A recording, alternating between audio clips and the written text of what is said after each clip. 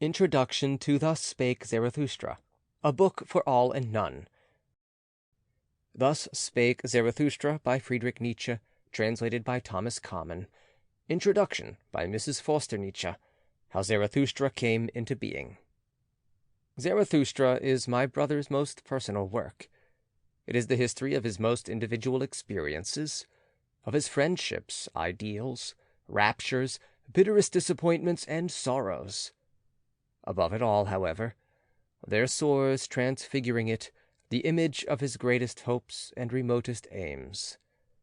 My brother had the figure of Zarathustra in his mind from his very earliest youth. He once told me that even as a child he had dreamt of him. At different periods in his life he would call this haunter of his dreams by different names.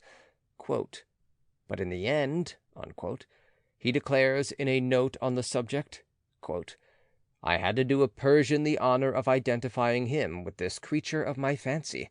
Persians were the first to take a broad and comprehensive view of history. Every series of evolutions, according to them, was presided over by a prophet, and every prophet had his hussar, his dynasty of 1,000 years. All Zarathustra's views, as also his personality, were early conceptions of my brother's mind. Whoever reads his posthumously published writings for the years 1869 to 82 with care will constantly meet with passages suggestive of Zarathustra's thoughts and doctrines. For instance, the ideal of the Superman is put forth quite clearly in all his writings during the years 1873 to 75, and in "We Philologists," the following remarkable observations occur. How can one praise and glorify a nation as a whole? Even among the Greeks it was the individuals that counted. The Greeks are interesting and extremely important because they reared such a vast number of great individuals. How is this possible? The question is one which ought to be studied. I am interested only in the relations of a people to the rearing of the individual man, and among the Greeks the conditions were unusually favorable for the development of the individual, not by any means owing to the goodness of the people, but because of the struggles of their evil instincts.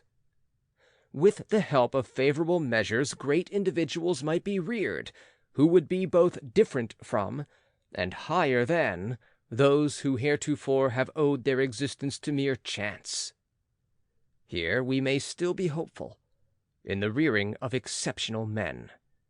The notion of rearing the Superman is only a new form of an ideal Nietzsche already had in his youth, that "the object of mankind should lie in its highest individuals," or as he writes in Schopenhauer as educator, "Mankind ought constantly to be striving to produce great men. This and nothing else is its duty." But the ideals he most revered in those days are no longer held to be the highest types of men. No, around this future ideal of a coming humanity, the Superman, the poet spread the veil of becoming. Who can tell to what glorious heights man can still ascend? That is why, after having tested the worth of our noblest ideal, that of the Savior, in the light of the new valuations, the poet cries with passionate emphasis in Zarathustra, "Never yet hath there been a Superman. Naked have I seen both of them, the greatest and the smallest man. All too similar are they still to each other. Verily, even the greatest found I all too human." The phrase, "the rearing of the Superman," has very often been misunderstood. By the word rearing in this case is meant the act of modifying by means of new and higher values, values which, as laws and guides of conduct and opinion, are now to rule over mankind. In general, the doctrine of the Superman can only be understood correctly in conjunction with other ideas of the authors, such as the order of rank, the will to power, and the transvaluation of all values. He assumes that Christianity, as a product of the resentment of the botched and the weak, has put in man all that is beautiful, strong, proud, and powerful. In fact, all the qualities resulting from strength, and that in consequence all forces which tend to promote or elevate life have been seriously undermined. Now, however, a new table of valuations must be placed over mankind, namely that of the strong, mighty, and magnificent man, overflowing with life and elevated to his zenith, the Superman, who is now put before us with overpowering passion as the aim of our life, hope, and will. And just as the old system of valuing, which only extolled the qualities favorable to the weak, the suffering, and the oppressed, has succeeded in producing a weak, suffering, and modern race, so this new and reversed system of valuing ought to rear a healthy, strong, lively, and courageous type, which would be a glory to life itself. Stated briefly, the leading principle of this new system of valuing would be, quote, "All that proceeds from power is good, all that springs from weakness is bad." End quote. This type must not be regarded as a fanciful figure. It is not a nebulous hope which is to be realized at some indefinitely remote period, thousands of years hence, nor is it a new species in the Darwinian sense, of which we can know nothing, and which it would therefore be somewhat absurd to strive after.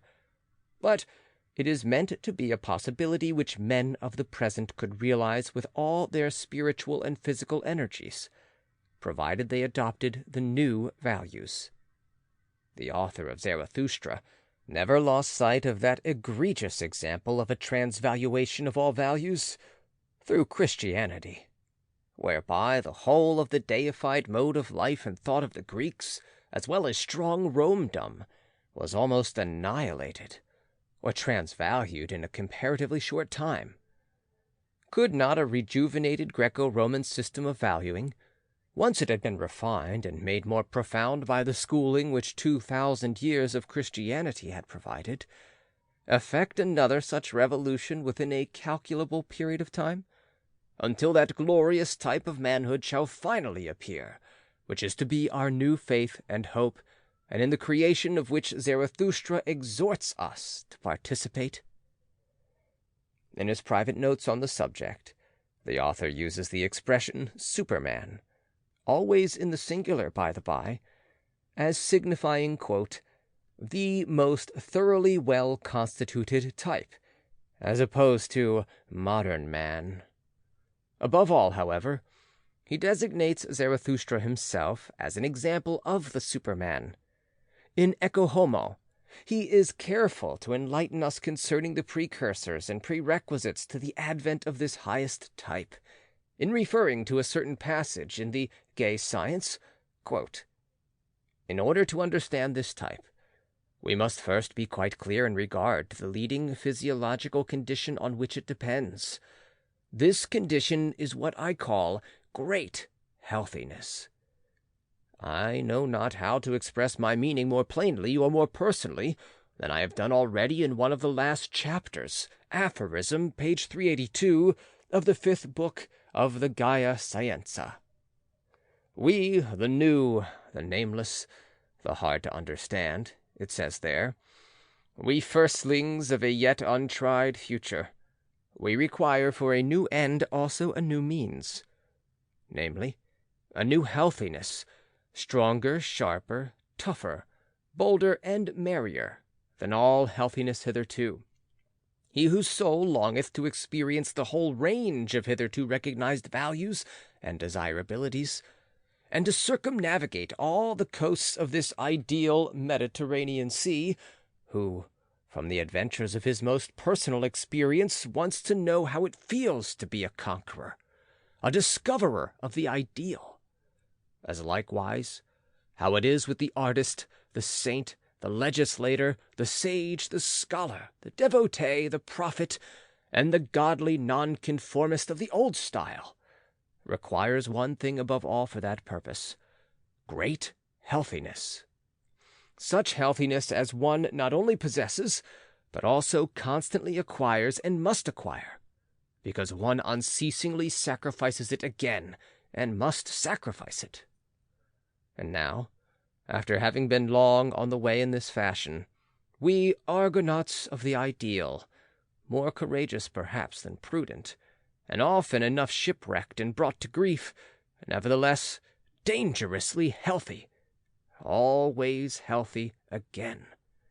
It would seem as if, in recompense for it all, that we have a still undiscovered country before us, the boundaries of which no one has yet seen, a beyond to all countries and corners of the ideal known hitherto, a world so overrich in that beautiful, the strange, the questionable, the frightful, and the divine, that our curiosity as well as our thirst for possession thereof have got out of hand. Alas, that nothing will now any longer satisfy us. How could we still be content with the man of the present day, after such outlooks, and with such a craving in our conscience and consciousness? Sad enough, but it is unavoidable that we should look on the worthiest aims and hopes of the man of the present day with ill-concealed amusement, and perhaps should no longer look at them. Another ideal runs on before us, a strange, tempting ideal, full of danger, to which we should not like to persuade anyone, because we do not so readily acknowledge anyone's right thereto. The ideal of a spirit who plays naively, that is to say, involuntarily and from overflowing abundance and power, with everything that has hitherto been called holy, good, intangible, or divine, to whom the loftiest conception which the people have reasonably made their measure of value would already practically imply danger, ruin, abasement, or at least relaxation, blindness, or temporary self-forgetfulness. The ideal of a humanly superhuman welfare and benevolence, which will often enough appear inhuman, for example, when put alongside of all past seriousness on earth, and alongside of all past solemnities in bearing, word, tone, look, morality, and pursuit, as their truest involuntary parody, and with which, nevertheless, perhaps the great seriousness only commences when the proper interrogative mark is set up, the fate of the soul changes, the hour hand moves, and tragedy begins." End quote.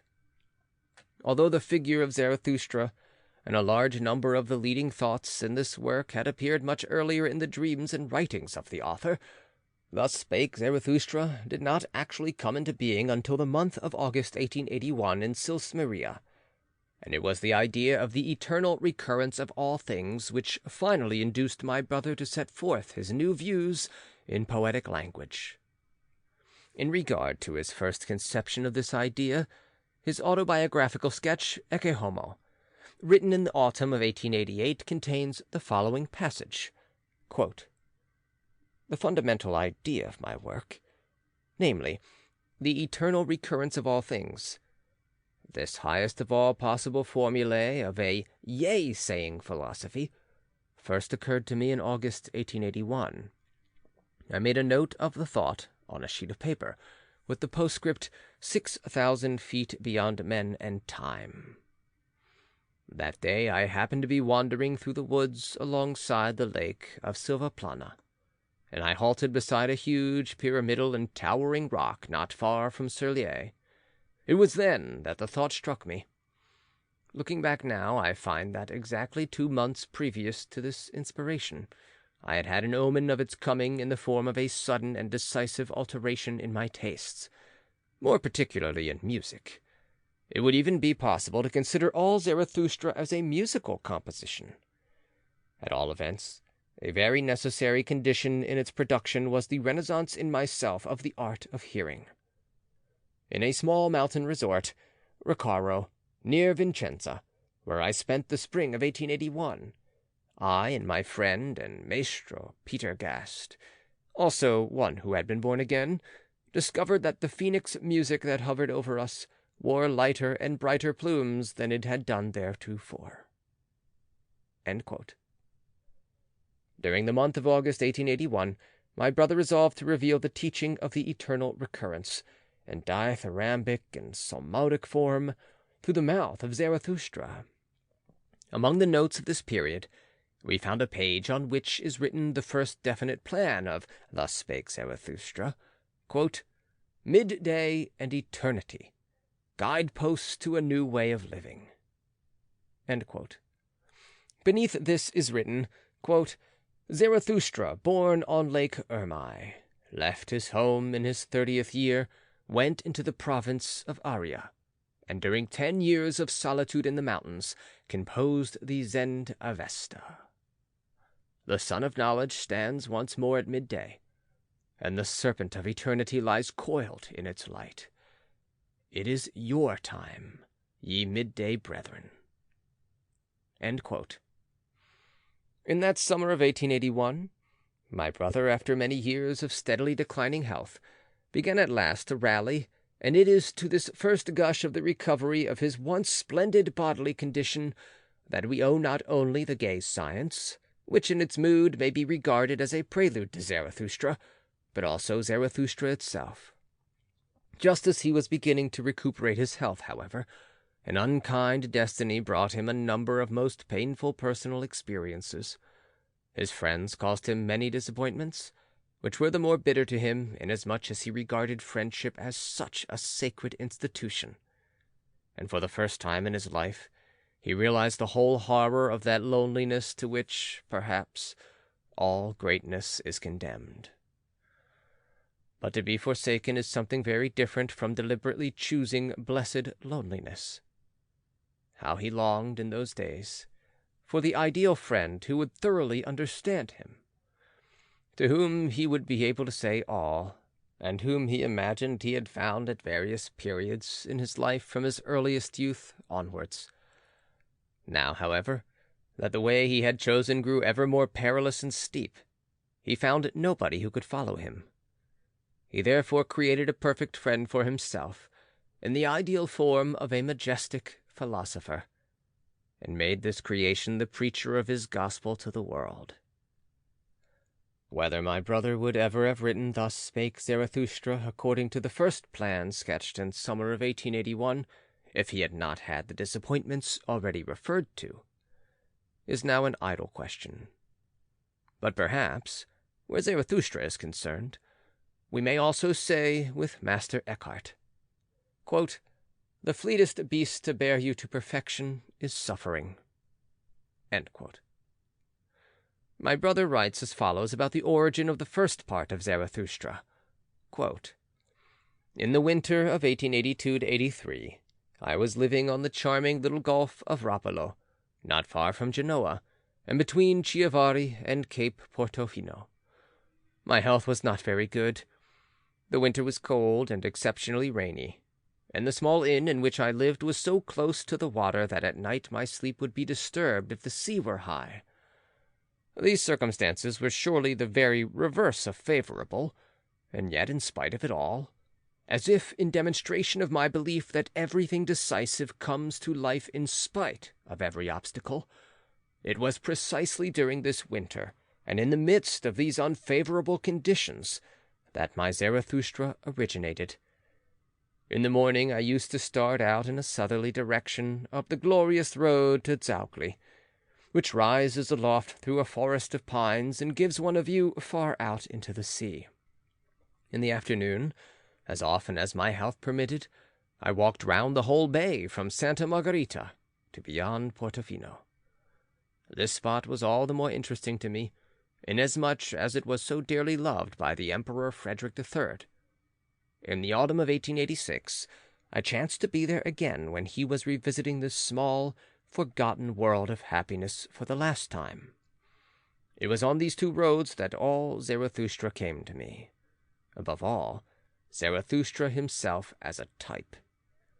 I ought rather to say that it was on these walks that these ideas waylaid me.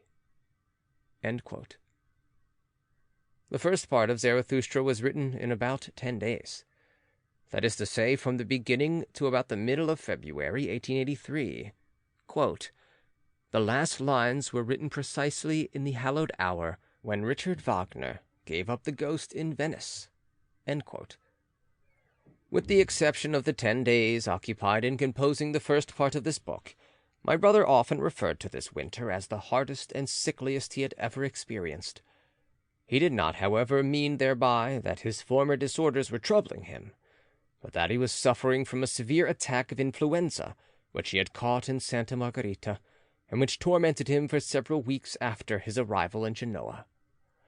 As a matter of fact, however, what he complained of most was his spiritual condition, that indescribable forsakenness, to which he gives such heart-rending expression in Zarathustra. Even the reception which the first part met with at the hands of friends and acquaintances was extremely disheartening, for almost all those to whom he presented copies of the work misunderstood it. Quote, "I found no one ripe for many of my thoughts. The case of Zarathustra proves that one can speak with the utmost clearness and yet not be heard by anyone." End quote. My brother was very much discouraged by the feebleness of the response he was given, and as he was striving just then to give up the practice of taking hydrate of chloral, a drug he had begun to take while ill with influenza, the following spring spent in Rome was a somewhat gloomy one for him. He writes about it as follows, quote, "I spent a melancholy spring in Rome, where I only just managed to live. And this was no easy matter. This city, which is absolutely unsuited to the poet-author of Zarathustra, and for the choice of which I was not responsible, made me inordinately miserable. I tried to leave it. I wanted to go to Aquila, the opposite of Rome in every respect, and actually found it in a spirit of enmity toward that city, just as I also shall found a city some day, as a memento of an atheist and a genuine enemy of the Church. A person very closely related to me, the great Hohenstaufen, the Emperor Friedrich II. But fate lay behind it all. I had to return again to Rome.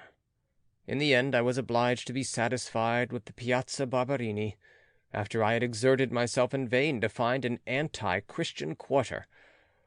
I fear that on one occasion, to avoid bad smells as much as possible, I actually inquired at the Palazzo del Quirinale whether they could not provide a quiet room for a philosopher. In a chamber high above the piazza just mentioned, from which one obtained a general view of Rome and could hear the fountains splashing far below, the loneliest of all songs was composed, the Night Song. About this time I was obsessed by an unspeakably sad melody, the refrain of which I recognized in the words, 'Dead through immortality.'" End quote. We remained somewhat too long in Rome that spring, and what with the effect of the increasing heat and the discouraging circumstances already described, my brother resolved not to write any more, or, in any case, not to proceed with Zarathustra, although I offered to relieve him of all the trouble in connection with the proofs and the publisher. When, however, he returned to Switzerland towards the end of June, and he found himself once more in the familiar and exhilarating air of the mountains, all his joyous creative powers revived, and in a note to me announcing the dispatch of some manuscript, he wrote as follows, quote, "I have engaged a place here for 3 months. Forsooth, I am the greatest fool to allow my courage to be sapped from me by the climate of Italy. Now and again I am troubled by the thought, what next? My future is the darkest thing in the world to me. But as there still remains a great deal for me to do, I suppose I ought rather to think of doing this than of my future, and leave the rest to thee and the gods." End quote. The second part of Zarathustra was written between the 26th of June and the 6th of July. Quote, "This summer, finding myself once more in the sacred place where the first thought of Zarathustra flashed across my mind, I conceived the second part. 10 days sufficed, neither for the second, the first, nor the third part, have I required a day longer." End quote. He often used to speak of the ecstatic mood in which he wrote Zarathustra, how in his walks over hill and dale the ideas would crowd into his mind, and how he would note them down hastily in a notebook, from which he would transcribe them on his return, sometimes working till midnight. He says in a letter to me, quote, "You can have no idea of the vehemence of such composition." End quote. And in Ecce Homo, autumn 1888, he describes as follows with passionate enthusiasm the incomparable mood in which he created Zarathustra. Quote, "Has anyone at the end of the 19th century any distinct notion of what poets of a stronger age understood by the word inspiration? If not, I will describe it. If one had the smallest vestige of superstition in one, it would hardly be possible to set aside completely the idea that one is the mere incarnation, mouthpiece or medium of an almighty power.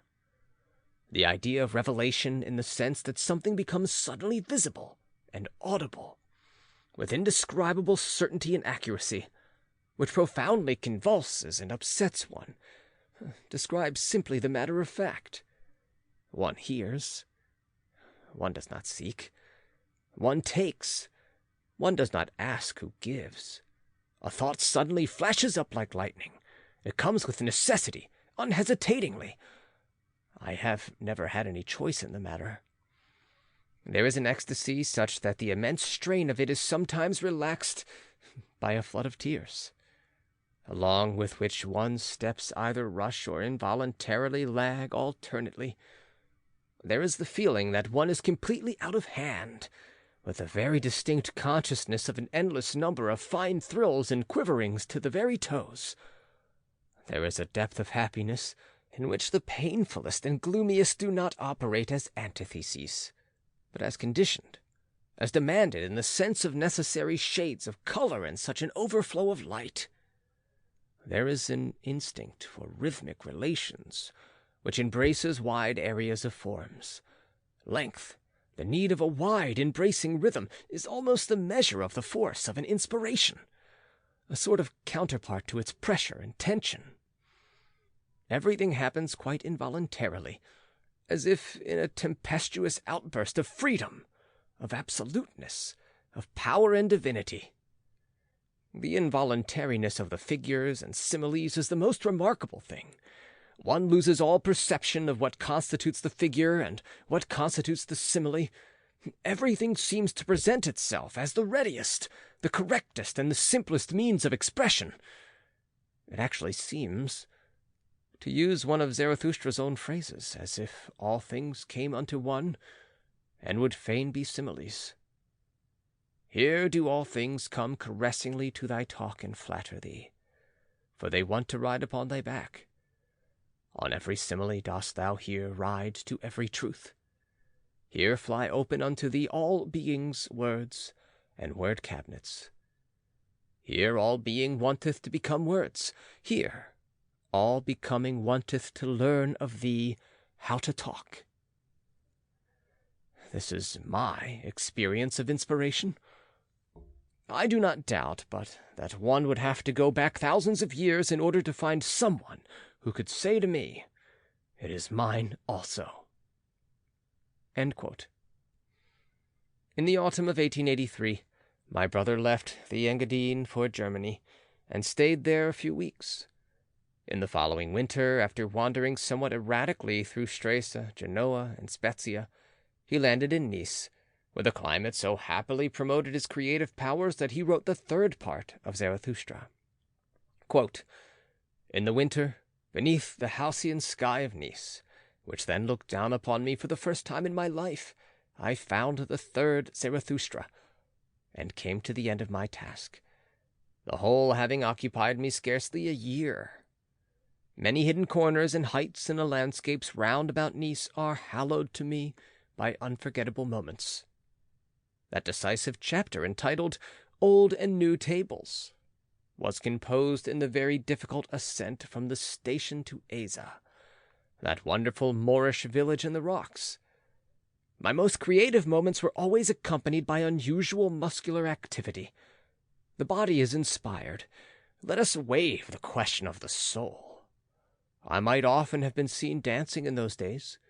Without a suggestion of fatigue, I could then walk for 7 or 8 hours on end among the hills. I slept well and laughed well. I was perfectly robust and patient." End quote. As we have seen, each of the 3 parts of Zarathustra was written, after a more or less short period of preparation, in about 10 days.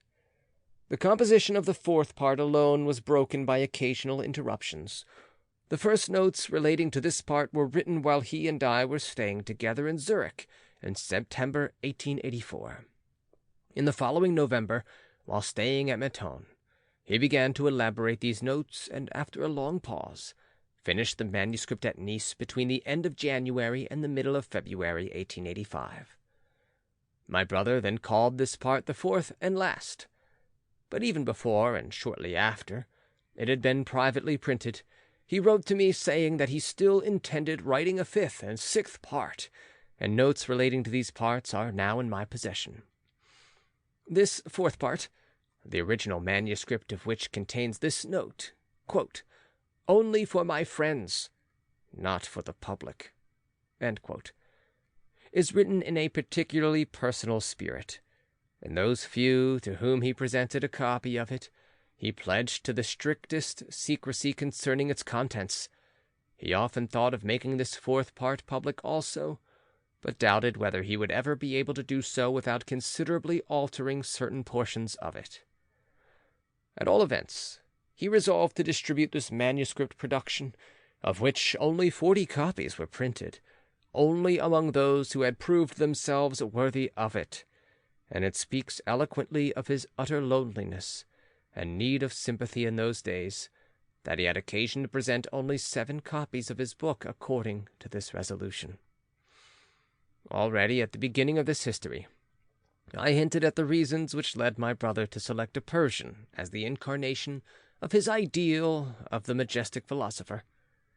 His reasons, however, for choosing Zarathustra of all others to be his mouthpiece, he gives us in the following words, quote, "People have never asked me, as they should have done, what the name Zarathustra precisely means in my mouth, in the mouth of the first immoralist. For what distinguishes that philosopher from all others in the past is the very fact that he was exactly the reverse of an immoralist. Zarathustra was the first to see in the struggle between good and evil the essential wheel in the working of things. The translation of morality into the metaphysical, as force, cause, end in itself, was his work. But the very question suggests its own answer. Zarathustra created the most portentous error, morality. Consequently, he should also be the first to perceive that error, not only because he has had longer and greater experience of the subject than any other thinker. All history is the experimental refutation of the theory of the so-called moral order of things. The more important point is that Zarathustra was more truthful than any other thinker. In his teaching alone do we meet with truthfulness upheld as the highest virtue, i.e., the reverse of the cowardice of the idealist who flees from reality. Zarathustra had more courage in his body than any other thinker before or after him. To tell the truth, and to aim straight, that is the first Persian virtue. Am I understood? The overcoming of morality through itself, through truthfulness. The overcoming of the moralist through his opposite, through me. That is what the name Zarathustra means in my mouth." End quote. Elizabeth Forster Nietzsche, Nietzsche Archives, Weimar, December 1905. Notes on Thus Spake Zarathustra by Anthony M. Ludovici. I have had some opportunities of studying the conditions under which Nietzsche is read in Germany, France, and England, and I have found that in each of these countries students of his philosophy, as if actuated by precisely similar motives and desires, and misled by the same mistaken tactics on the part of most publishers, all proceed in the same happy-go-lucky style when taking him up. They have had it said to them that he wrote without any system, and they very naturally conclude that it does not matter in the least whether they begin with his first, third, or last book, provided they can obtain a few vague ideas as to what his leading and most sensational principles were. Now, it is clear that the book with the most mysterious, startling, or suggestive title will always stand the best chance of being purchased by those who have no other criteria to guide them in their choice than the aspect of a title page. And this explains why Thus Spake Zarathustra is almost always the first, and often the only one of Nietzsche's books that falls into the hands of the uninitiated. The title suggests all kinds of mysteries. A glance at the chapter headings quickly confirms the suspicions already aroused, and the subtitle, A Book for All and None, generally succeeds in dissipating the last doubts the prospective purchaser may entertain concerning his fitness for the book, or its fitness for him. And what happens? Thus Spake Zarathustra is taken home. The reader, who perchance may know no more concerning Nietzsche than a magazine article has told him, tries to read it, and understanding less than half he reads, probably never gets further than the second or third part, and then only to feel convinced that Nietzsche himself was, quote, rather hazy, unquote, as to what he was talking about. Such chapters as The Child with the Mirror, In the Happy Isles, The Grave Song, Immaculate Perception, The Stillest Hour, The Seven Seals, and many others, are almost utterly devoid of meaning to all those who do not know something of Nietzsche's life, his aims, and his friendships. As a matter of fact, Thus Spake Zarathustra, though it is unquestionably Nietzsche's opus magnum, is by no means the first of Nietzsche's work that the beginner ought to undertake to read.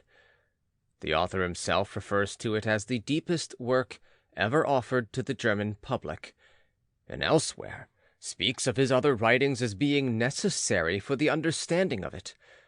But when it is remembered that in Zarathustra we not only have the history of his most intimate experiences, friendships, feuds, disappointments, triumphs, and the like, but that the very form in which they are narrated is one which tends rather to obscure than to throw light upon them, the difficulties which meet the reader who starts quite unprepared will be seen to be really formidable. Zarathustra, then, this shadowy, allegorical personality, speaking in allegories and parables, and at times not even refraining from relating his own dreams, is a figure we can understand but very imperfectly, if we have no knowledge of his creator and counterpart, Friedrich Nietzsche. And it were therefore well, previous to our study of the more abstruse parts of this book, if we were to turn to some authoritative book on Nietzsche's life and works, and to read all that there is said on the subject. Those who can read German will find an excellent guide in this respect in Frau Förster Nietzsche's exhaustive and highly interesting biography of her brother, Das Leben Friedrich Nietzsches, published by Naumann, while the works of Dusin, Raoul Richter, and Baroness Isabella von Unger-Sternberg will be found to throw useful and necessary light upon many questions which it would be difficult for a sister to touch upon. In regard to the actual philosophical views expounded in this work, there is an excellent way of clearing up any difficulties they may present, and that is by an appeal to Nietzsche's other works. Again and again, of course, he will be found to express himself so clearly that all reference to his other writings may be dispensed with. But where this is not the case, the advice he himself gives is, after all, the best to be followed here, vis-a-vis to regard such works as Joyful Science, Beyond Good and Evil, The Genealogy of Morals, The Twilight of the Idols, The Antichrist, The Will to Power, etc., etc., as the necessary preparation for Thus Spake Zarathustra. These directions, though they are by no means simple to carry out, seem at least to possess the quality of definiteness and straightforwardness. Quote, "Follow them and all will be clear," unquote, I seem to imply.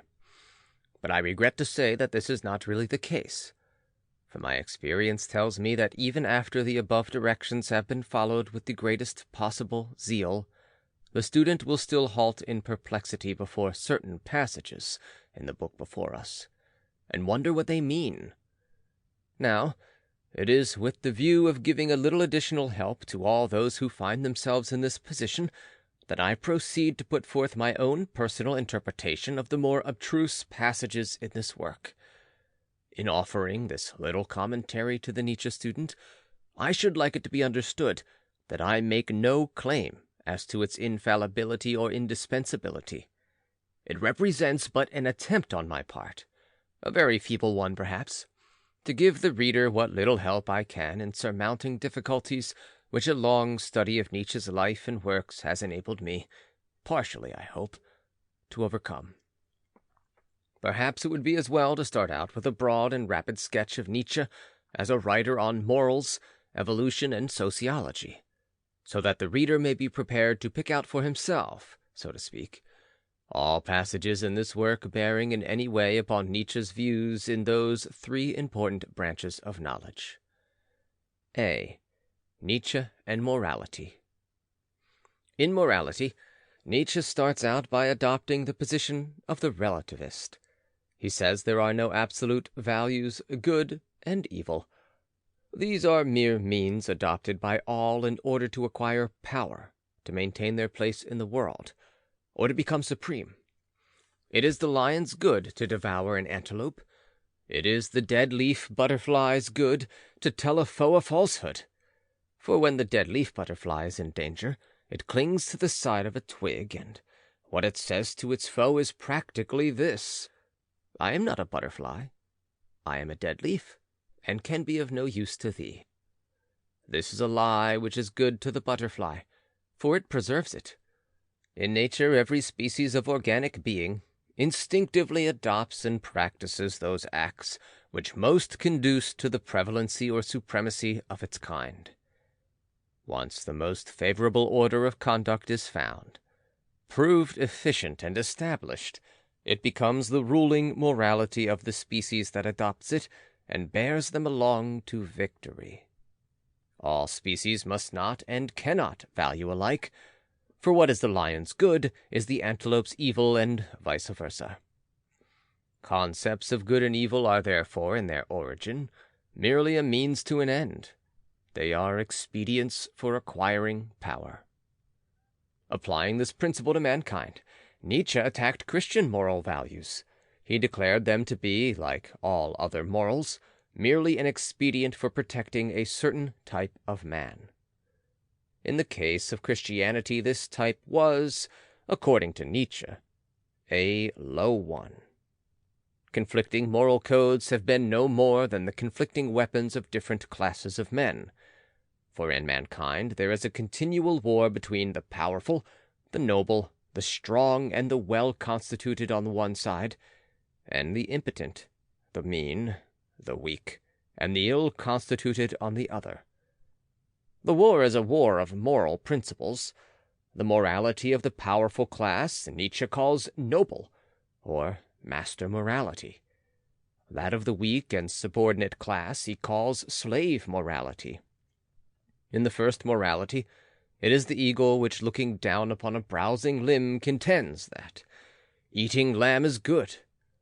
In the second, the slave morality, it is the lamb which, looking up from the sward, bleats dissentingly, eating lamb is evil. B. The master and slave morality compared. The first morality is active, creative, Dionysian. The second is passive, defensive. To it belongs the struggle for existence. Where attempts have not been made to reconcile the two moralities, they may be described as follows. All is good in the noble morality which proceeds from strength, power, health, well-constitutedness, happiness, and awfulness.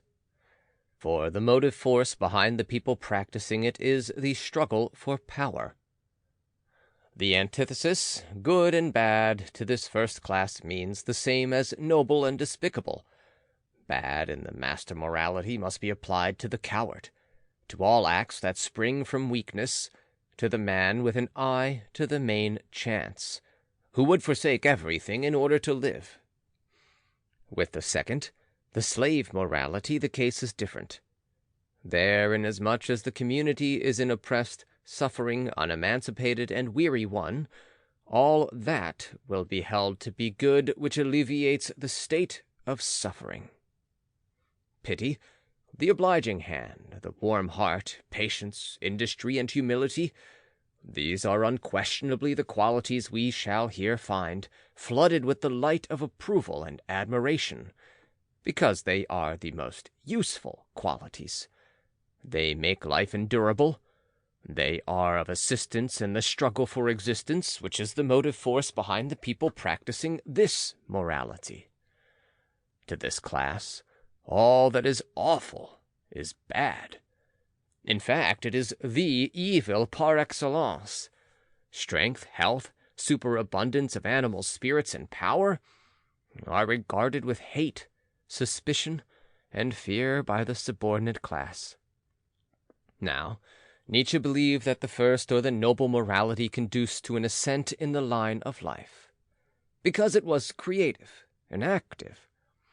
On the other hand, he believed that the second or slave morality, where it became paramount, led to degeneration, because it was passive and defensive, wanting merely to keep those who practiced it alive. Hence, his earnest advocacy of noble morality. C. Nietzsche and evolution. Nietzsche as an evolutionist I shall have occasion to define and discuss in the course of these notes. See notes on chapter 56, paragraph 10, and on chapter 57. For the present, let it suffice for us to know that he accepted the development hypothesis as an explanation of the origin of species, but he did not halt where most naturalists have halted. He by no means regarded man as the highest possible being which evolution could arrive at, for though his physical development may have reached its limit, this is not the case with his mental or spiritual attributes. If the process be a fact, if things have become what they are, then he contends we may describe no limit to man's aspirations. If he struggled up from barbarism, and still more remotely from the lower primates, his ideal should be to surpass man himself, and reach Superman. See especially the Prologue. D. Nietzsche in sociology. Nietzsche as a sociologist aims at an aristocratic arrangement of society. He would have us rear an ideal race. Honest and truthful in intellectual matters, he could not even think that men are equal. Quote, "With these preachers of equality will I not be mixed up and confounded. For thus speaketh justice unto me, men are not equal." End quote. He sees precisely in this inequality a purpose to be served, a condition to be exploited. Quote, "Every elevation of the type man," he writes in Beyond Good and Evil, "has hitherto been the work of an aristocratic society, and so will it always be, a society believing in a long scale of gradations of rank and differences of worth among human beings." End quote. Those who are sufficiently interested to desire to read his own detailed account of the society he would fain establish will find an excellent passage in Aphorism 57 of the Antichrist. End of Notes on Thus Spake Zarathustra by Anthony M. Ludovici. End of the introduction. First part. Zarathustra's Discourses. Of Thus Spake Zarathustra by Friedrich Nietzsche, translated by Thomas Common. Zarathustra's Prologue.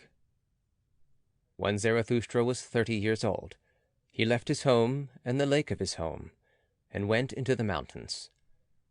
There he enjoyed his spirit and solitude, and for 10 years did not weary of it.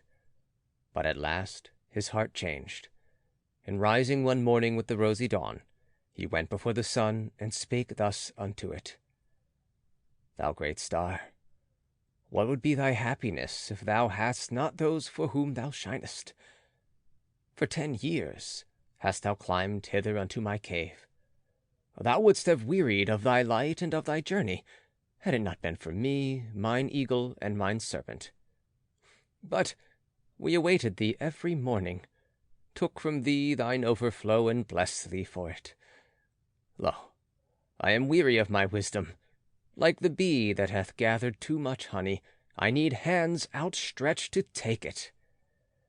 I would fain bestow and distribute, until the wise have once more become joyous in their folly, and the poor happy in their riches. Therefore must I descend into the deep, as thou doest in the evening, when thou goest behind the sea, and givest light also to the nether world, thou exuberant star. Like thee must I go down, as men say, to whom I shall descend. Bless me then, thou tranquil eye, that canst behold even the greatest happiness without envy. Bless the cup that is about to overflow, that the water may flow golden out of it, and carry everywhere the reflection of thy bliss. Lo, this cup is again going to empty itself, and Zarathustra is again going to be a man. Thus began Zarathustra's downgoing. Zarathustra went down the mountain alone, no one meeting him. When he entered the forest, however, there suddenly stood before him an old man, who had left his holy cot to seek roots. And thus spake the old man to Zarathustra: No stranger to me is this wanderer. Many years ago passed he by. Zarathustra he was called, but he hath altered. Then thou carriedst thine ashes into the mountains. Wilt thou now carry thy fire into the valleys? Fearest thou not the incendiary's doom? Yea, I recognize Zarathustra. Pure is his eye, and no loathing lurketh about his mouth. Goeth he not along like a dancer? Altered is Zarathustra. A child hath Zarathustra become. An awakened one is Zarathustra. What wilt thou do in the land of the sleepers? As in the sea hast thou lived in solitude, and it hath borne thee up. Alas, wilt thou now go ashore? Alas, wilt thou again drag thy body thyself? Zarathustra answered, I love mankind. Why, said the saint, did I go into the forest and the desert? Was it not because I loved men far too well? Now I love God. Men I do not love. Man is a thing too imperfect for me. Love to man would be fatal to me. Zarathustra answered, What spake I of love? I am bringing gifts unto men. Give them nothing, said the saint. Take rather part of their load, and carry it along with them. That will be most agreeable unto them, if only it be agreeable unto thee. If, however, thou wilt give unto them, give them no more than an alms, and let them also beg for it. No, replied Zarathustra, I give no alms. I am not poor enough for that. The saint laughed at Zarathustra and spake thus: Then see to it that they accept thy treasures. They are distrustful of anchorites, and do not believe that we come with gifts. The fall of our footsteps ringeth too hollow through their streets, and just as at night, when they are in bed, and hear a man abroad long before sunrise, so they ask themselves concerning us, Where goeth the thief? Go not to men, but stay in the forest. Go rather to the animals. Why not be like me, a bear amongst bears, a bird amongst birds?" "And what doeth the saint in the forest?" asked Zarathustra. The saint answered, "I make hymns and sing them, and in making hymns I laugh and weep and mumble. Thus do I praise God. With singing, weeping, laughing, and mumbling do I praise the God who is my God. But what dost thou bring us as a gift?" When Zarathustra had heard these words, he bowed to the saint and said, "What should I have to give thee? Let me rather hurry hence, lest I take aught away from thee." And thus they parted from one another, the old man and Zarathustra laughing like schoolboys. When Zarathustra was alone, however, he said to his heart, "Could it be possible? This old saint in the forest hath not yet heard of it, that God is dead."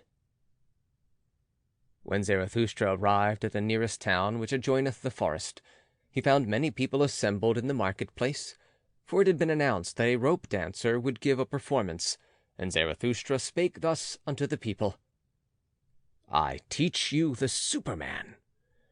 Man is something that is to be surpassed. What have ye done to surpass man? All beings hitherto have created something beyond themselves, and ye want to be the ebb of that great tide, and would rather go back to the beast than surpass man. What is the ape to man? A laughing-stock, a thing of shame, and just the same shall man be to the Superman, a laughing-stock, a thing of shame. Ye have made your way from the worm to man, and much within you is still worm. Once were ye apes, and even yet man is more of an ape than any of the apes. Even the wisest among you is only a disharmony and a hybrid of plant and phantom. But do I bid you become phantoms or plants? Lo, I teach you the Superman. The Superman is the meaning of the earth. Let your will say, the Superman shall be the meaning of the earth. I conjure you, my brethren, remain true to the earth, and believe not those who speak unto you of super-earthly hopes. Poisoners are they, whether they know it or not. Despisers of life are they, decaying ones and poisoned ones themselves, of whom the earth is weary. So, away with them. Once, blasphemy against God was the greatest blasphemy, but God died, and therewith also those blasphemers. To blaspheme the earth is now the dreadfulest sin, and to rate the heart of the unknowable higher than the meaning of the earth. Once the soul looked contemptuously on the body, and then that contempt was the supreme thing. The soul wished the body meagre, ghastly, and famished. Thus it thought to escape from the body and the earth. Oh, that soul was itself meagre, ghastly, and famished, and cruelty was the delight of that soul. But ye also, my brethren, tell me, what doth your body say about your soul? Is your soul not poverty, and pollution, and wretched self-complacency? Verily, a polluted stream is man. One must be a sea to receive a polluted stream without becoming impure. Lo, I teach you the Superman. He is that sea. In him can your great contempt be submerged. What is the greatest thing ye can experience? It is the hour of great contempt, the hour in which even your happiness becometh loathsome unto you, and so also your reason and virtue. The hour when ye say, "What good is my happiness? It is poverty and pollution and wretched self-complacency." but my happiness should justify existence itself. The hour when ye say, what good is my reason? Doth it long for knowledge as the lion for his food? It is poverty and pollution and wretched self-complacency. The hour when ye say, what good is my virtue? As yet it hath not made me passionate. How weary I am of my good and my bad! It is all poverty and pollution and wretched self-complacency. The hour when ye say, what good is my justice? I do not see that I am fervour and fuel. The just, however, are fervour and fuel. The hour when ye say, what good is my pity? Is not pity the cross on which he is nailed who loveth man? But my pity is not a crucifixion. Have ye ever spoken thus? Have ye ever cried thus? Ah, would that I had heard you crying thus. It is not your sin. It is your self-satisfaction that crieth unto heaven. Your very sparingness in sin crieth unto heaven. Where is the lightning to lick you with its tongue? Where is the frenzy with which ye should be inoculated? Lo, I teach you the Superman. He is that lightning. He is that frenzy. When Zarathustra had thus spoken, one of the people called out, We have now heard enough of the rope dancer.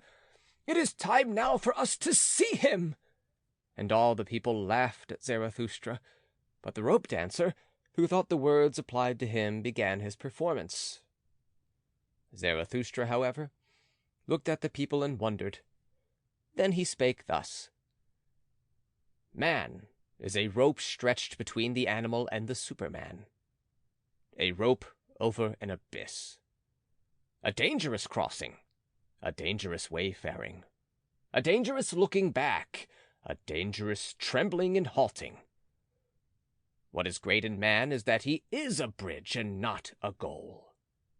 What is lovable in man is that he is an overgoing and a downgoing.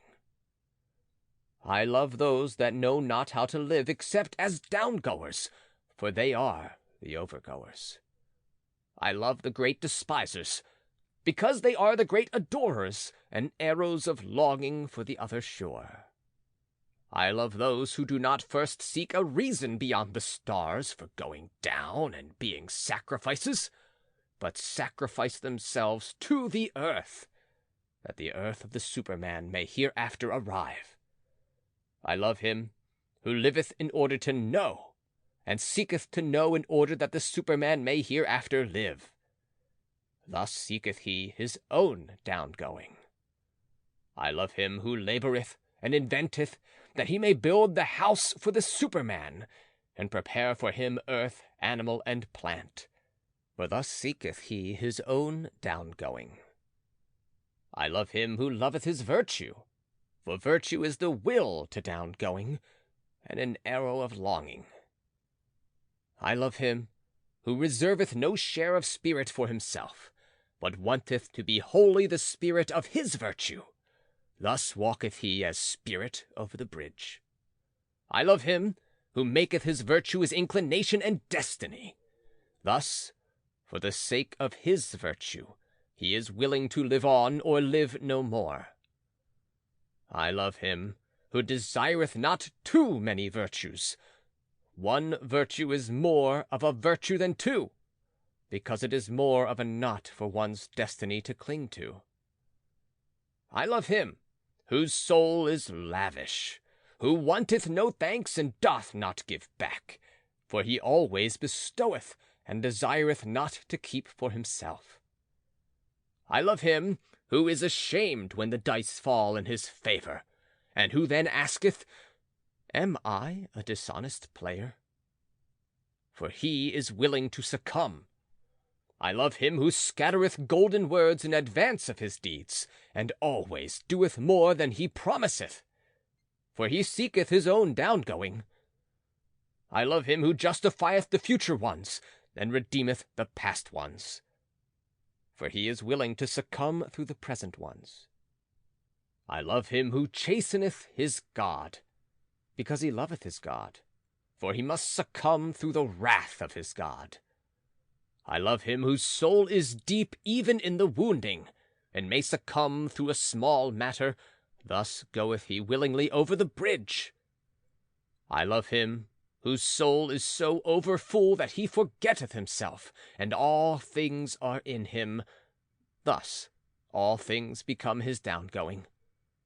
I love him who is of a free spirit and a free heart, thus is his head only the bowels of his heart. His heart, however, causeth his downgoing. I love all who are like heavy drops, falling one by one out of the dark cloud that lowereth over man. They herald the coming of the lightning, and succumb as heralds. Lo, I am a herald of the lightning, and a heavy drop out of the cloud. The lightning, however, is the Superman. When Zarathustra had spoken these words, he again looked at the people and was silent. There they stand, said he to his heart. There they laugh. They understand me not. I am not the mouth for these ears. Must one first batter their ears that they may learn to hear with their eyes? Must one clatter like kettle drums and penitential preachers? Or do they only believe the stammerer? They have something whereof they are proud. What do they call it? That which maketh them proud? A culture, they call it. It distinguisheth them from the goatherds. They dislike, therefore, to hear of contempt of themselves.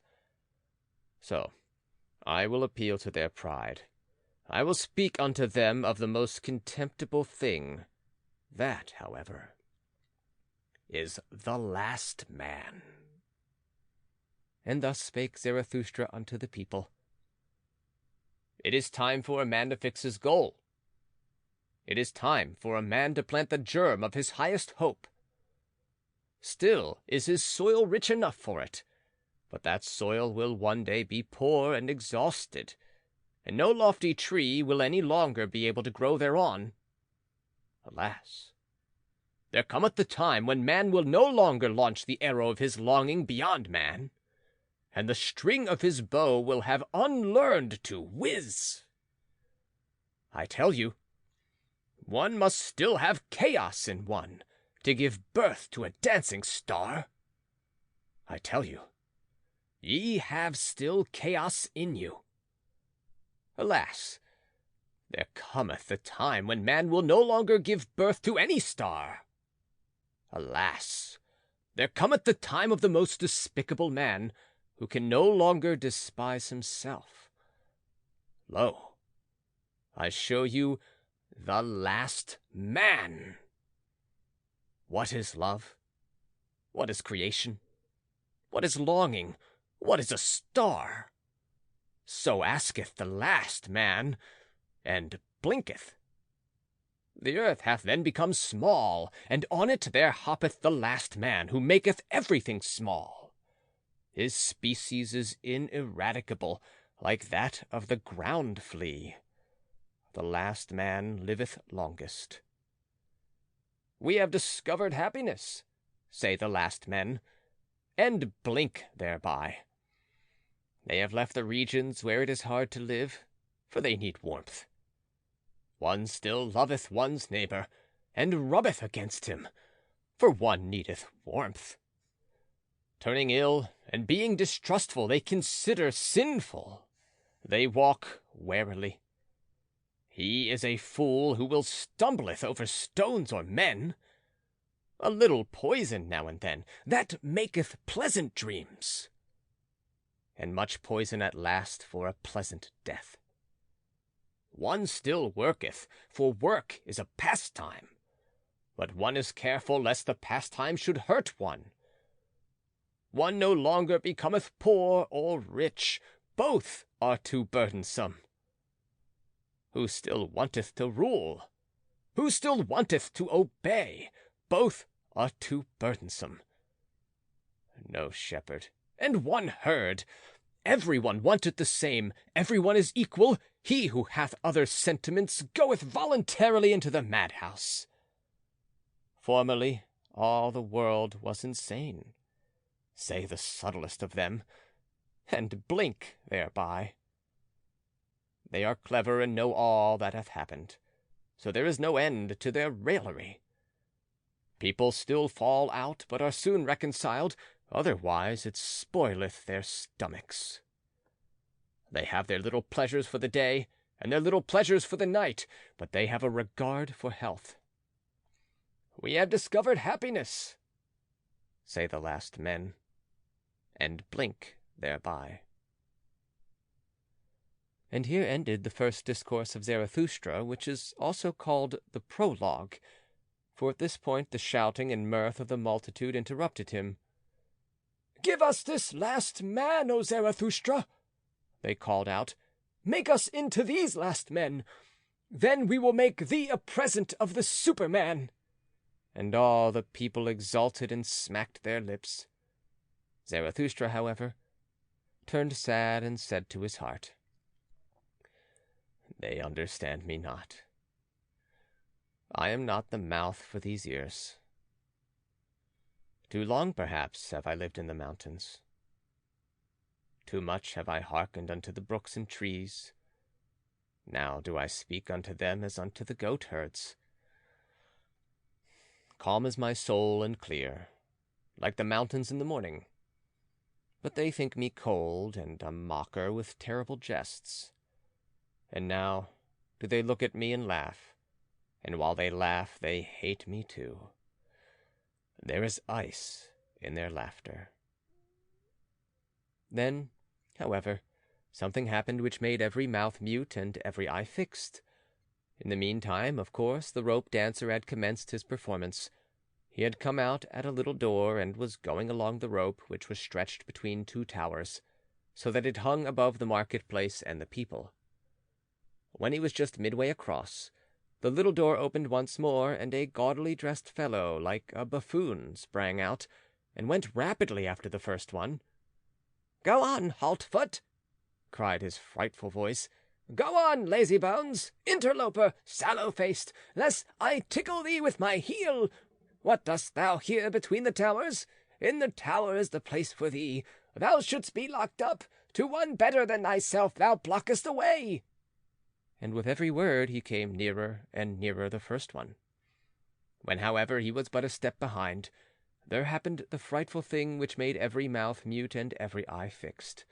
He uttered a yell like a devil, and jumped over the other who was in his way. The latter, however, when he thus saw his rival triumph, lost at the same time his head and his footing on the rope. He threw his pole away and shot downwards faster than it, like an eddy of arms and legs, into the depth. The marketplace and the people were like the sea when the storm cometh on. They all flew apart and in disorder, especially where the body was about to fall. Zarathustra, however, remained standing, and just beside him fell the body, badly injured and disfigured, but not yet dead. After a while consciousness returned to the shattered man, and he saw Zarathustra kneeling beside him.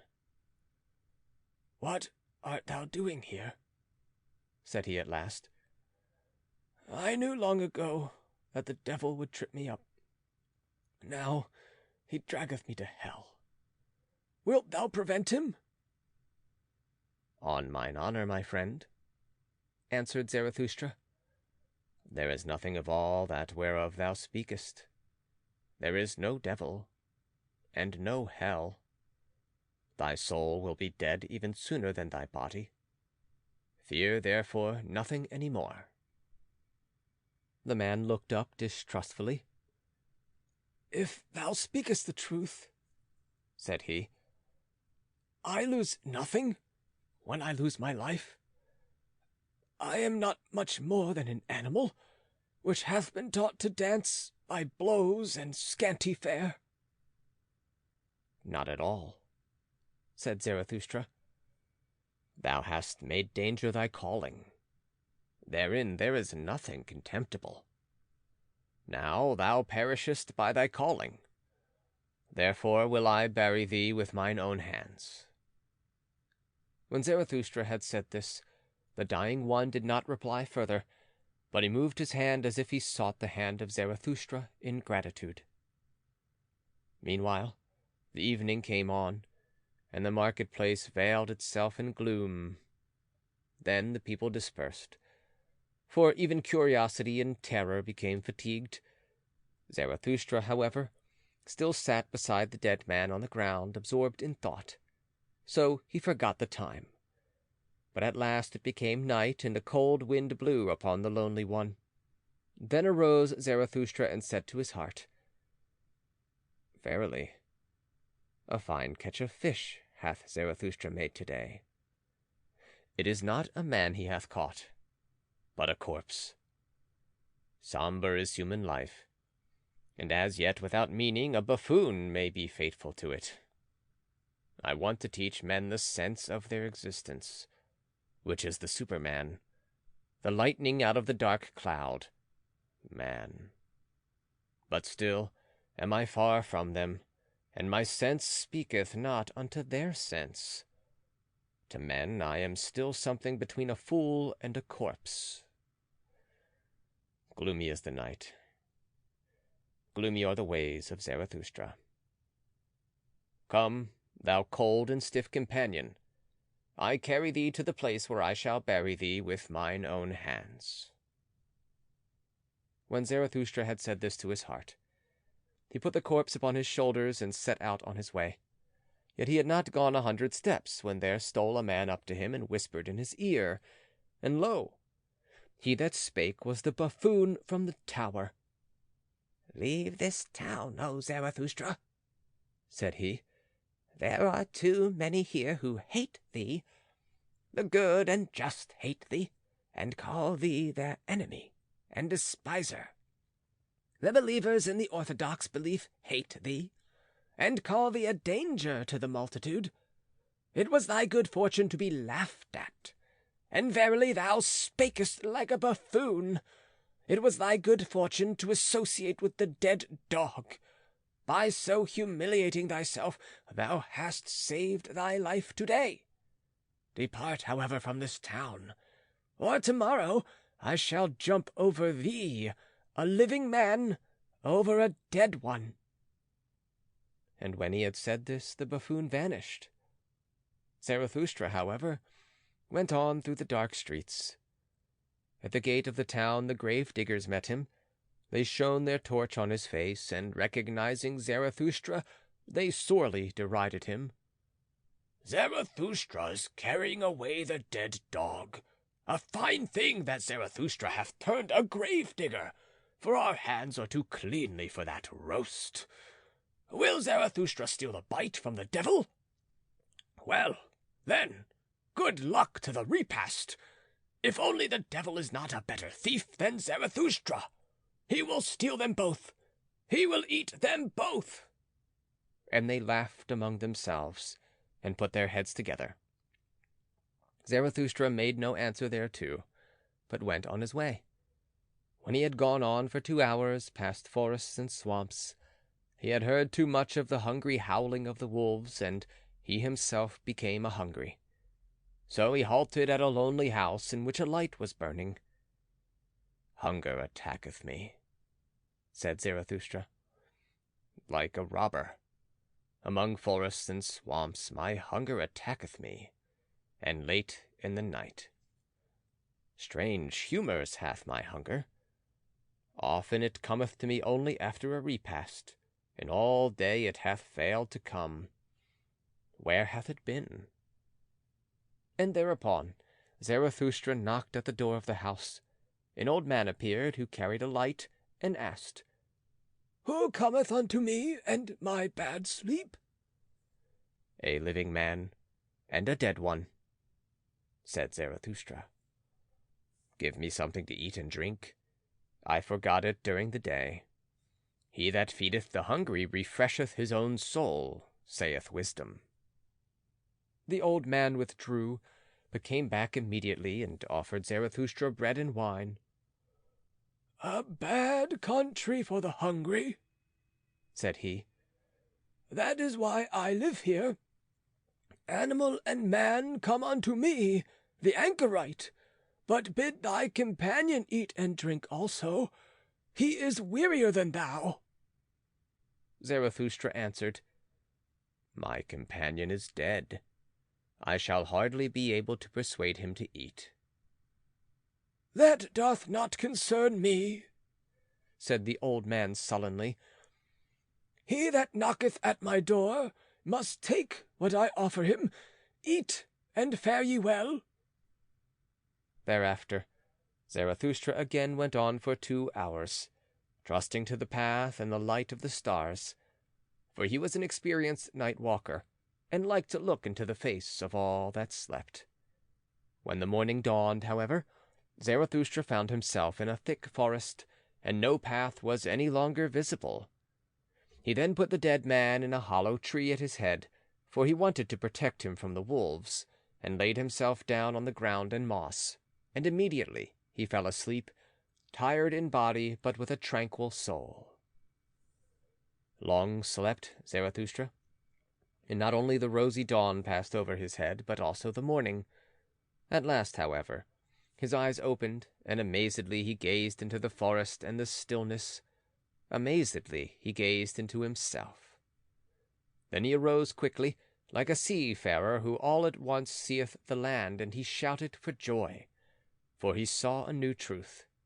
And he spake thus to his heart: "A light hath dawned upon me.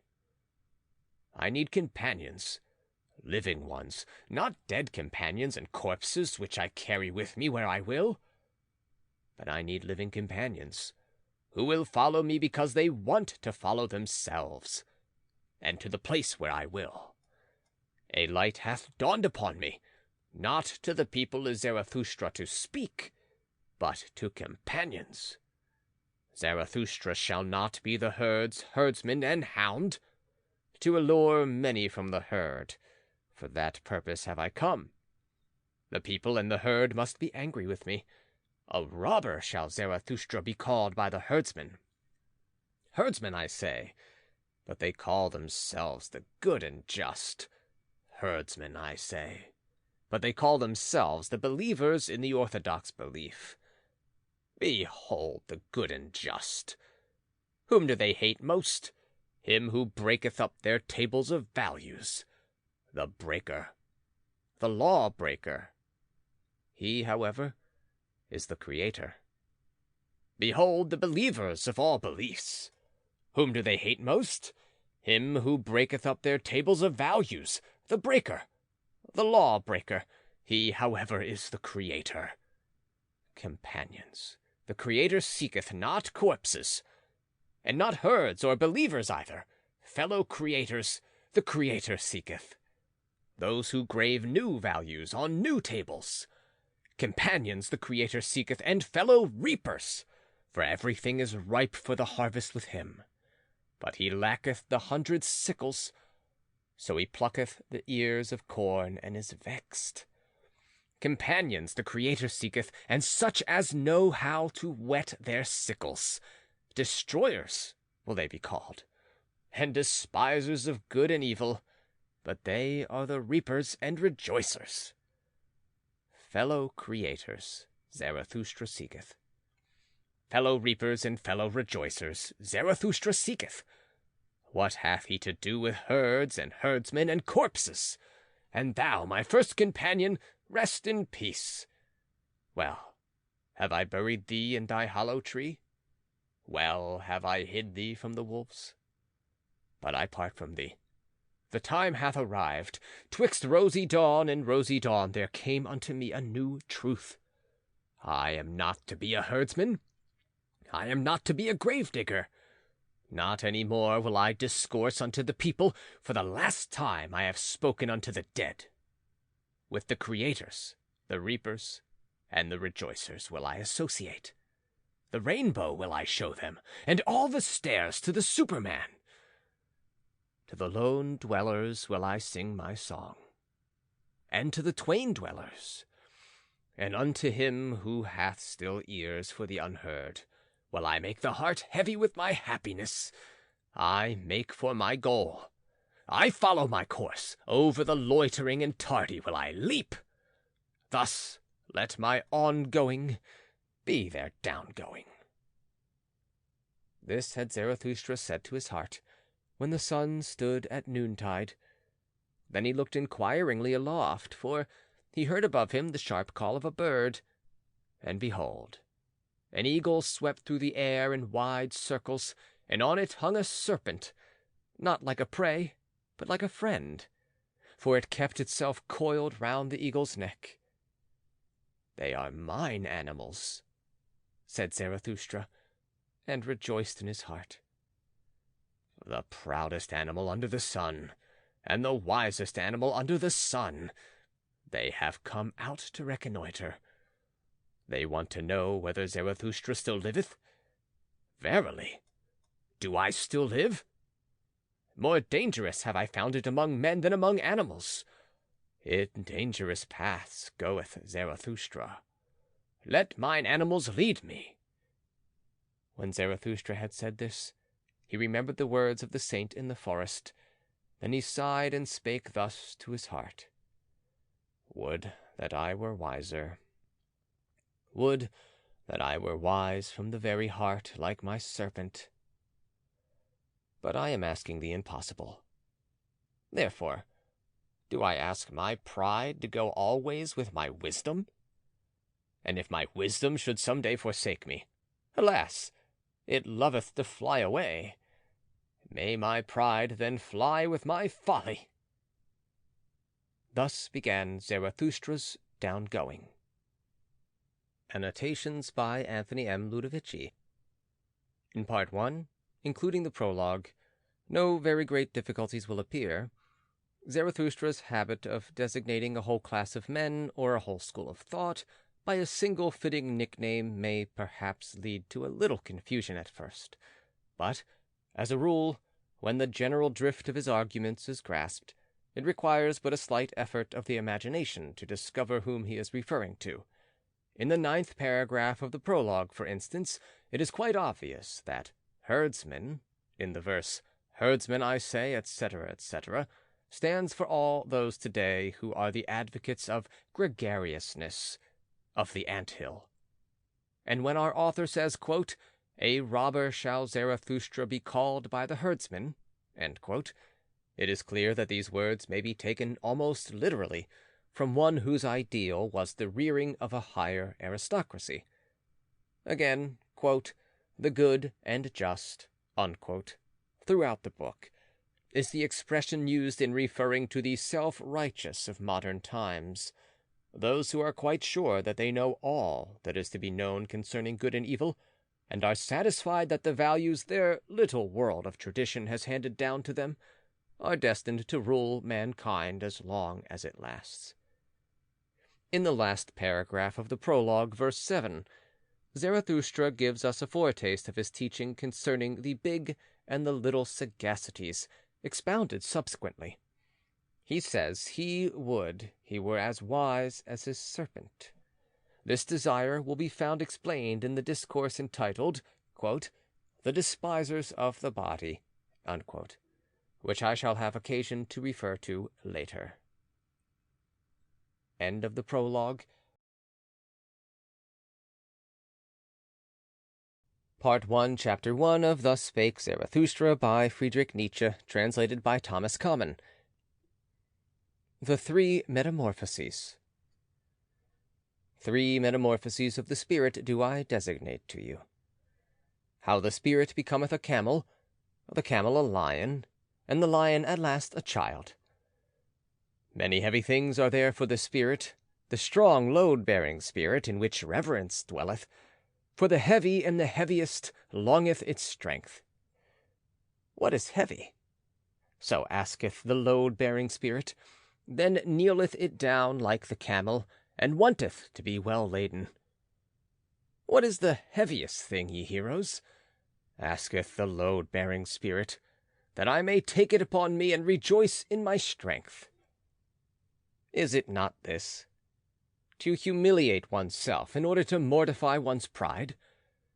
To exhibit one's folly in order to mock at one's wisdom?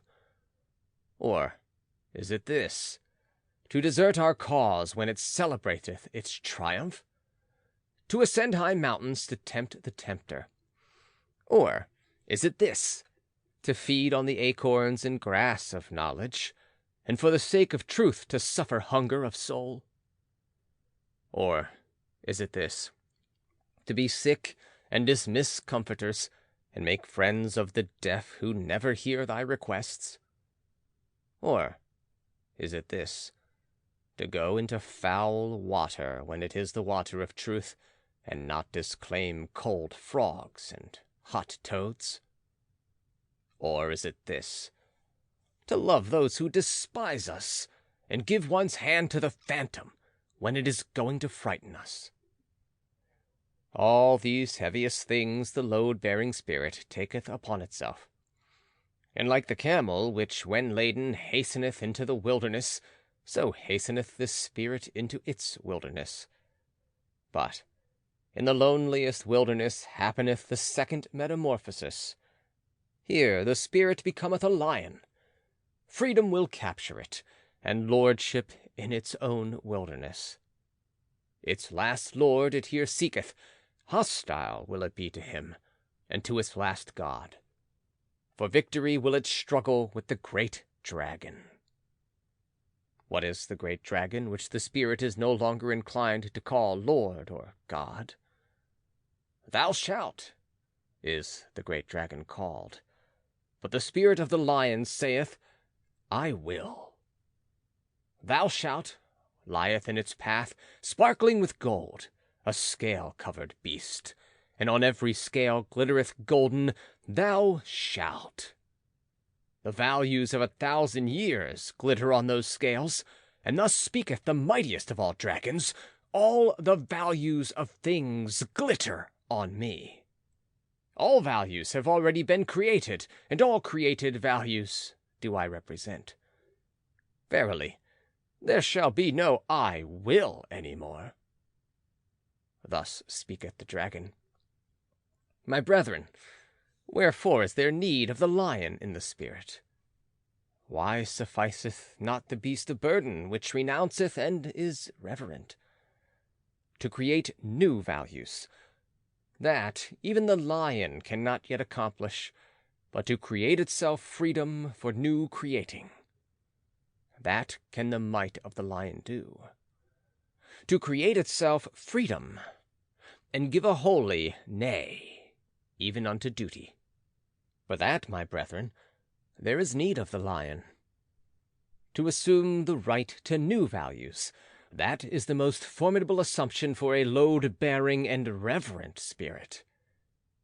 Verily, unto such a spirit it is praying, and the work of a beast of prey. As its holiest, it once loved thou shalt. Now it is forced to find illusion and arbitrariness even in the holiest things, that it may capture freedom from its love. The lion is needed for this capture. But tell me, my brethren, what the child can do which even the lion could not do.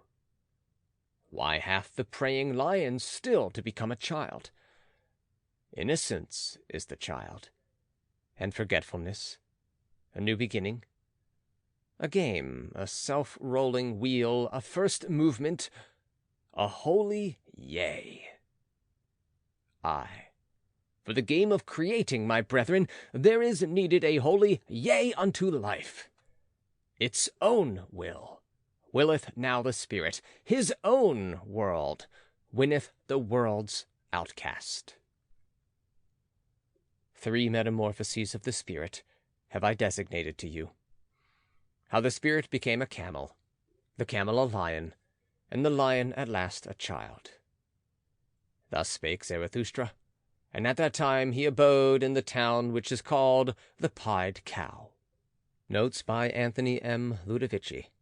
This opening discourse is a parable, in which Zarathustra discloses the mental development of all creators of new values. It is the story of a life, which reaches its consummation in attaining to a second ingenuousness, or in returning to childhood.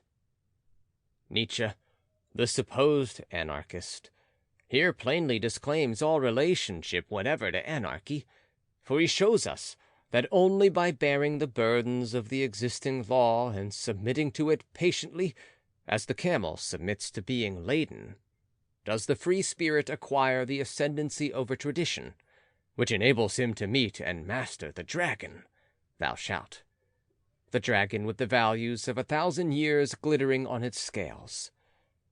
There are 2 lessons in this discourse. First, that in order to create, one must be as a little child. Secondly, that it is only through existing law and order that one attains to that height from which new law and new order may be promulgated. End of Part 1, Chapter 1.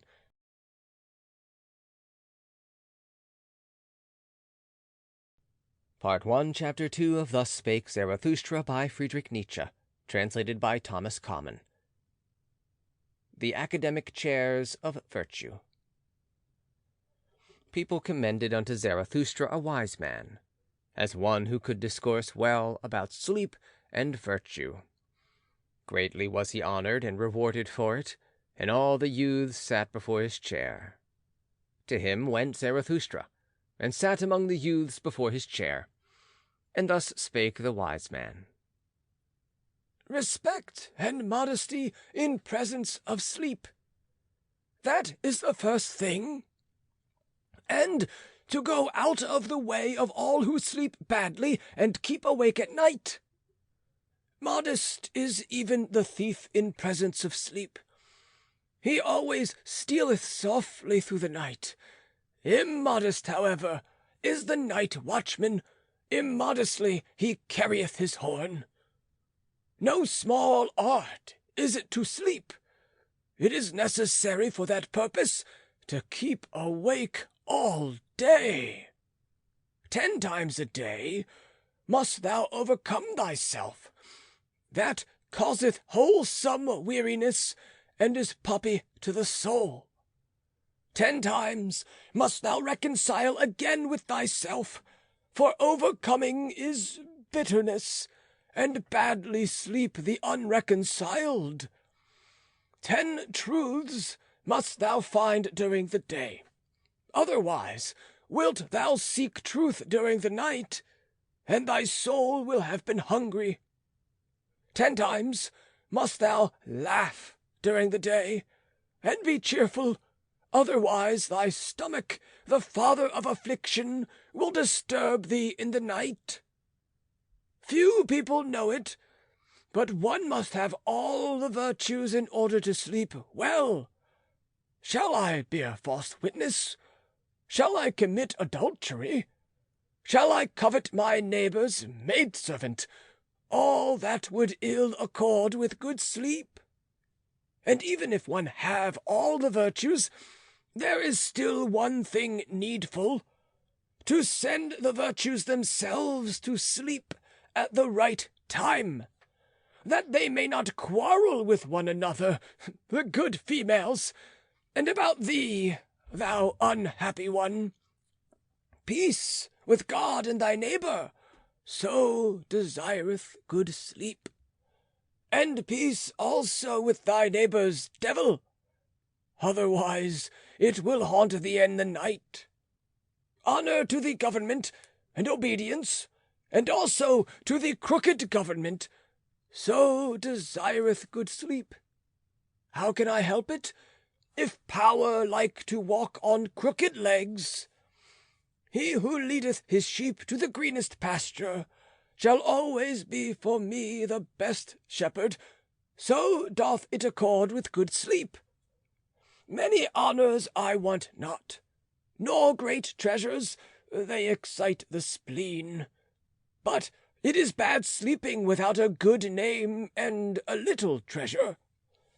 A small company is more welcome to me than a bad one, but they must come and go at the right time, so doth it accord with good sleep.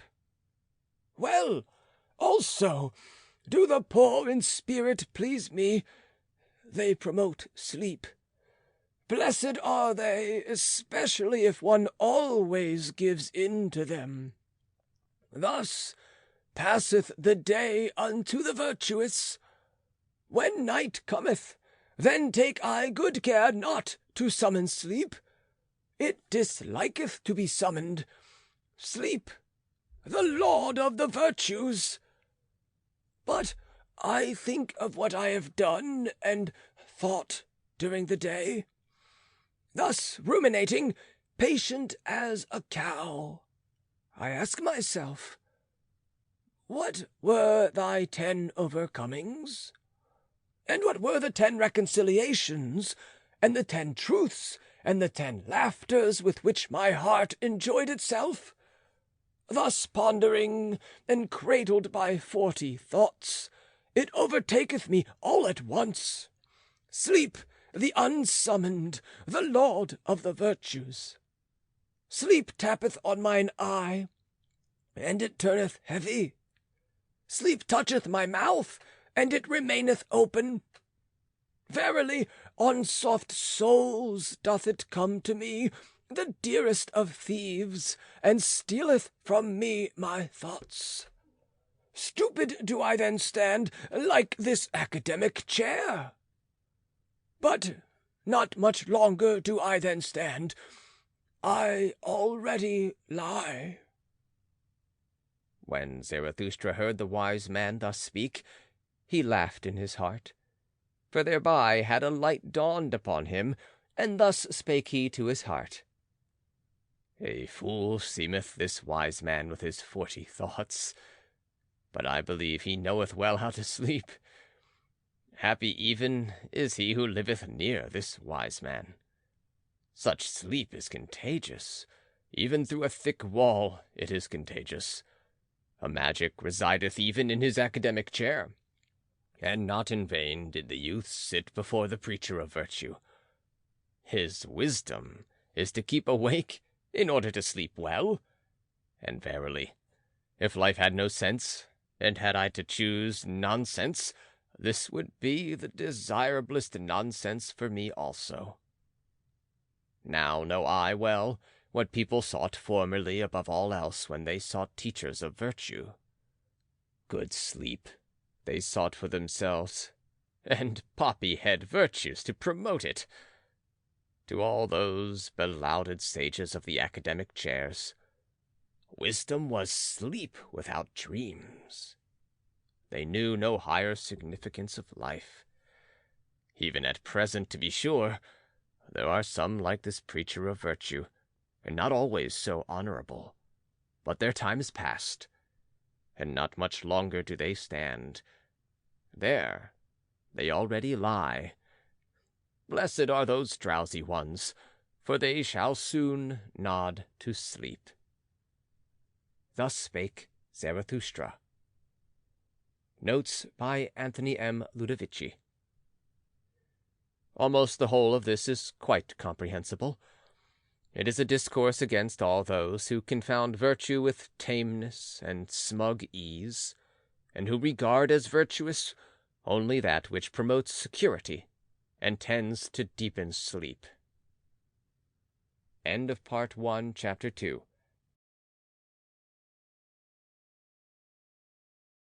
Part 1, Chapter 3 of Thus Spake Zarathustra by Friedrich Nietzsche, translated by Thomas Common. Backworldsmen. Once on a time, Zarathustra also cast his fancy beyond man, like all backworldsmen. The work of a suffering and tortured god did the world then seem to me. The dream and diction of a god did the world then seem to me. Colored vapors before the eyes of a divinely dissatisfied one. Good and evil, and joy and woe, and I and thou, colored vapors did they seem to me before creative eyes. The Creator wished to look away from himself. Thereupon he created the world. Intoxicating joy is it for the sufferer to look away from his suffering and forget himself. Intoxicating joy and self-forgetting did the world once seem to me. This world, the eternally imperfect, an eternal contradiction's image and imperfect image, an intoxicating joy and its imperfect creator. Thus did the world once seem to me. Thus, once on a time, did I also cast my fancy beyond man like all Backworldsmen. Beyond man, forsooth? Ah, ye brethren, that God whom I created was human work and human madness, like all the gods. A man was he, and only a poor fragment of a man, an ego. Out of mine own ashes and glow it came unto me, that phantom. And verily, it came not unto me from the beyond. What happened, my brethren? I surpassed myself, the suffering one. I carried mine own ashes to the mountains. A brighter flame I contrived for myself. And lo, thereupon the phantom withdrew from me. To me, the convalescent, would it now be suffering and torment to believe in such phantoms? Suffering would it now be to me, and humiliation. Thus speak I to Backworldsmen. Suffering was it, and impotence, that created all backworlds, and the short madness of happiness which only the greatest sufferer experienceth. Weariness, which seeketh to get to the ultimate with one leap, with a death leap. A poor ignorant weariness, unwilling even to will any longer. That created all gods and backworlds. Believe me, my brethren, it was the body which despaired of the body. It groped with the fingers of the infatuated spirit at the ultimate walls. Believe me, my brethren, it was the body which despaired of the earth. It heard the bowels of existence speaking unto it, and then it sought to get through the ultimate walls with its head, and not with its head only, into the other world. But that other world is well concealed from man, that dehumanized, inhuman world which is a celestial naught, and the bowels of existence do not speak unto man, except as man. Verily, it is difficult to prove all being, and hard to make it speak. Tell me, ye brethren, is not the strangest of all things best proved? Yea, this ego, with its contradiction and perplexity, speaketh most uprightly of its being. This creating, willing, evaluing ego, which is the measure and value of things. And this most upright existence, the ego, it speaketh of the body, and still implieth the body, even when it museth and raveth and fluttereth with broken wings. Always more uprightly learneth it to speak, the ego. And the more it learneth, the more doth it find titles and honors for the body and the earth. A new pride taught me mine ego, and that teach I unto men. No longer to thrust one's head into the sand of celestial things, but to carry it freely, a terrestrial head, which giveth meaning to the earth. A new will teach I unto men, to choose that path which man hath followed blindly, and to approve of it, and no longer to slink aside from it like the sick and perishing. The sick and perishing. It was they who despised the body and the earth, and invented the heavenly world, and the redeeming blood drops. But even those sweet and sad poisons they borrowed from the body and the earth. From their misery they sought escape, and the stars were too remote for them. Then they sighed, "Oh, that there were heavenly paths by which to steal into another existence and into happiness!" Then they contrived for themselves their bypaths and bloody draughts. Beyond the sphere of their body and this earth they now fancied themselves transported, these ungrateful ones. But to what did they owe the convulsion and rapture of their transport? To their body and this earth. Gentle is Zarathustra to the sickly. Verily, he is not indignant at their modes of consolation and ingratitude. May they become convalescents and overcomers, and create higher bodies for themselves. Neither is Zarathustra indignant at a convalescent who looketh tenderly on his delusions, and at midnight stealeth round the grave of his God. But sickness and a sick frame remain even in his tears. Many sickly ones have there always been among those who muse and languish for God.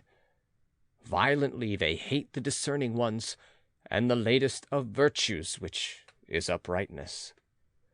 Backward they always gaze toward dark ages. Then indeed were delusion and faith something different.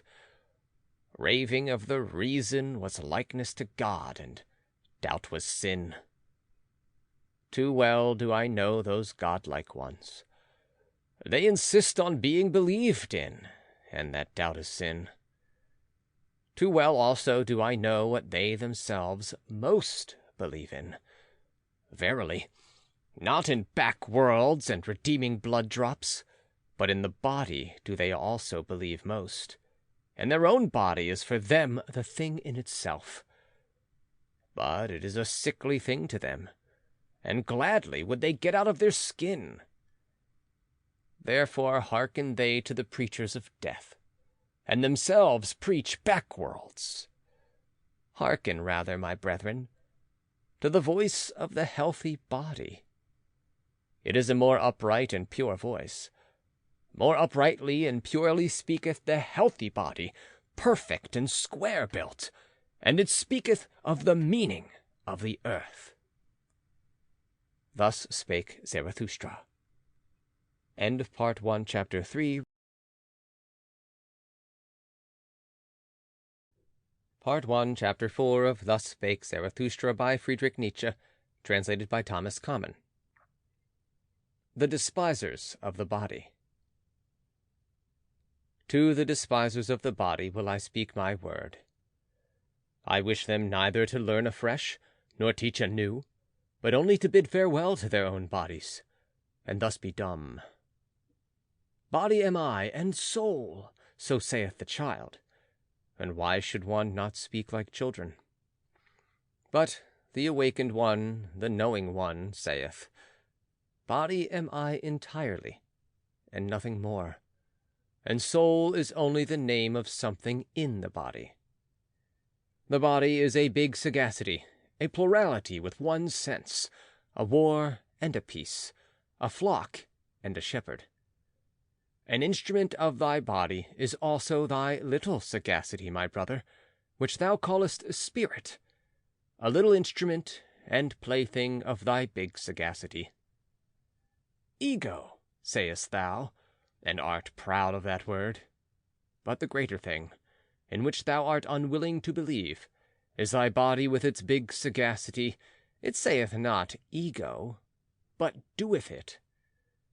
What the sense feeleth, what the spirit discerneth, hath never its end in itself. But sense and spirit would fain persuade thee that they are the end of all things, so vain are they. Instruments and playthings are sense and spirit. Behind them there is still the self. The self seeketh with the eyes of the senses, it hearkeneth also with the ears of the spirit. Ever hearkeneth the self, and seeketh. It compareth, mastereth, conquereth, and destroyeth. It ruleth, and is always the ego's ruler. Behind thy thoughts and feelings, my brother, there is a mighty lord, an unknown sage. It is called self. It dwelleth in thy body, it is thy body. There is more sagacity in thy body than in thy best wisdom. And who then knoweth why thy body requireth just thy best wisdom? Thyself laugheth at thine ego, and its proud prancings. What are these prancings and flights of thought unto me? It saith to itself. A byway to my purpose. I am the leading string of the ego, and the prompter of its notions. The self saith unto the ego, Feel pain.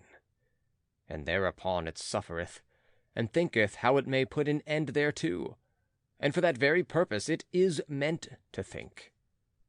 The self saith unto the ego, Feel pleasure. Thereupon it rejoiceth, and thinketh how it may oftentimes rejoice, and for that very purpose it is meant to think.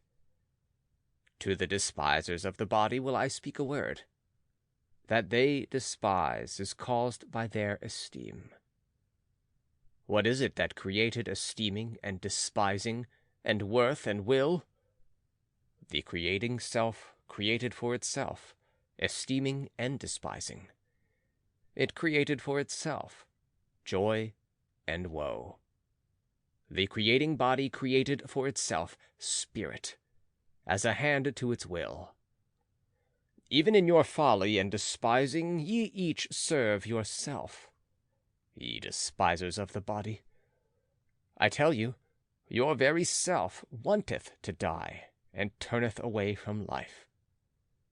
No longer can your self do that which it desireth most, create beyond itself.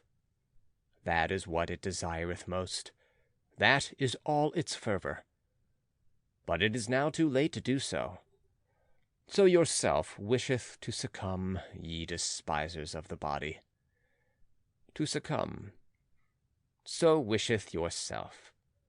And therefore have ye become despisers of the body. For ye can no longer create beyond yourselves. And therefore are ye now angry with life, and with the earth. An unconscious envy is in the sidelong look of your contempt. I go not your way, ye despisers of the body. Ye are no bridges for me to the Superman. Thus spake Zarathustra. Notes by Anthony M. Ludovici. Here Zarathustra gives names to the intellect and the instincts. He calls the one the little sagacity, and the latter the big sagacity. Schopenhauer's teaching concerning the intellect is fully endorsed here. Quote, An instrument of thy body is also thy little sagacity, my brother, which thou callest spirit, end quote, says Zarathustra. From beginning to end it is a warning to those who would think too lightly of the instincts, and unduly exalt the intellect and its derivatives, reason and understanding. End of Part 1, Chapter 4. Part 1, Chapter 5 of Thus Spake Zarathustra by Friedrich Nietzsche. Translated by Thomas Common. Joys and Passions. My brother, when thou hast a virtue, and it is thine own virtue, thou hast it in common with no one. To be sure, thou wouldst call it by name, and caress it. Thou wouldst pull its ears, and amuse thyself with it. And lo, then hast thou its name in common with the people, and hast become one of the people, and the herd with thy virtue. Better for thee to say, Ineffable it is, and nameless, that which is pain and sweetness to my soul, and also the hunger of my bowels. Let thy virtue be too high for the familiarity of names, and if thou must speak it, be not ashamed to stammer about it. Thus speak and stammer. That is my good, and that do I love. Thus doth it please me entirely. Thus only do I desire the good. Not as the law of a god do I desire it, not as a human law or a human need do I desire it. It is not to be a guidepost for me to super-earths and paradises. An earthly virtue is it which I love. Little prudence is therein, and the least everyday wisdom. But that bird built its nest beside me. Therefore I love and cherish it. Now sitteth it beside me on its golden eggs. Thus shouldst thou stammer and praise thy virtue. Once hadst thou passions, and calledst them evil, but now hast thou only thy virtues. They grew out of thy passions. Thou implantest thy highest aim into the heart of those passions. Then became they thy virtues and joys. And though thou wert of the race of the hot-tempered, or of the voluptuous, or of the fanatical, or the vindictive, all thy passions in the end became virtues, and all thy devils angels. Once hadst thou wild dogs in thy cellar, but they changed at last into birds and charming songstresses. Out of thy poisons brewedst thou balsam for thyself. Thy cow, affliction, milkest thou. Now drinketh thou the sweet milk of her udder. And nothing evil groweth in thee any longer, unless it be the evil that groweth out of the conflict of thy virtues. My brother, if thou be fortunate, then wilt thou have one virtue and no more. Thus goest thou easier over the bridge. Illustrious is it to have many virtues, but a hard lot. And many a one hath gone into the wilderness and killed himself, because he was weary of being the battle and battlefield of virtues. My brother, are war and battle evil? Necessary, however, is the evil. Necessary are the envy and the distrust and the backbiting among the virtues. Lo, how each of thy virtues is covetous of the highest place. It wanteth thy whole spirit to be its herald. It wanteth thy whole power in wrath, hatred, and love. Jealous is every virtue of the others, and a dreadful thing is jealousy. Even virtues may succumb by jealousy. He whom the flame of jealousy encompasseth turneth at last like the scorpion, the poisoned sting against himself. Ah, my brother, hast thou never seen a virtue backbite and stab itself? Man is something that hath to be surpassed, and therefore shalt thou love thy virtues, for thou wilt succumb by them. Thus spake Zarathustra. End of Part 1, Chapter 5. Part 1, Chapter 6 of Thus Spake Zarathustra by Friedrich Nietzsche, translated by Thomas Common. The Pale Criminal. Ye do not mean to slay, ye judges and sacrificers, until the animal hath bowed its head. Lo, the pale criminal hath bowed his head. Out of his eye speaketh the great contempt. Mine ego is something which is to be surpassed. Mine ego is to me the great contempt of man. So speaketh it out of that eye. When he judged himself, that was his supreme moment. Let not the exalted one relapse again into his lowest state. There is no salvation for him who thus suffereth from himself, unless it be speedy death. Your slaying, ye judges, shall be pity, and not revenge. And in that ye slay, see to it that ye yourselves justify life. It is not enough that ye should reconcile with him whom ye slay. Let your sorrow be love to the Superman. Thus will ye justify your own survival. Enemy, shall ye say, but not villain. Invalid, shall ye say, but not wretch. Fool, shall ye say, but not sinner. And thou, red judge, if thou wouldst say audibly all thou hast done in thought, then would every one cry, away with the nastiness and the virulent reptile. But one thing is the thought, another thing is the deed, and another thing is the idea of the deed. The wheel of causality doth not roll between them. An idea made this pale man pale. Adequate was he for his deed when he did it, but the idea of it he could not endure when it was done. Evermore did he now see himself as the doer of one deed. Madness, I call this. The exception reversed itself to the rule in him. The streak of chalk bewitcheth the hen. The stroke he struck bewitched his weak reason. Madness after the deed, I call this. Hearken ye, judges. There is another madness besides, and it is before the deed. Ha! Ye have not gone deep enough into this soul. Thus speaketh the red judge. Why did this criminal commit murder? He meant to rob. I tell you, however, that his soul wanted blood, not booty. He thirsted for the happiness of the knife. But his weak reason understood not this madness, and it persuaded him. What matter about blood? It said. Wishest thou not at least to make booty thereby, or take revenge? And he hearkened unto his weak reason. Like lead lay its words upon him. Thereupon he robbed when he murdered. He did not mean to be ashamed of his madness. And now once more lieth the lead of his guilt upon him. And once more in his weak reason, so benumbed, so paralyzed, and so dull. Could he only shake his head, then would his burden roll off. But who shaketh that head? What is this man? A mass of diseases that reach out into the world through the spirit. There they want to get their prey.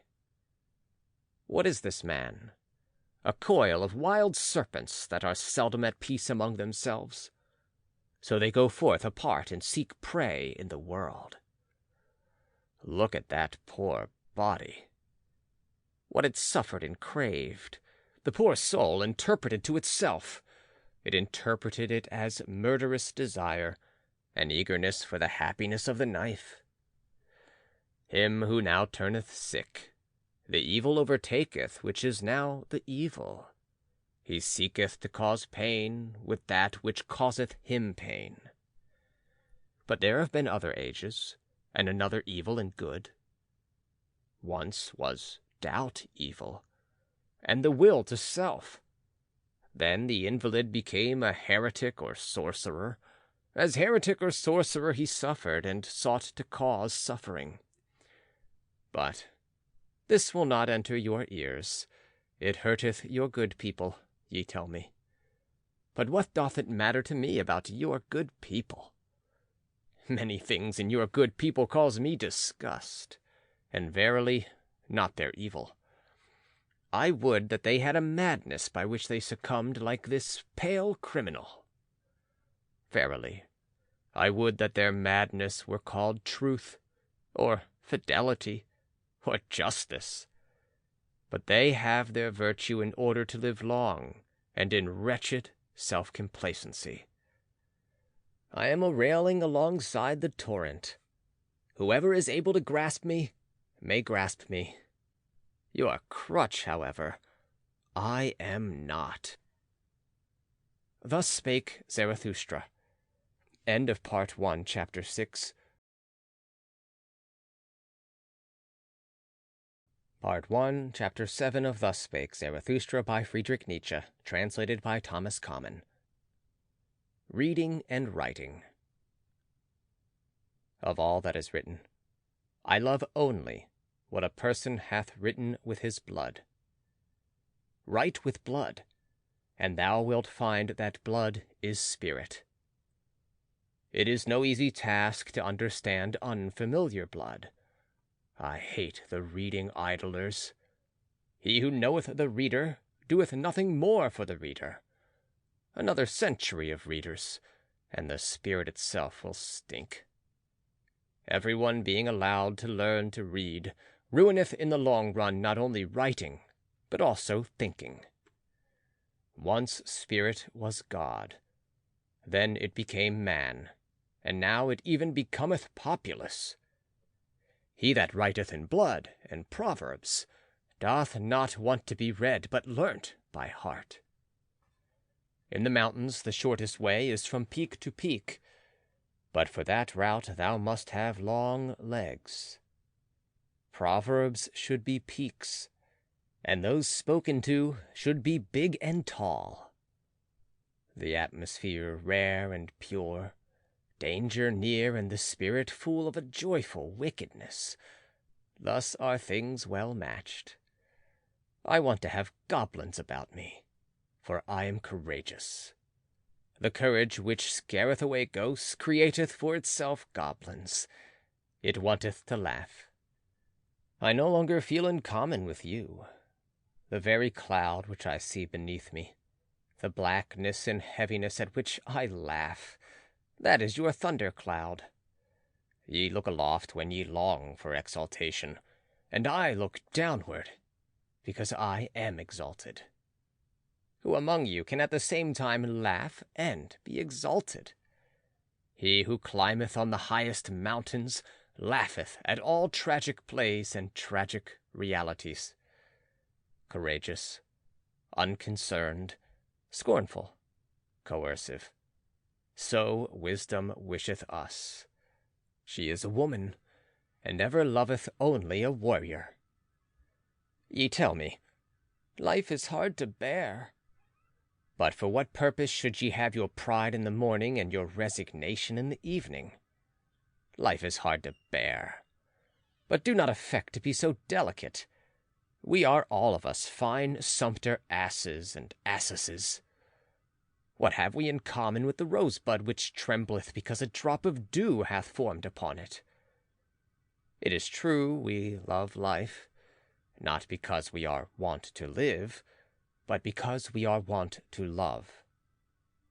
There is always some madness in love, but there is always also some method in madness. And to me also, who appreciate life, the butterflies and soap bubbles, and whatever is like them amongst us, seem most to enjoy happiness. To see these light, foolish, pretty, lively little sprites flit about, that moveth Zarathustra to tears and songs. I should only believe in a god that would know how to dance. And when I saw my devil, I found him serious, thorough, profound, solemn. He was the spirit of gravity. Through him all things fall. Not by wrath, but by laughter do we slay. Come, let us slay the spirit of gravity. I learned to walk, since then I have let myself run. I learned to fly, since then I do not need pushing in order to move from a spot. Now am I light. Now do I fly. Now do I see myself under myself. Now there danceth a god in me. Thus spake Zarathustra. End of Part 1, Chapter 7. Part 1, Chapter 8 of Thus Spake Zarathustra by Friedrich Nietzsche. Translated by Thomas Common. The Tree on the Hill. Zarathustra's eye had perceived that a certain youth avoided him, and as he walked alone one evening under the hills surrounding the town called the Pied Cow, behold, there found he the youth sitting leaning against a tree and gazing with wearied look into the valley. Zarathustra thereupon laid hold of the tree beside which the youth sat, and spake thus: If I wished to shake this tree with my hands, I should not be able to do so. But the wind, which we see not, troubleth and bendeth it as it listeth. We are sorest bent and troubled by invisible hands. Thereupon the youth arose disconcerted and said, I hear Zarathustra, and just now I was thinking of him. Zarathustra answered, Why art thou frightened on that account? But it is the same with man as with the tree. The more he seeketh to rise into the height and light, the more vigorously do his roots struggle earthward, downward, into the dark and deep, into the evil. Yea, into the evil, cried the youth. How is it possible that thou hast discovered my soul? Zarathustra smiled and said, "Many a soul one will never discover, unless one first invent it." "Yea, into the evil," cried the youth once more. "Thou saidst the truth, Zarathustra. I trust myself no longer since I sought to rise into the height, and nobody trusteth me any longer. How doth that happen?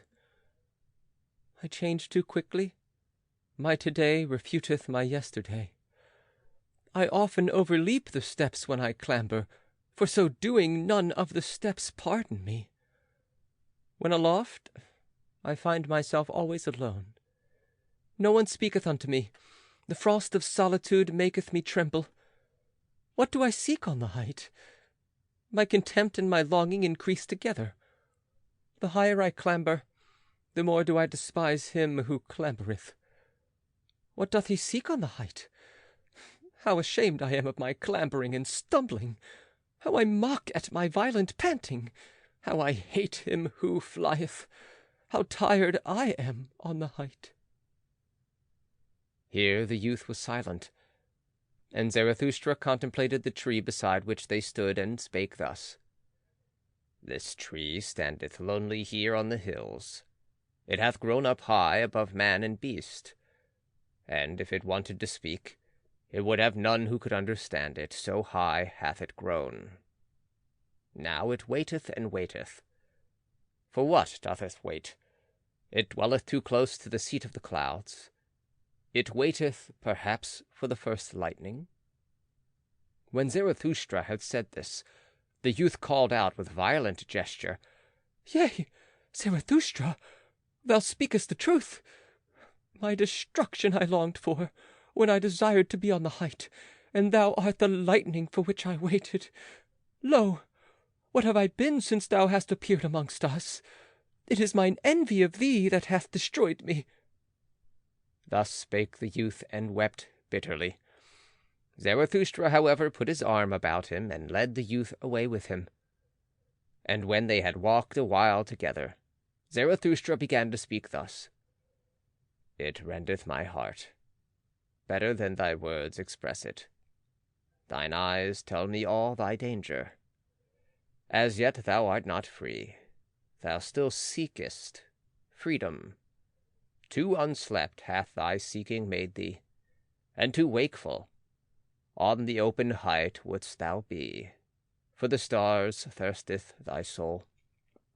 But thy bad impulses also thirst for freedom. Thy wild dogs want liberty. They bark for joy in their cellar when thy spirit endeavoureth to open all prison doors. Still art thou a prisoner, it seemeth to me, who deviseth liberty for himself. Sharp becometh the soul of such prisoners, but also deceitful and wicked. To purify himself, it is still necessary for the freedom of the spirit. Much of the prison and the mould still remaineth in him. Pure hath his eye still to become. Yea, I know thy danger. But by my love and hope I conjure thee, cast not thy love and hope away. Noble thou feelest thyself still, and noble others also feel thee still. Though they bear thee a grudge and cast evil looks, know this, that to everybody a noble one standeth in the way. Also to the good a noble one standeth in the way, and even when they call him a good man, they want thereby to put him aside. The new would the noble man create, and a new virtue. The old wanteth the good man, and that the old should be conserved. But it is not the danger of the noble man to turn a good man, but lest he should become a blusterer, a scoffer, or a destroyer. I have known noble ones who lost their highest hope, and then they disparaged all high hopes. Then lived they shamelessly in temporary pleasures, and beyond the day had hardly an aim. Spirit is also voluptuousness, said they. Then broke the wings of their spirit, and now it creepeth about, and defileth where it gnaweth. Once they thought of becoming heroes, but sensualists are they now. A trouble and a terror is the hero to them. But by my love and hope I conjure thee, cast not away the hero in thy soul. Maintain wholly thy highest hope. Thus spake Zarathustra. End of Part 1, Chapter 8. Part 1, Chapter 9 of Thus Spake Zarathustra by Friedrich Nietzsche, translated by Thomas Common. The Prechers of Death. There are preachers of death, and the earth is full of those to whom desistance from life must be preached. Full is the earth of the superfluous. Marred is life by the many too many. May they be decoyed out of this life by the life eternal. The yellow ones, so are called the preachers of death, or the black ones, but I will show them unto you in other colors besides.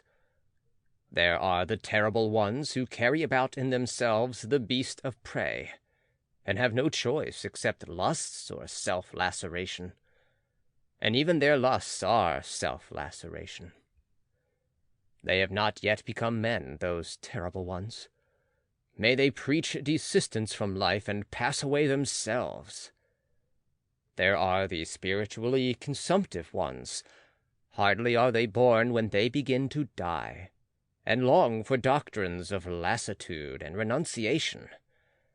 They would fain be dead, and we should approve of their wish. Let us beware of awakening those dead ones, and of damaging those living coffins. They meet an invalid or an old man or a corpse, and immediately they say, "Life is refuted." But they only are refuted, and their eye, which seeth only one aspect of existence, shrouded in thick melancholy and eager for the little casualties that bring death. Thus do they wait and clench their teeth. Or else they grasp at sweetmeats and mock at their childishness thereby. They cling to their straw of life, and mock at their still clinging to it. Their wisdom speaketh thus: "A fool he who remaineth alive, but so far are we fools, and that is the foolishest thing in life. Life is only suffering," so say others, and lie not. Then see to it that ye cease. See to it that the life ceaseth which is only suffering.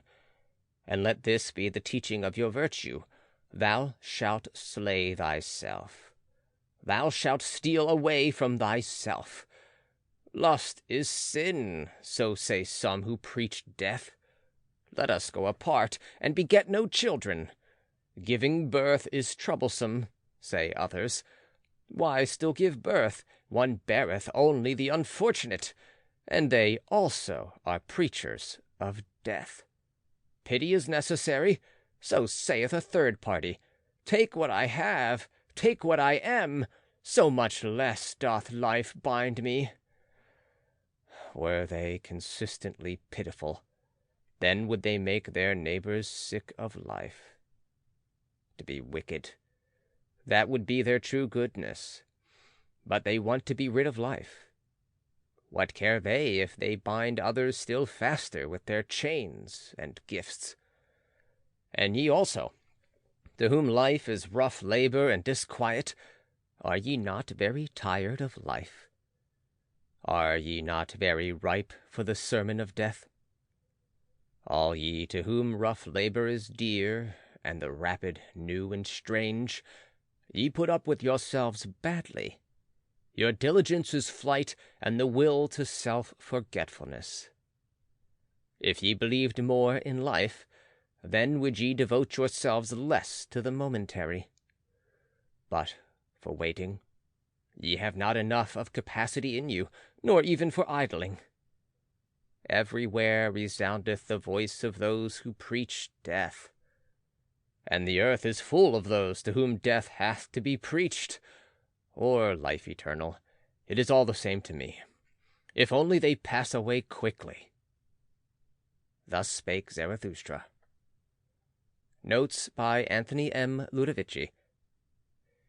This is an analysis of the psychology of all those who have the evil eye and are pessimists by virtue of their constitutions. End of Part 1, Chapter 9. Part 1, Chapter 10 of Thus Spake Zarathustra by Friedrich Nietzsche, translated by Thomas Common. War and Warriors. By our best enemies we do not want to be spared, nor by those either whom we love from the very heart. So let me tell you the truth. My brethren in war, I love you from the very heart. I am, and was ever, your counterpart, and I am also your best enemy. So let me tell you the truth. I know the hatred and envy of your hearts. Ye are not great enough not to know of hatred and envy. Then be great enough not to be ashamed of them. And if ye cannot be saints of knowledge, then I pray you, be at least its warriors. They are the companions and forerunners of such saintship. I see many soldiers. Could I but see many warriors. Uniform one calleth what they wear. May it not be uniform what they therewith hide. Ye shall be those whose eyes ever seek for an enemy, for your enemy. And with some of you there is hatred at first sight. Your enemy shall ye seek, your war shall ye wage, and for the sake of your thoughts. And if your thoughts succumb, your uprightness shall still shout triumph thereby. Ye shall love peace as a means to new wars, and the short peace more than the long. You I advise not to work, but to fight. You I advise not to peace, but to victory. Let your work be a fight, let your peace be a victory. One can only be silent and sit peacefully when one hath arrow and bow. Otherwise, one prateth and quarrelleth. Let your peace be a victory. Ye say it is the good cause which halloweth even war. I say unto you, it is the good war which halloweth every cause. War and courage have done more great things than charity. Not your sympathy, but your bravery hath hitherto saved the victims. What is good? Ye ask. To be brave is good. Let the little girls say, to be good is what is pretty, and at the same time touching. They call you heartless, but your heart is true, and I love the bashfulness of your good will. Ye are ashamed of your flow, and others are ashamed of their ebb. Ye are ugly? Well then, my brethren, take the sublime about you, the mantle of the ugly. And when your soul becometh great, then doth it become haughty, and in your sublimity there is wickedness. I know you. In wickedness the haughty man and the weakling meet, but they misunderstand one another. I know you. Ye shall only have enemies to be hated, but not enemies to be despised. Ye must be proud of your enemies, then the successes of your enemies are also your successes. Resistance, that is the distinction of the slave. Let your distinction be obedience. Let your commanding itself be obeying. To the good warrior soundeth, thou shalt pleasanter than I will, and all that is dear unto you, ye shall first have it commanded unto you. Let your love to life be love to your highest hope, and let your highest hope be the highest thought of life. Your highest thought, however, ye shall have it commanded unto you by me, and it is this: man is something that is to be surpassed. So live your life of obedience and of war. What matter about long life, What warrior wisheth to be spared? I spare you not. I love you from my very heart, my brethren in war. Thus spake Zarathustra. End of Part 1, Chapter 10. Part 1, Chapter 11 of Thus Spake Zarathustra by Friedrich Nietzsche, translated by Thomas Common. The New Idol. Somewhere there are still peoples and herds, but not with us, my brethren. Here there are states. A state? What is that? Well, open now your ears unto me, for now I will say unto you my word concerning the death of peoples. A state is called the coldest of all cold monsters.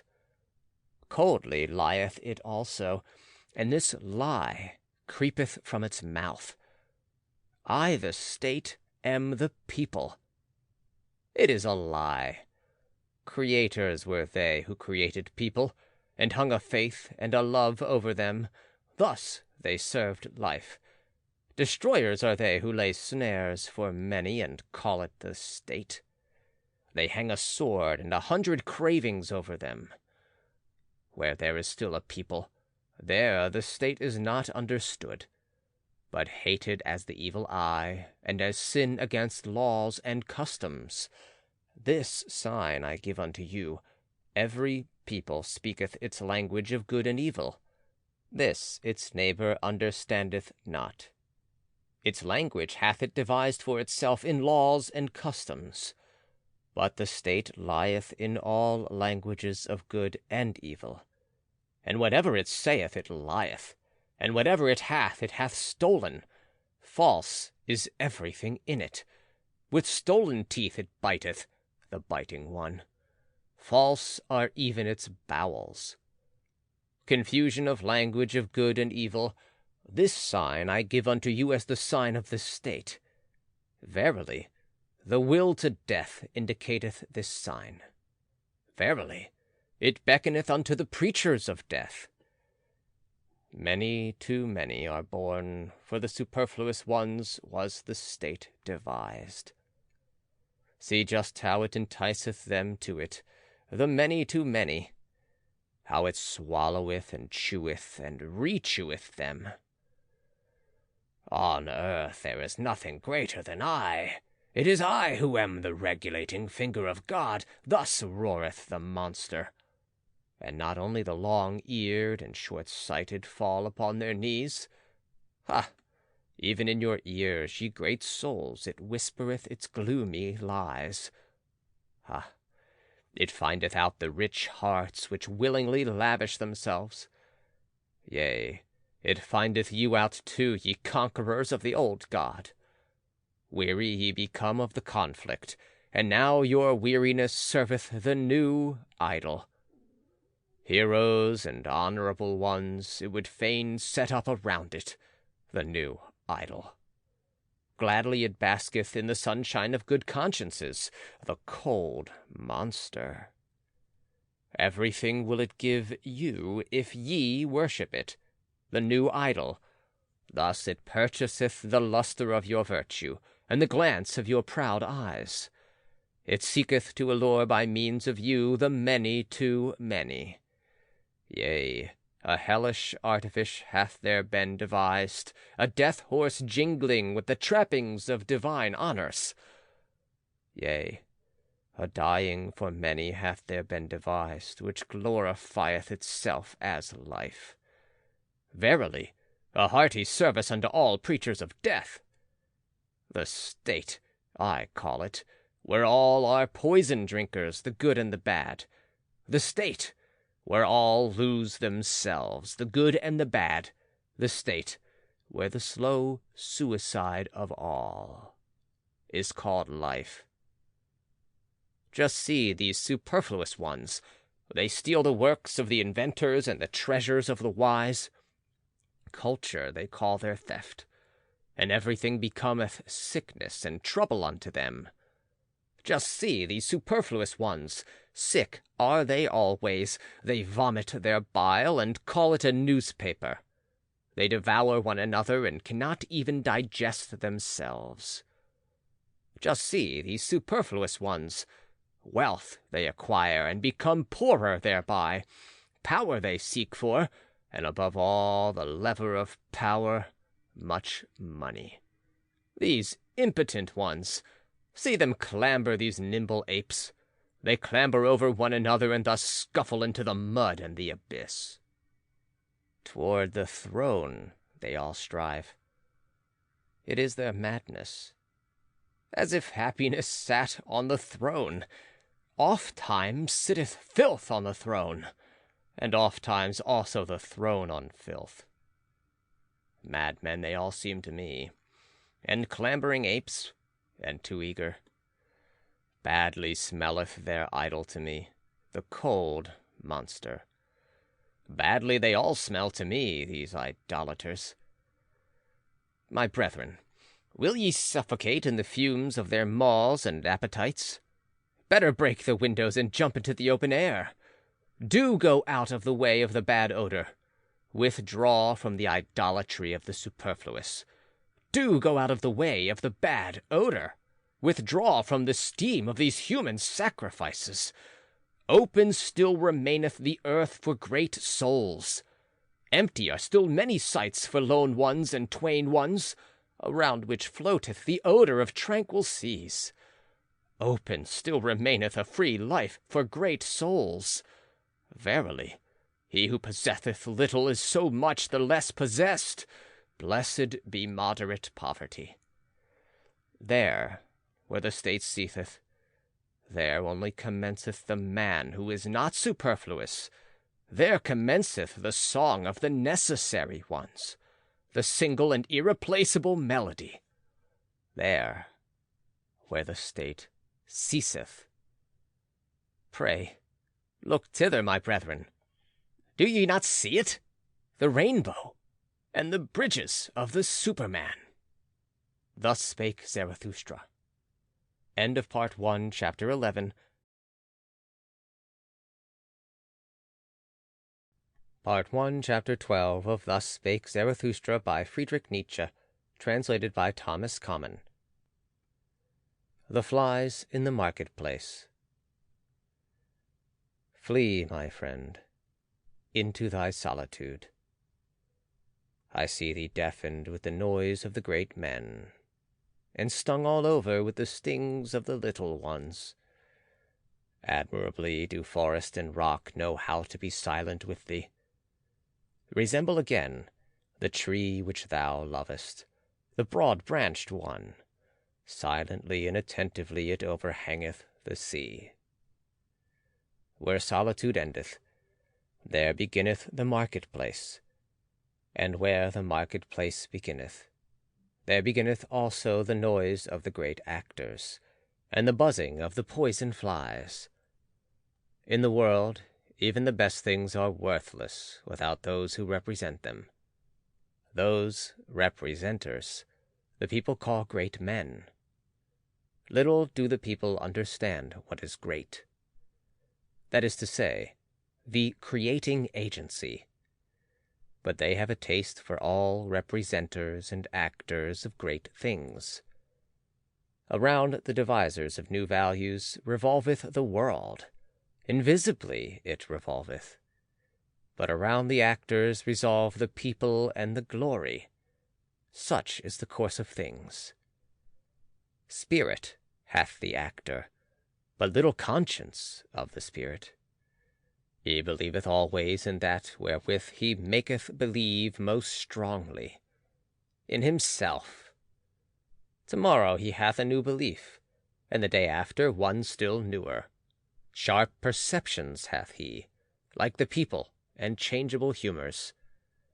To upset, that meaneth with him to prove, to drive mad, that meaneth with him to convince, and blood is counted by him as the best of all arguments.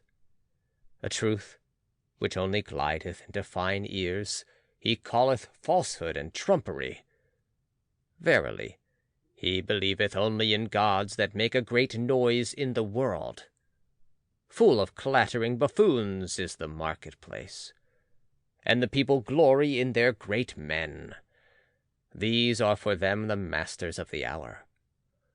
But the hour presseth them, so they press thee, and also from thee they want yea or nay. Alas, thou wouldst set thy chair betwixt for and against? On account of those absolute and impatient ones, be not jealous, thou lover of truth. Never yet did truth cling to the arm of an absolute one. On account of those abrupt ones, return into thy security. Only in the marketplace is one assailed by yea or nay. Slow is the experience of all deep fountains. Long have they to wait until they know what hath fallen into their depths. Away from the marketplace, and from fame taketh place all that is great. Away from the marketplace and from fame have ever dwelt the devisers of new values. Flee, my friend, into thy solitude. I see thee stung all over by the poisonous flies. Flee thither where a rough, strong breeze bloweth. Flee into thy solitude. Thou hast lived too closely to the small and the pitiable. Flee from their invisible vengeance. Towards thee they have nothing but vengeance. Raise no longer an arm against them. Innumerable are they, and it is not thy lot to be a fly-flap. Innumerable are the small and pitiable ones, and of many a proud structure. Raindrops and weeds have been the ruin. Thou art not stone, but already hast thou become hollow by the numerous drops. Thou wilt ye break and burst by the numerous drops.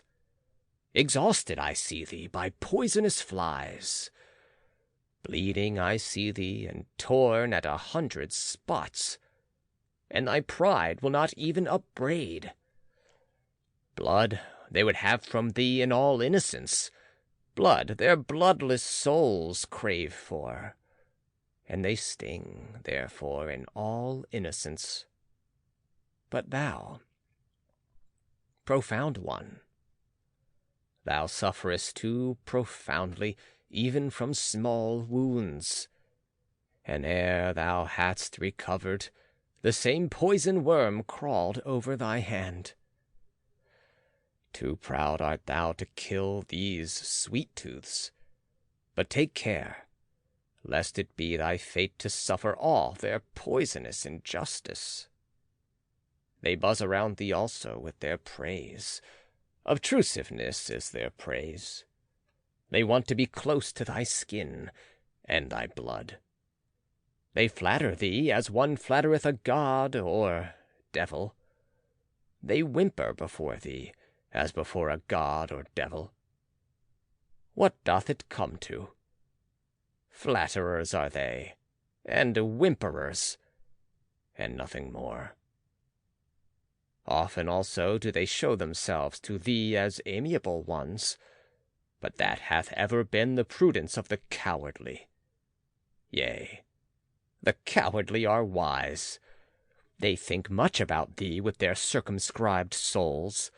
Thou art always suspected by them.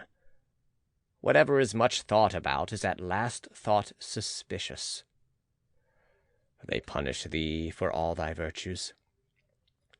They pardon thee in their inmost hearts only, for thine errors. Because thou art gentle and of upright character, thou sayest, blameless are they for their small existence. But their circumscribed souls think, blamable is all great existence. Even when thou art gentle toward them, they still feel themselves despised by thee, and they repay thy beneficence with secret maleficence. Thy silent pride is always counter to their taste.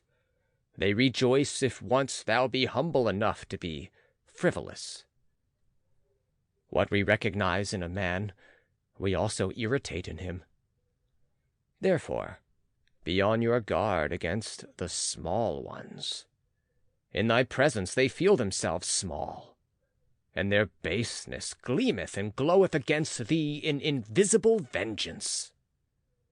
Sawest thou not how often they became dumb when thou approachest them, and how their energy left them, like the smoke of an extinguishing fire? Yea, my friend, the bad conscience art thou of thy neighbours, for they are unworthy of thee. Therefore they hate thee, and would fain suck thy blood. Thy neighbours will always be poisonous flies. What is great in thee? That itself must make them more poisonous and always more fly-like. Flee, my friend, into thy solitude, and thither where a rough, strong breeze bloweth. It is not thy lot to be a fly-flap. Thus spake Zarathustra. End of Part 1, Chapter 12. Part 1, Chapter 13 of Thus Spake Zarathustra by Friedrich Nietzsche. Translated by Thomas Common. Chastity. I love the forest. It is bad to live in cities. There are too many of the lustful. Is it not better to fall into the hands of a murderer than into the dreams of a lustful woman? And just look at these men. Their eye saith it. They know nothing better on earth than to lie with a woman. Filth is at the bottom of their souls, and alas, if their filth hath still spirit in it. Would that ye were perfect, at least as animals. But to animals belongeth innocence. Do I counsel you to slay your instincts? I counsel you to innocence in your instincts. Do I counsel you to chastity? Chastity is a virtue with some, but with many almost a vice. These are continent, to be sure, but doggish lust looketh envious out of all that they do. Even into the heights of their virtue and into their cold spirit doth this creature follow them with its discord. And how nicely can doggish lust beg for a piece of spirit, when a piece of flesh is denied it. Ye love tragedies, and all that breaketh the heart. But I am distrustful of your doggish lust. Ye have two cruel eyes, and ye look wantonly toward the sufferers. Hath not your lust just disguised itself, and taken the name of fellow-suffering? And also, this parable give I unto you. Not a few who meant to cast out their devil went thereby into the swine themselves. To whom chastity is difficult, it is to be dissuaded, lest it become the road to hell, to filth and lust of soul. Do I speak of filthy things? That is not the worst thing for me to do. Not when the truth is filthy, but when it is shallow doth the discerning one go unwillingly into its waters. Verily, there are chaste ones from their very nature. They are gentler of heart, and laugh better and oftener than you. They laugh also at chastity, and ask, what is chastity? Is chastity not folly? But the folly came unto us, and not we unto it. We offered that guest harbour and heart. Now it dwelleth with us. Let it stay as long as it will.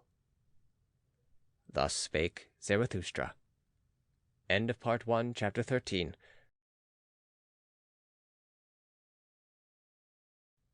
Part 1, Chapter 14 of Thus Spake Zarathustra by Friedrich Nietzsche. Translated by Thomas Common. The Friend. One is always too many about me, thinketh the anchorite.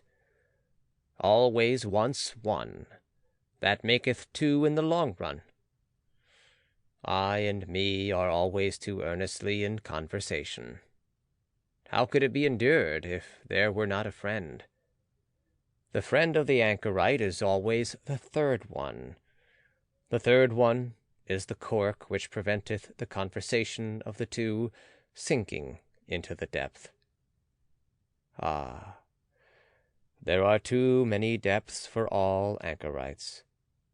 Therefore do they long so much for a friend, and for his elevation. Our faith in others betrayeth wherein we would fain have faith in ourselves. Our longing for a friend is our betrayer. And often with our love we want merely to overleap envy. And often we attack and make ourselves enemies to conceal that we are vulnerable. Be at last mine enemy, thus speaketh the true reverence, which doth not venture to solicit friendship. If one would have a friend, then must one also be willing to wage war for him. And in order to wage war, one must be capable of being an enemy. One ought still to honor the enemy in one's friend. Canst thou go nigh unto thy friend, and not go over him? In one's friend one shall have one's best enemy. Thou shalt be closest unto him with thy heart when thou withstandest him. Thou wouldst wear no raiment before thy friend. It is in honor of thy friend that thou showest thyself to him as thou art. But he wisheth thee to the devil on that account. He who maketh no secret of himself shocketh. So much reason have ye to fear nakedness. Ay, if ye were gods, ye could then be ashamed of clothing. Thou canst not adorn thyself fine enough for thy friend, for thou shalt be unto him an arrow, and a longing for the Superman. Sawest thou ever thy friend asleep? Then know how he looketh. What is usually the countenance of thy friend? It is thine own countenance, in a coarse and imperfect mirror. Sawest thou ever thy friend asleep? Wert thou not dismayed at thy friend looking so? O my friend, man is something that hath to be surpassed. In divining and keeping silence, shall the friend be a master. Not everything must thou wish to see. Thy dream shall disclose unto thee what thy friend doeth when awake. Let thy pity be a divining, to know first if thy friend wanteth pity. Perhaps he loveth in thee the unmoved eye and the look of eternity. Let thy pity for thy friend be hid under a hard shell. Thou shalt bite out a tooth upon it. Thus will it have delicacy and sweetness. Art thou pure air and solitude, and bread and medicine to thy friend? Many a one cannot loosen his own fetters, but is nevertheless his friend's emancipator. Art thou a slave? Then thou canst not be a friend. Art thou a tyrant? Then thou canst not have friends.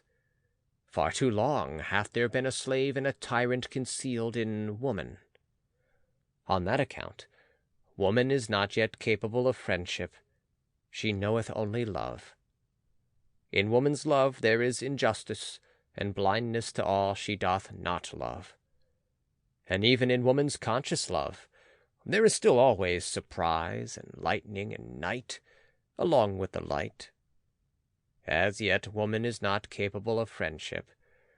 Women are still cats and birds, or at the best cows. As yet woman is not capable of friendship. But tell me, ye men, who of you are capable of friendship? Oh, your poverty, ye men, and your sordidness of soul! As much as ye give to your friend, will I give even to my foe, and will not have become poorer thereby. There is comradeship. May there be friendship. Thus spake Zarathustra. End of Part 1, Chapter 14. Part 1, Chapter 15 of Thus Spake Zarathustra by Friedrich Nietzsche, translated by Thomas Common. The 1001 Goals. Many lands saw Zarathustra, and many peoples. Thus he discovered the good and bad of many peoples. No greater power did Zarathustra find on earth than good and bad. No people could live without first valuing. If a people will maintain itself, however, it must not value as its neighbor valueth. Much that passed for good with one people was regarded with scorn and contempt by another. Thus I found it. Much found I here called bad, which was there decked with purple honors. Never did the one neighbor understand the other. Ever did his soul marvel at his neighbor's delusion and wickedness. A table of excellencies hangeth over every people. Lo, it is the table of their triumphs. Lo, it is the voice of their will to power. It is laudable what they think hard. What is indispensable and hard they call good, and what relieveth in the direst distress, the unique and hardest of all, they extol as holy. Whatever maketh them rule and conquer and shine, to the dismay and envy of their neighbors, they regard as the high and foremost thing, the test and the meaning of all else. Verily, my brother, if thou knewest but a people's need, its lands, its sky, and its neighbor, then wouldst thou divine the law of its surmountings, and why it climbeth up that ladder to its hope. Always shall thou be the foremost and prominent above others. No one shall thy jealous soul love except a friend. That made the soul of a Greek thrill. Thereby went he his way to greatness. To speak truth, and be skillful with bow and arrow. So seemed it alike pleasing and hard to the people from whom cometh my name, the name which is alike pleasing and hard to me. To honor father and mother, and from the root of the soul to do their will.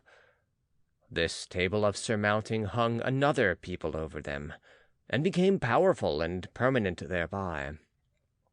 To have fidelity, and for the sake of fidelity to risk honor and blood even in evil and dangerous courses. Teaching itself so, another people mastered itself, and thus mastering itself became pregnant and heavy with great hopes. Verily, men have given unto themselves all their good and bad. Verily, they took it not, they found it not, it came not unto them as a voice from heaven. Values did man only assign to things in order to maintain himself. He created only the significance of things, a human significance. Therefore calleth he himself man, that is, the valuator. Valuing is creating. Hear it, ye creating ones. Valuation itself is the treasure and jewel of the valued things. Through valuation only is there value. And without valuation the nut of existence would be hollow. Hear it, ye creating ones. Change of values, that is, change of the creating ones, always doth he destroy who hath to be a creator. Creating ones were first of all peoples, and only in late times individuals. Verily, the individual himself is still the latest creation. Peoples once hung over them tables of the good. Love, which would rule, and love, which would obey, created for themselves such tables. Older is the pleasure in the herd than the pleasure in the ego. And as long as the good conscience is for the herd, the bad conscience only saith ego. Verily, the crafty ego, the loveless one, that seeketh its advantage in the advantage of many. It is not the origin of the herd, but its ruin. Loving ones was it always, and creating ones that created good and bad. Fire of love gloweth in the names of all the virtues, and fire of wrath. Many lands saw Zarathustra, and many peoples. No greater power did Zarathustra find on earth than the creations of the loving ones. Good and bad are they called. Verily, a prodigy is this power of praising and blaming. Tell me, ye brethren, who will master it for me? Who will put a fetter upon the 1,000 necks of this animal? 1,000 goals have there been hitherto, for 1,000 peoples have there been. Only the fetter for the 1,000 necks is still lacking. There is lacking the one goal. As yet, humanity hath not a goal. But pray tell me, my brethren, if the goal of humanity be still lacking, is there not also still lacking humanity itself? Thus Spake Zarathustra. Notes by Anthony M. Ludovici.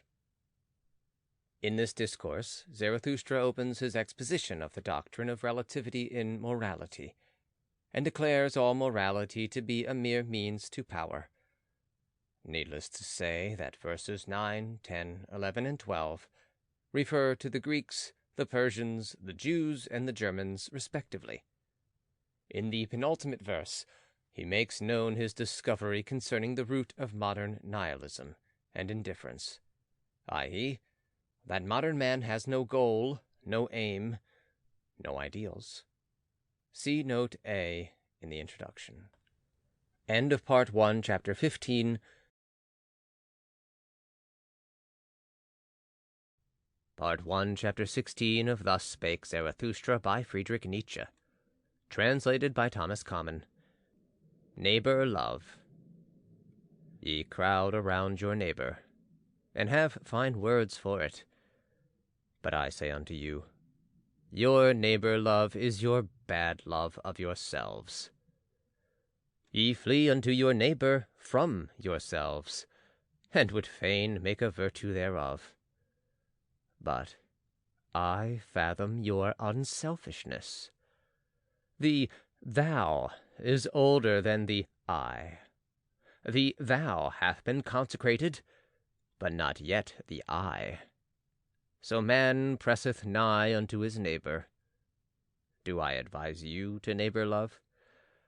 Rather, do I advise you to neighbor flight, and to furthest love. Higher than love to your neighbor is love to the furthest and future ones. Higher still than love to men is love to things and phantoms. The phantom that runneth on before thee, my brother, is fairer than thou. Why dost thou not give unto it thy flesh and thy bones?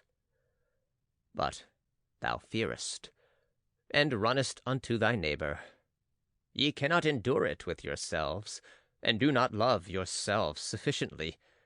So ye seek to mislead your neighbor into love, and would fain gild yourselves with his error. Would that ye could not endure it with any kind of near ones, or their neighbors. Then would ye have to create your friend and his overflowing heart out of yourselves.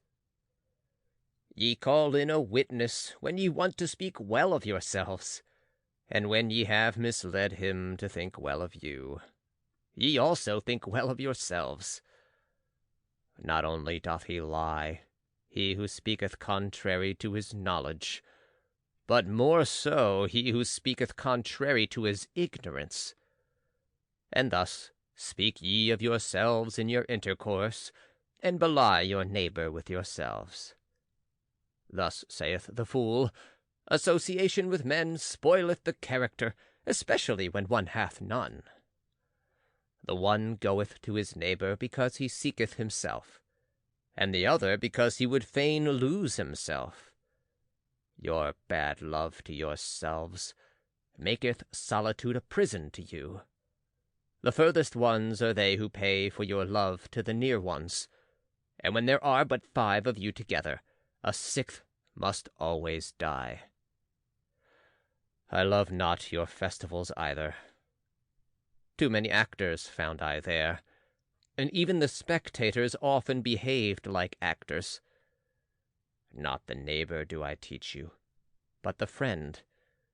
Let the friend be the festival of the earth to you, and a foretaste of the Superman. I teach you the friend and his overflowing heart, but one must know how to be a sponge if one would be loved by overflowing hearts.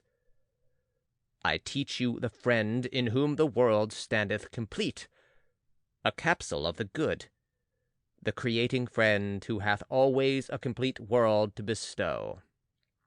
And as the world unrolled itself for him, so rolleth it together again for him in rings, as the growth of good through evil, as the growth of purpose out of chance. Let the future and the furthest be thy motive of thy today. In thy friend shalt thou love the Superman as thy motive. My brethren, I advise you not to neighbor-love. I advise you to furthest love. Thus spake Zarathustra.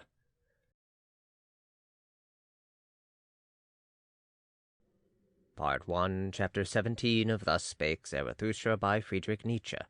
Translated by Thomas Common. The Way of the Creating One. Wouldst thou go into isolation, my brother? Wouldst thou seek the way unto thyself? Tarry yet a little, and hearken unto me. He who seeketh may easily get lost himself. All isolation is wrong. So say the herd. And long didst thou belong to the herd. The voice of the herd will still echo in thee. And when thou sayest, I have no longer a conscience in common with you, then it will be a plaint and a pain. Lo, that pain itself did the same conscience produce, and the last gleam of that conscience still gloweth on thine affliction. But thou wouldst go the way of thine affliction, which is the way unto thyself? Then show me thine authority and thy strength to do so. Art thou a new strength and a new authority? A first motion, a self-rolling wheel? Canst thou also compel stars to revolve around thee? Alas, there is so much lusting for loftiness. There are so many convulsions of the ambitions. Show me that thou art not a lusting and ambitious one. Alas, there are so many great thoughts that do nothing more than the bellows. They inflate and make emptier than ever. Free dost thou call thyself. Thy ruling thought would I hear of, and not that thou hast escaped from a yoke. Art thou one entitled to escape from a yoke? Many a one hath cast away his final worth when he hath cast away his servitude. Free from what? What doth that matter to Zarathustra? Clearly, however, shall thine eye show unto me, free for what? Canst thou give unto thyself thy bad and thy good, and set up thy will as a law over thee? Canst thou be judge for thyself, and avenger of thy law? Terrible is aloneness with the judge and avenger of one's own law. Thus is a star projected into desert space, and into the icy breath of aloneness. Today sufferest thou still from the multitude, thou individual. Today hast thou still thy courage unabated and thy hopes.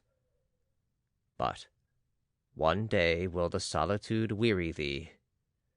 One day will thy pride yield and thy courage quail. thou wilt one day cry, I am alone. One day wilt thou see no longer thy loftiness, and see too closely thy lowliness. Thy sublimity itself will frighten thee as a phantom. Thou wilt one day cry, all is false. There are feelings which seek to slay the lonesome one. If they do not succeed, then must they themselves die. But art thou capable of it? To be a murderer? Hast thou ever known, my brother, the word disdain? And the anguish of thy justice in being just to those that disdain thee? Thou forcest many to think differently about thee. That charge they heavily to thine account. Thou camest nigh unto them, and yet wentest past. For that they never forgive thee. Thou goest beyond them. But the higher thou risest, the smaller doth the eye of envy see thee. Most of all, however, is the flying one hated. How could ye be just unto me? Must thou say, I choose your injustice as my allotted portion? Injustice and filth cast they at the lonesome one. But, my brother, if thou wouldst be a star, thou must shine for them none the less on that account. And be on thy guard against the good and just. They would fain crucify those who devise their own virtue. They hate the lonesome ones. Be on thy guard also against holy simplicity. All is unholy to it that is not simple. Fain, likewise, would it play with the fire of the faggot and the stake. And be on thy guard also against the assaults of thy love. Too readily doth the recluse reach his hand to any one who meeteth him. To many a one mayest thou not give thy hand, but only thy paw. And I wish thy paw also to have claws. But the worst enemy thou canst meet, wilt thou thyself always be. Thou waylayest thyself in caverns and forests, thou lonesome one. Thou goest the way to thyself, and past thyself, and thy 7 devils leadeth thy way. A heretic wilt thou be to thyself, and a wizard, and a soothsayer, and a fool, and a doubter, and a reprobate, and a villain. Ready must thou be to burn thyself in thine own flame. How couldst thou become new, if thou have not first become ashes? Thou lonesome one, thou goest the way of the creating one. A god wilt thou create for thyself out of thy 7 devils. Thou lonesome one, thou goest the way of the loving one. Thou lovest thyself, and on that account despisest thou thyself, and only the loving ones despise. To create desireth the loving one, because he despiseth. What knoweth he of love, who hath not been obliged to despise just what he loved? With thy love, go into thine isolation, my brother, and with thy creating, and late only will justice limp after thee. With my tears go into thine isolation, my brother. I love him who seeketh to create beyond himself, and thus succumbeth. Thus spake Zarathustra. End of Part 1, Chapter 17. Part 1, Chapter 18 of Thus Spake Zarathustra by Friedrich Nietzsche, translated by Thomas Common. Old and young women. Why stealest thou along so furtively in the twilight, Zarathustra? And what hidest thou so carefully under thy mantle? Is it a treasure that hath been given thee? or a child that hath been born thee? Or goest thou thyself on a thief's errand, thou friend of evil?" "Verily, my brother," said Zarathustra, "it is a treasure that hath been given to me. It is a little truth which I carry. But it is naughty like a young child, and if I hold not its mouth, it screameth too loudly. As I went on my way alone today, at the hour when the sun declineth, there met me an old woman, and she spake thus unto my soul: "Much hath Zarathustra spoken also to us women, but never spake he unto us concerning woman." And I answered her, "Concerning woman, one should only talk unto men." "Talk also unto me of woman," said she. "I am old enough to forget it presently." And I obliged the old woman, and spake thus unto her: "Everything in woman is a riddle, and everything in woman hath one solution. It is called pregnancy. Man is for woman a means. The purpose is always the child. But what is woman for man? Two different things wanteth the true man, danger and diversion. Therefore wanteth he woman, as the most dangerous plaything. Man shall be trained for war, and woman for the recreation of the warrior. All else is folly. Two sweet fruits, these the warrior liketh not, therefore liketh he woman. Bitter is even the sweetest woman. Better than man doth woman understand children, but man is more childish than woman. In the true man there is a child hidden, it wanteth to play. Up then, ye women, and discover the child in man. A plaything let woman be, pure and fine like the precious stone, illumined with the virtues of a world not yet come. Let the beam of a star shine in your love. Let your hope say, 'May I bear the Superman.' In your love let there be valor. With your love shall ye assail him who inspireth you with fear. In your love be your honor. Little doth woman understand otherwise about honor. But let this be your honor, always to love more than ye are loved, and never be the second. Let man fear woman when she loveth, then maketh she every sacrifice, and everything else she regardeth as worthless. Let man fear woman when she hateth, for man in his innermost soul is merely evil. Woman, however, is mean. Whom hateth woman most? Thus spake the iron to the lodestone, 'I hate thee most, because thou attractest, but art too weak to draw unto thee.' The happiness of man is 'I will'; the happiness of woman is 'he will.' Lo, now hath the world become perfect. Thus thinketh every woman when she obeyeth with all her love. Obey must the woman, and find a depth for her surface. Surface is woman's soul, a mobile, stormy film on shallow water. Man's soul, however, is deep. Its current gusheth in subterranean caverns. Woman surmiseth its force, but comprehendeth it not." Then answered me the old woman, "Many fine things hath Zarathustra said, especially for those who are young enough for them.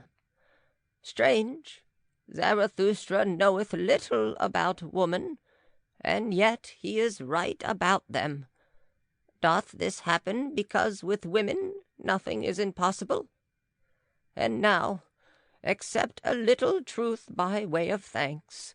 I am old enough for it. Swaddle it up and hold its mouth, otherwise it will scream too loudly, the little truth." "Give me, woman, thy little truth," said I, and thus spake the old woman. Thou goest to women? Do not forget thy whip. Thus spake Zarathustra.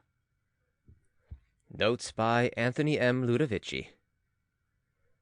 Nietzsche's views on women have either to be loved at first sight, or they become perhaps the greatest obstacle in the way of those who otherwise would be inclined to accept his philosophy. Women especially, of course, have been taught to dislike them, because it has been rumored that his views are unfriendly to themselves. Now, to my mind, all this is pure misunderstanding and error. German philosophers, thanks to Schopenhauer, have earned rather a bad name for their views on women. It is almost impossible for one of them to write a line on the subject, however kindly he may do so, without being suspected of wishing to open a crusade against the fair sex. Despite the fact, therefore, that all Nietzsche's views in this respect were dictated to him by the profoundest love, despite Zarathustra's reservation in this discourse that, quote, "with women nothing that can be said is impossible," end quote, and in the face of other overwhelming evidence to the contrary, Nietzsche is universally reported to have mis son pied dans le plat where the female sex is concerned. In what is the fundamental doctrine which has given rise to so much bitterness and aversion? Merely this, that the sexes are at bottom antagonistic. That is to say, as different as blue is from yellow, and that the best possible means of rearing anything approaching a desirable race is to preserve and to foster this profound hostility. What Nietzsche strives to combat and to overthrow is the modern democratic tendency which is slowly laboring to level all things, even the sexes. His quarrel is not with women. What indeed could be more undignified? It is with those who would destroy the natural relationship between the sexes, by modifying either the one or the other with a view to making them more alike. The human world is just as dependent upon women's powers as upon men's. It is women's strongest and most valuable instincts which help to determine who are to be the fathers of the next generation. By destroying these particular instincts, that is to say, by attempting to masculinize women and to feminize men, we jeopardize the future of our people. The general democratic movement of modern times, in its frantic struggle to mitigate all differences, is now invading even the world of sex. It is against this movement that Nietzsche raises his voice. He would have woman become ever more woman, and man become ever more man. Only thus, and he is undoubtedly right, can their combined instincts lead to the excellence of humanity. Regarded in this light, all his views on woman appear not only necessary but just. See note on chapter 56, paragraph 21. It is interesting to observe that the last line of the discourse, which has so frequently been used by women as a weapon against Nietzsche's views concerning them, was suggested to Nietzsche by a woman. See Das Leben F. Nietzsches. End of Part 1, Chapter 18.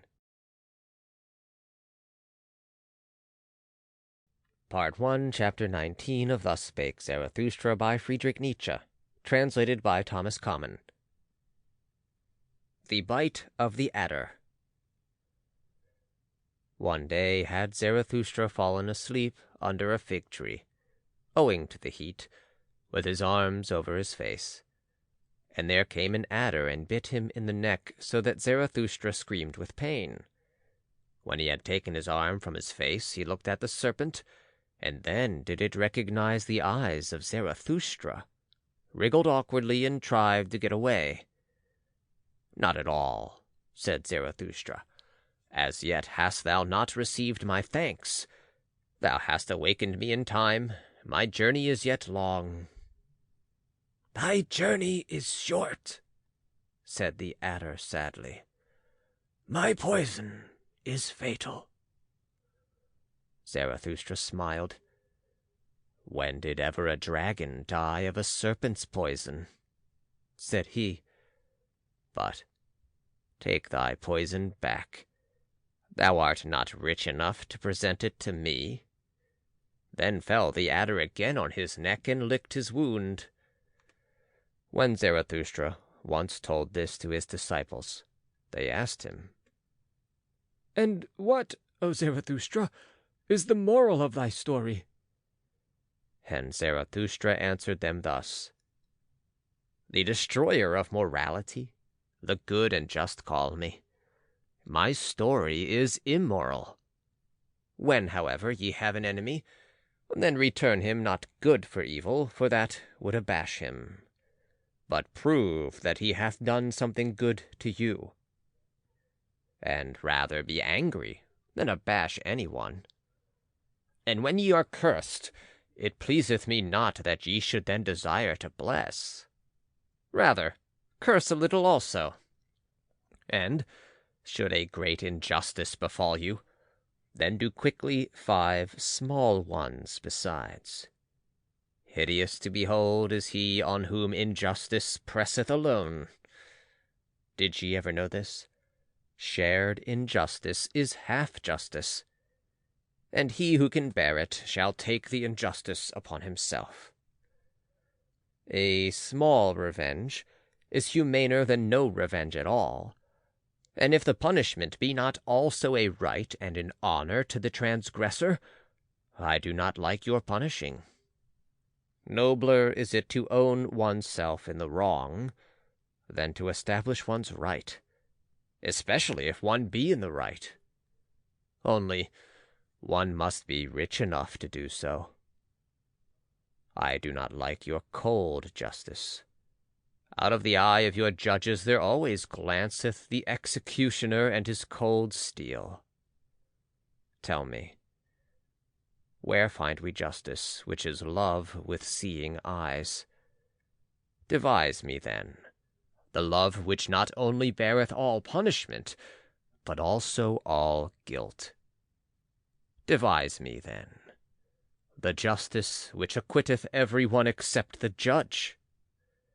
And would ye hear this likewise?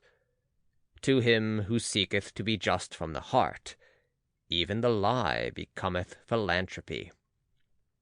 But how could I be just from the heart? How can I give every one his own?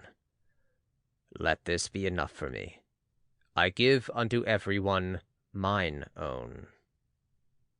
Finally, my brethren, guard against doing wrong to any anchorite. How could an anchorite forget? How could he requite? Like a deep well is an anchorite. Easy is it to throw in a stone. If it should sink to the bottom, however, tell me, who will bring it out again? Guard against injuring the anchorite. If ye have done so, however, well, then kill him also. Thus spake Zarathustra. End of Part 1, Chapter 19. Part 1, Chapter 20 of Thus Spake Zarathustra by Friedrich Nietzsche, translated by Thomas Common.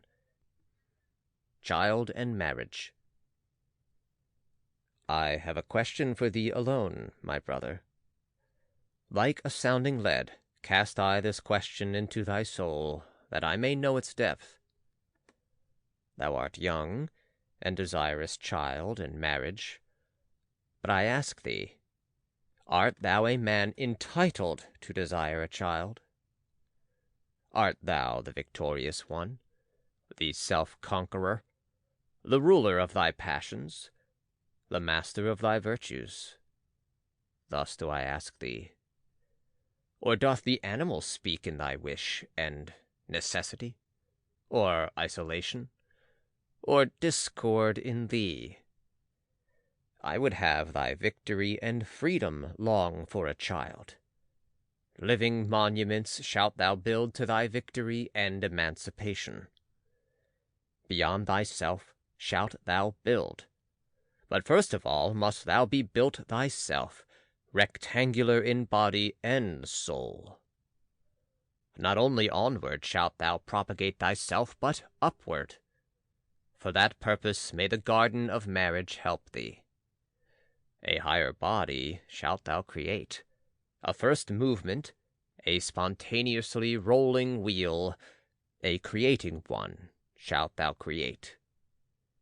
Marriage, so call I the will of the twain to create the one that is more than those who created it.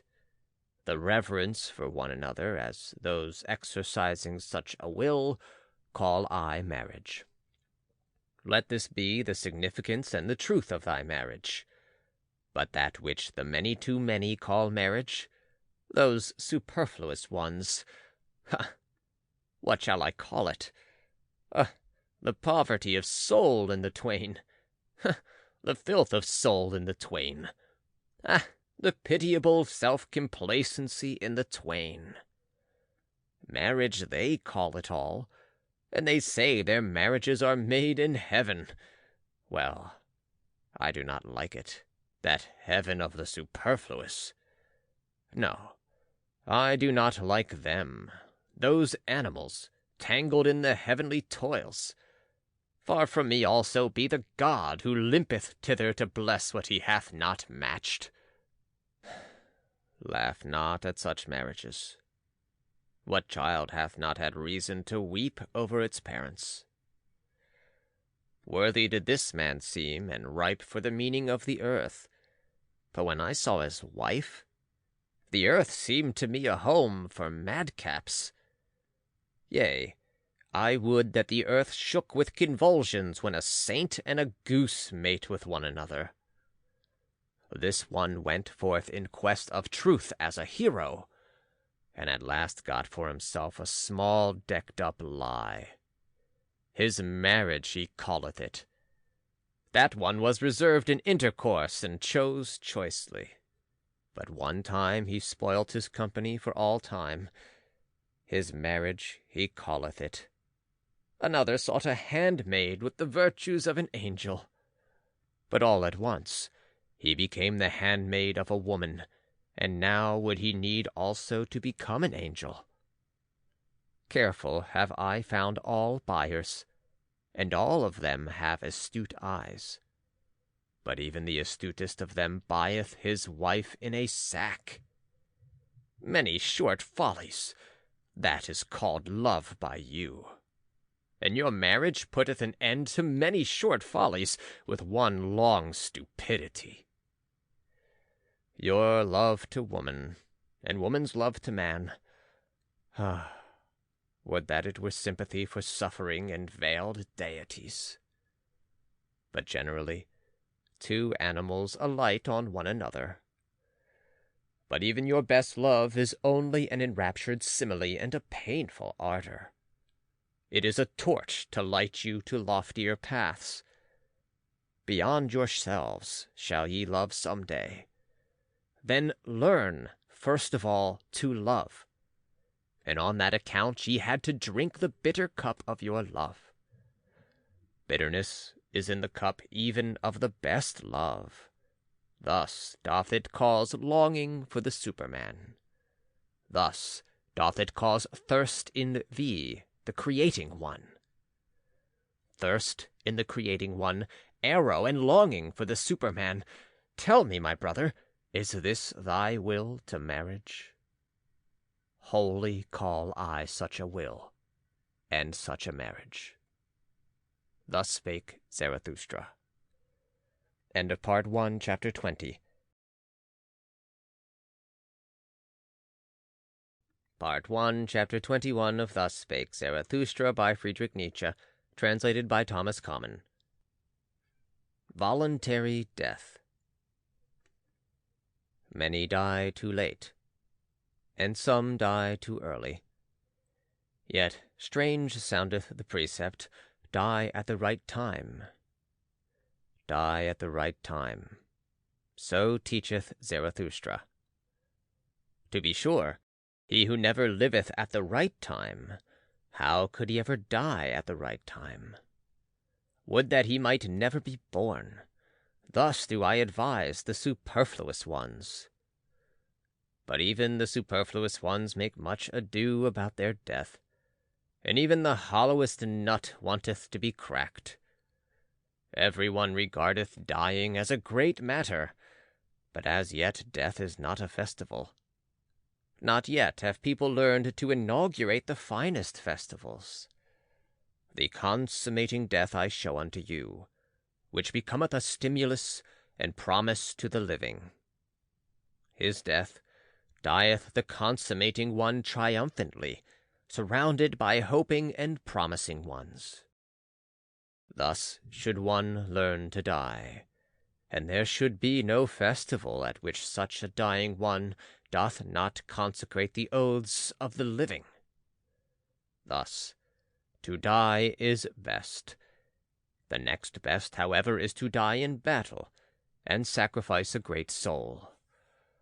But to the fighter equally hateful as to the victor is your grinning death, which stealeth nigh like a thief, and yet cometh as master.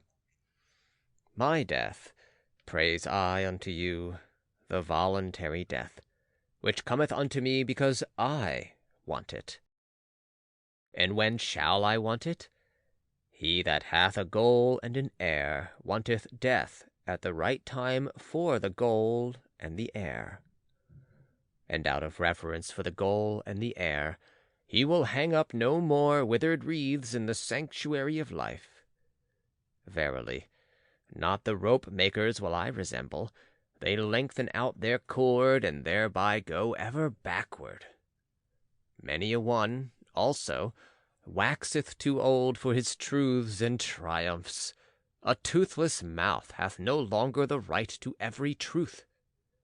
And whoever wanteth to have fame must take leave of honor betimes, and practice the difficult art of going at the right time. One must discontinue being feasted upon when one tasteth best. That is known by those who want to be long loved. Sour apples are there, no doubt, whose lot is to wait until the last day of autumn, and at the same time they become ripe, yellow, and shriveled. In some ageth the heart first, and in others the spirit. And some are hoary in youth, but the late young keep long young. To many men life is a failure. A poison worm gnaweth at their heart. Then let them see to it that their dying is all the more a success. Many never become sweet. They rot even in the summer. It is cowardice that holdeth them fast to their branches. Far too many live, and far too long hang they on their branches. Would that a storm came, and shook all this rottenness and worm-eatenness from the tree. Would that there came preachers of speedy death. Those would be the appropriate storms and agitators of the trees of life. But I hear only slow death preached, and patience with all that is earthly. Ye preach patience with what is earthly? This earthly is it that hath too much patience with you, ye blasphemers. Verily, too early died that Hebrew whom the preachers of slow death honor, and to many hath it proved a calamity that he died too early. As yet, had he known only tears and the melancholy of the Hebrews, together with the hatred of the good and just, the Hebrew Jesus, then was he seized with the longing for death. Had he but remained in the wilderness, and far from the good and just, then perhaps would he have learned to live, and love the earth, and laughter also. Believe it, my brethren, he died too early. He himself would have disavowed this doctrine had he attained to my age. Noble enough was he to disavow. But he was still immature. Immaturely loveth the youth, and immaturely also hateth he man and earth. Confined and awkward are still his soul and the wings of his spirit. But in man there is more of the child than in the youth, and less of melancholy. Better understandeth he about life and death. Free for death, and free in death, a holy nay-sayer when there is no longer time for yea. Thus understandeth he about death and life. That your dying may not be a reproach to man and the earth, my friends, that do I solicit from the honey of your soul. In your dying, shall your spirit and your virtue still shine like an evening afterglow around the earth? Otherwise your dying hath been unsatisfactory. Thus will I die myself, that ye friends may love the earth more for my sake. And earth will I again become, to have rest in her that bore me. Verily, a goal had Zarathustra. He threw his ball. Now be ye friends, the heirs of my goal. To you throw I the golden ball. Best of all do I see you, my friends, throw the golden ball. And so tarry I still a little while on the earth. Pardon me for it. Thus Spake Zarathustra. Notes by Anthony M. Ludovici. In regard to this discourse, I should only like to point out that Nietzsche had a particular aversion to the word suicide, self-murder. He disliked the evil it suggested, and in rechristening the act voluntary death, in other words, the death that comes from no other hand than one's own, he was desirous of elevating it to the position it held in classical antiquity. See aphorism 36 in the Twilight of the Idols. End of Part 1, Chapter 21.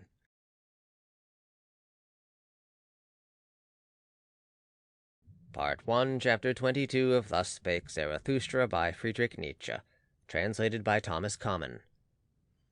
The Bestowing Virtue. 1. When Zarathustra had taken leave of the town to which his heart was attached, the name of which is the Pied Cow, there followed him many people who called themselves his disciples, and kept him company. Thus came they to a crossroad. Then Zarathustra told them that he now wanted to go alone, for he was fond of going alone. His disciples, however, presented him at his departure with a staff, on the golden handle of which a serpent twined round the sun. Zarathustra rejoiced on account of the staff, and supported himself thereon. Then spake he thus to his disciples. Tell me, pray, how came gold to the highest value? Because it is uncommon, and unprofiting, and beaming, and soft in lustre. It always bestoweth itself. Only as image of the highest virtue came gold to the highest value. Gold-like beameth the glance of the bestower.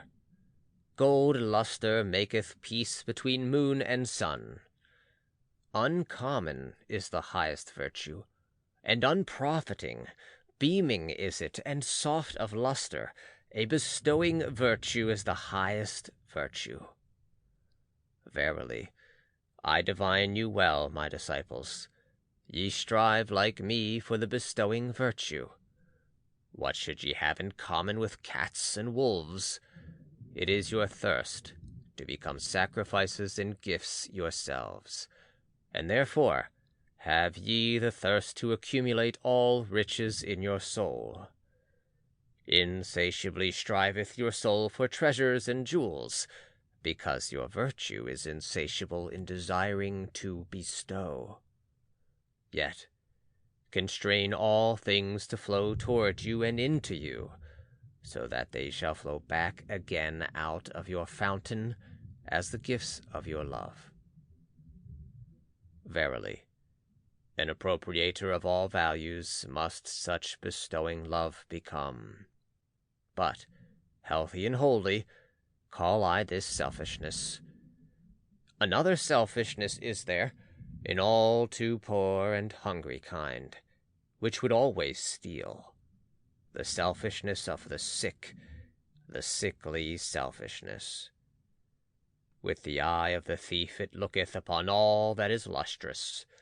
With the craving of hunger it measureth him who hath abundance, and never doth it prowl round the tables of bestowers.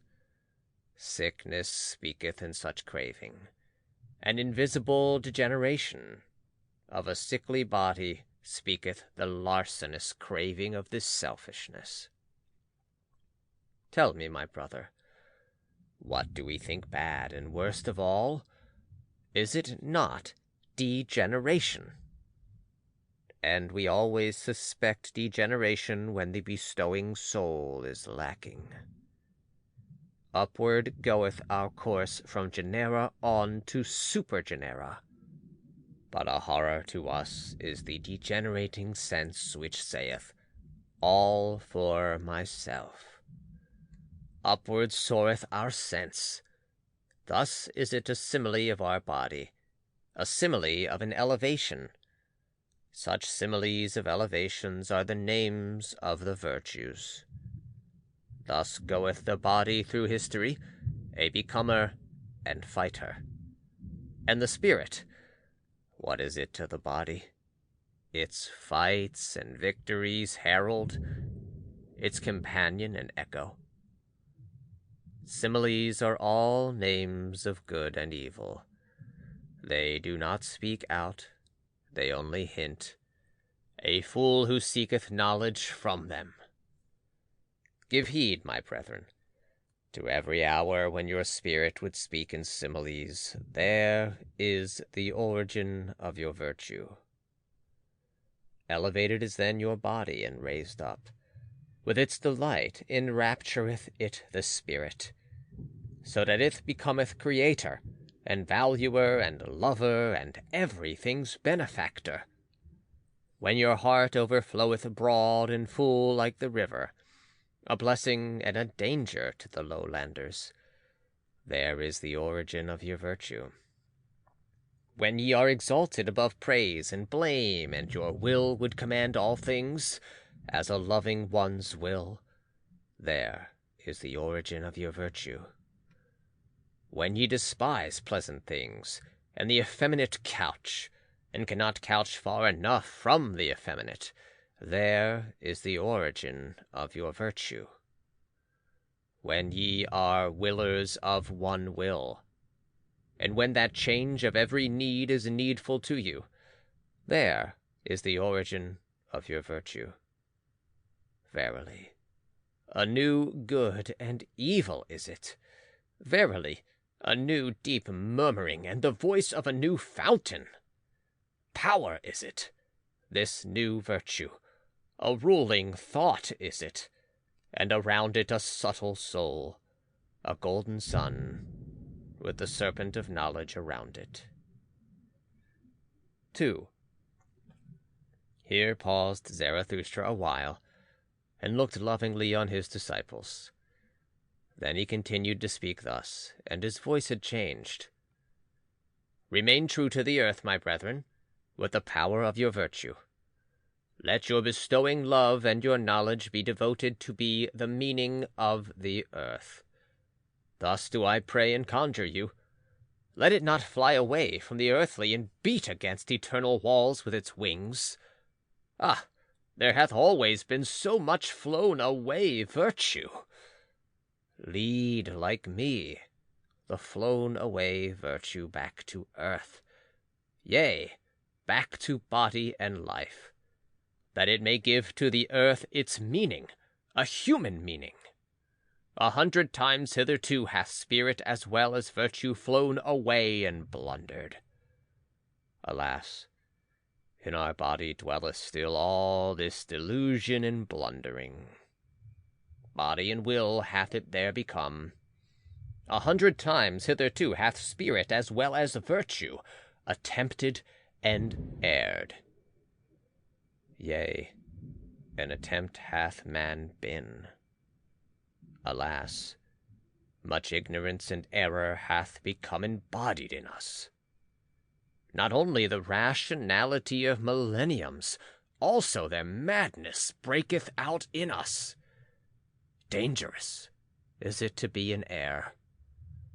Still, fight we step by step with the giant chance, and over all mankind hath hitherto ruled nonsense, the lack of sense. Let your spirit and your virtue be devoted to the sense of the earth, my brethren. Let the value of everything be determined anew by you. Therefore shall ye be fighters. Therefore shall ye be creators. Intelligently doth the body purify itself. Attempting with intelligence, it exalteth itself. To the discerners all impulses sanctify themselves. To the exalted, the soul becometh joyful. Physician, heal thyself. Then wilt thou also heal thy patient. Let it be his best cure, to see with his eyes him who maketh himself whole. 1,000 paths are there which have never yet been trodden. 1,000 salubrities and hidden islands of life. Unexhausted and undiscovered is still man and man's world. Awaken, and hearken, ye lonesome ones. From the future come winds with stealthy pinions, and to fine ears good tidings are proclaimed. Ye lonesome ones of today, ye seceding ones, ye shall one day be a people. Out of you who have chosen yourselves shall a chosen people arise, and out of it the Superman. Verily, a place of healing shall the earth become, and already is a new odor diffused around it, a salvation-bringing odor, and a new hope. 3. When Zarathustra had spoken these words, he paused, like one who had not said his last word, and long did he balance the staff doubtfully in his hand. At last he spake thus, and his voice had changed. I now go alone, my disciples. Ye also now go away, and alone. So will I have it. Verily, I advise you, depart from me and guard yourselves against Zarathustra. And better still, be ashamed of him. Perhaps he hath deceived you. The man of knowledge must be able not only to love his enemies, but also to hate his friends. One requiteth a teacher badly if one remain merely a scholar. And why will ye not pluck at my wreath? Ye venerate me, but what if your veneration should some day collapse? Take heed, lest a statue crush you. Ye say, ye believe in Zarathustra. But of what account is Zarathustra? Ye are my believers, but of what account are all believers? Ye had not yet sought yourselves, then did ye find me. So do all believers. Therefore, all belief is of so little account. Now do I bid you lose me, and find yourselves, and only when ye have all denied me will I return unto you. Verily, with other eyes, my brethren, shall I then seek my lost ones. With another love shall I then love you. And once again shall ye have become friends unto me, and children of one hope. Then will I be with you for the 3rd time, to celebrate the great noontide with you. And it is the great noontide, when man is in the middle of his course between animal and Superman, and celebrateth his advance to the evening as his highest hope. For it is the advance to a new morning. At such time will the down-goer bless himself, that he should be an over-goer, and the sun of his knowledge will be at noontide. Dead are all the gods, Now do we desire the Superman to live. Let this be our final will at the great noontide. Thus spake Zarathustra. Notes by Anthony M. Ludovici. An important aspect of Nietzsche's philosophy is brought to light in this discourse. His teaching, as is well known, places the Aristotelian man of spirit above all others in the natural divisions of man. The man with overflowing strength, both of mind and body, who must discharge this strength or perish, is the Nietzschean ideal. To such a man, giving from his overflow becomes a necessity. Bestowing develops into a means of existence, and this is the only giving, the only charity that Nietzsche recognizes. In paragraph 3 of the discourse, we read Zarathustra's healthy exhortation to his disciples to become independent thinkers and to find themselves before they learn any more from him. See notes on chapters 56, paragraph 5, and 73, paragraphs 10 and 11. End of Part 1, Chapter 22.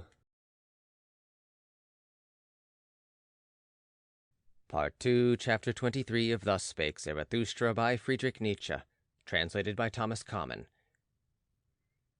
Thus Spake Zarathustra, second part. Quote, And only when ye have all denied me will I return unto you. Verily, with other eyes, my brethren, shall I then seek my lost ones. With another love shall I then love you. End quote. Zarathustra, Part 1, The Bestowing Virtue. Chapter 23, The Child with the Mirror. After this, Zarathustra returned again into the mountains to the solitude of his cave, and withdrew himself from men, waiting like a sower who hath scattered his seed. His soul, however, became impatient and full of longing for those whom he loved, because he had still much to give them. For this is the hardest of all, to close the open hand out of love, and keep modest as a giver. Thus passed with the lonesome one months and years. His wisdom meanwhile increased and caused him pain by its abundance. One morning, however, he awoke ere the rosy dawn, and, having meditated long on his couch, at last spake thus to his heart. Why did I startle in my dream, so that I awoke? Did not a child come to me carrying a mirror? O Zarathustra, said the child unto me, look at thyself in the mirror. But when I looked into the mirror, I shrieked, and my heart throbbed. For not myself did I see therein, but a devil's grimace and derision. Verily, all too well do I understand the dream's portent and monition. My doctrine is in danger.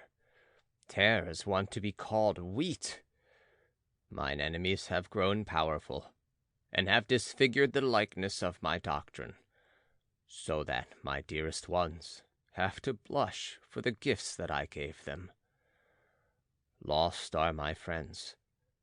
The hour hath come for me to seek my lost ones.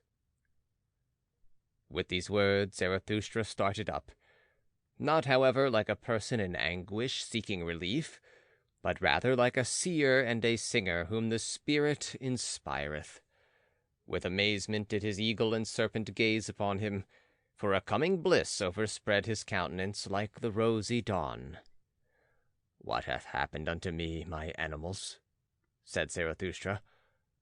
Am I not transformed? Hath not bliss come unto me like a whirlwind? Foolish is my happiness, and foolish things will it speak. It is still too young, so have patience with it. Wounded am I by my happiness. All sufferers shall be physicians unto me. To my friends can I again go down, and also to mine enemies. Zarathustra can again speak and bestow, and show his best love to his loved ones. My impatient love overfloweth in streams. down towards sunrise and sunset. Out of silent mountains and storms of affliction rusheth my soul into the valleys. Too long have I longed and looked into the distance. Too long hath solitude possessed me. Thus have I unlearned to keep silence. Utterance have I become altogether, and the brawling of a brook from high rocks, downward into the valleys will I hurl my speech. And let the stream of my love sweep into unfrequented channels. How should a stream not finally find its way to the sea? Forsooth, there is a lake in me, sequestered and self-sufficing. But the stream of my love beareth this along with it down to the sea. New paths do I tread, a new speech cometh unto me.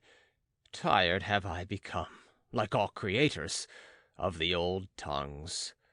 No longer will my spirit walk on worn-out souls. Too slowly runneth all speaking for me.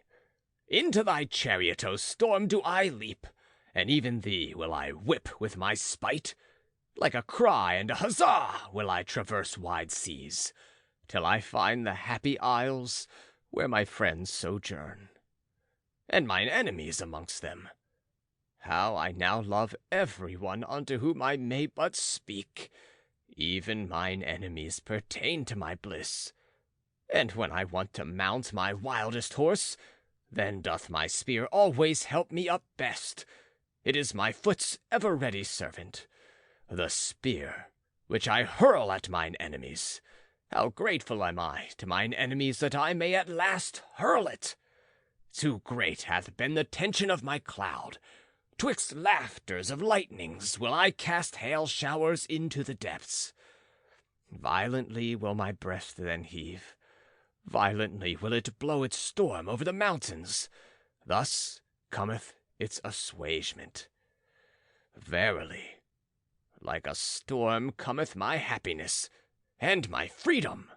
But mine enemies shall think that the evil one roareth over their heads. Yea, ye also, my friends, will be alarmed by my wild wisdom, and perhaps ye will flee therefrom along with mine enemies. Ah, that I knew how to lure you back with shepherds' flutes. Ah, that my lioness wisdom would learn to roar softly. And much have we already learned with one another. My wild wisdom became pregnant on the lonesome mountains. On the rough stones did she bear the youngest of her young. Now runneth she foolishly in the arid wilderness, and seeketh the soft sward, mine old wild wisdom. On the soft sward of your hearts, my friends, on your love would she fain couch her dearest ones. Thus spake Zarathustra. Notes by Anthony M. Ludovici. Nietzsche tells us here, in a poetical form, how deeply grieved he was by the manifold misinterpretations and misunderstandings which were becoming rife concerning his publications. He does not recognize himself in the mirror of public opinion, and recoils terrified from the distorted reflection of his features. In verse 20, he gives us a hint which it were well not to pass over too lightly. For, in the introduction to The Genealogy of Morals, written in 1887, he finds it necessary to refer to the matter again, and with greater precision. The point is this, that a creator of new values meets with his surest and strongest obstacles in the very spirit of the language which is at his disposal.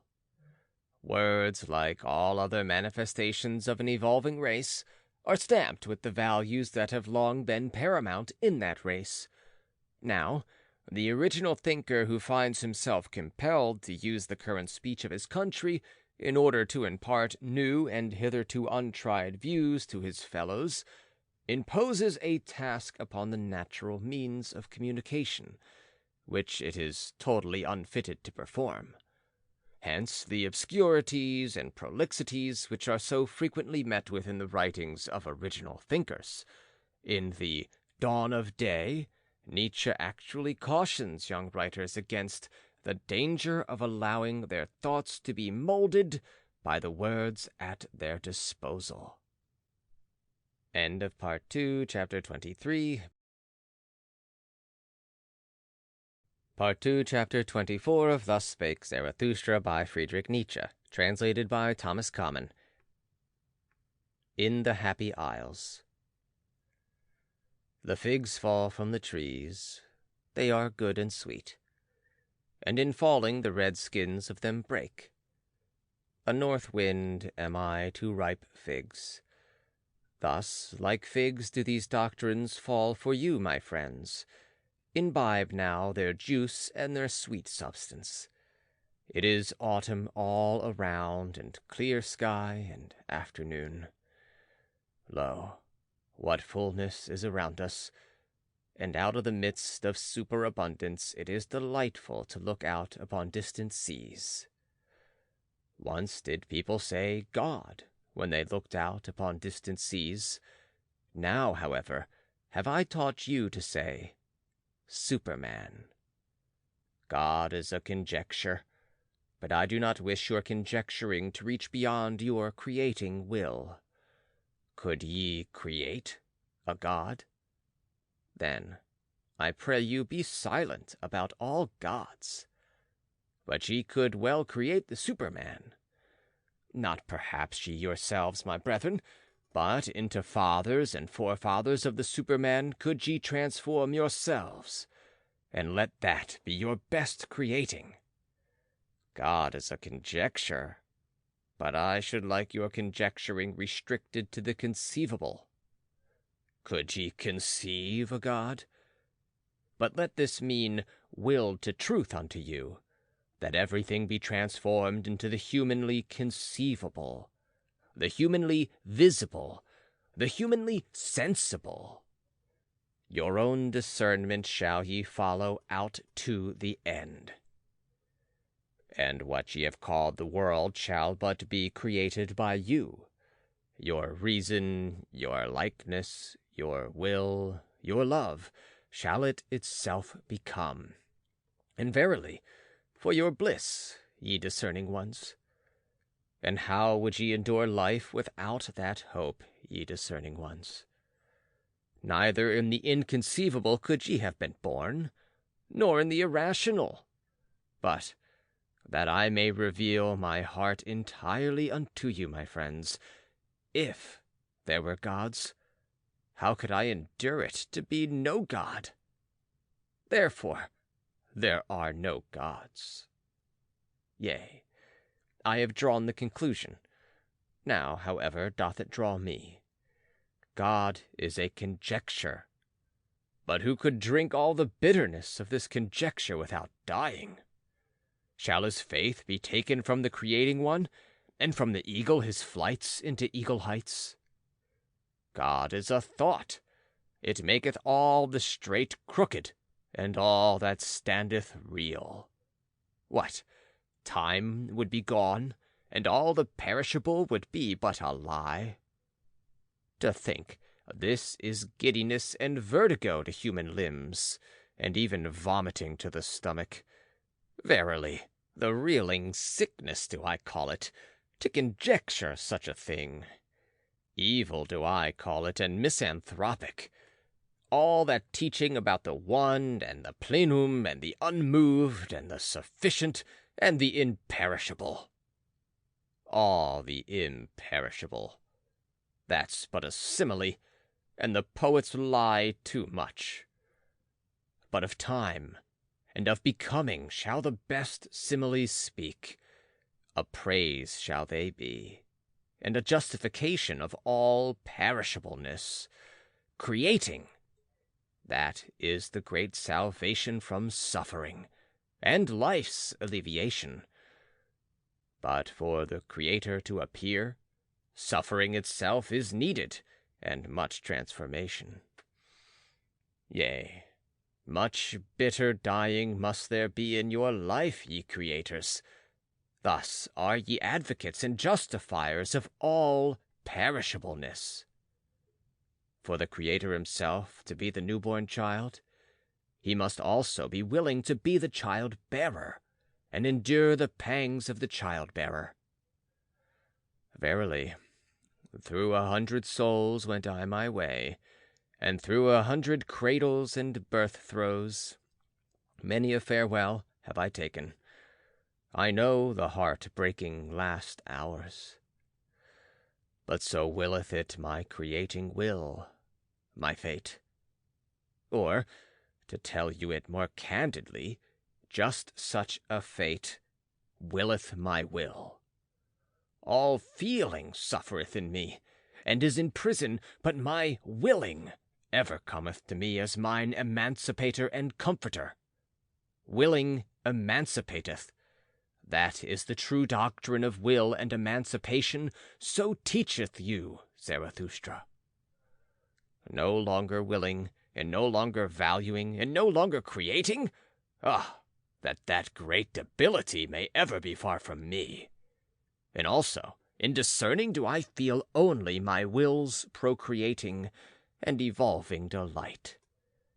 And if there be innocence in my knowledge, it is because there is will to procreation in it. Away from God and gods did this will allure me. What would there be to create if there were gods? But to man doth it ever impel me anew, my fervent creative will. Thus impelleth it the hammer to the stone. Ha! Ye men, within the stone slumbereth an image for me, the image of my visions. Ah, that it should slumber in the hardest, ugliest stone. Now rageth my hammer ruthlessly against its prison. From the stone fly the fragments. What's that to me? I will complete it. For a shadow came unto me. The stillest and lightest of all things once came unto me. The beauty of the Superman came unto me as a shadow. Ah, my brethren, of what account now are the gods to me? Thus Spake Zarathustra. Notes by Anthony M. Ludovici. While writing this, Nietzsche is supposed to have been thinking of the island of Ischia, which was ultimately destroyed by an earthquake. His teaching here is quite clear. He was among the first thinkers of Europe to overcome the pessimism which godlessness generally brings in its wake. He points to creating as the surest salvation from the suffering which is a concomitant of all higher life. Quote, "What would there be to create," he asks, "if there were gods?" End quote. His ideal, the Superman, lends him the cheerfulness necessary to the overcoming of that despair usually attendant upon godlessness and upon the apparent aimlessness of a world without a god. End of Part 1, Chapter 25. Part 2, Chapter 25 of Thus Spake Zarathustra by Friedrich Nietzsche, translated by Thomas Common. The Pitiful. My friends, there hath arisen a satire on your friend. Behold Zarathustra. Walketh he not amongst us as if amongst animals? But it is better said in this wise. The discerning one walketh amongst men as amongst animals. Man himself is to the discerning one the animal with red cheeks.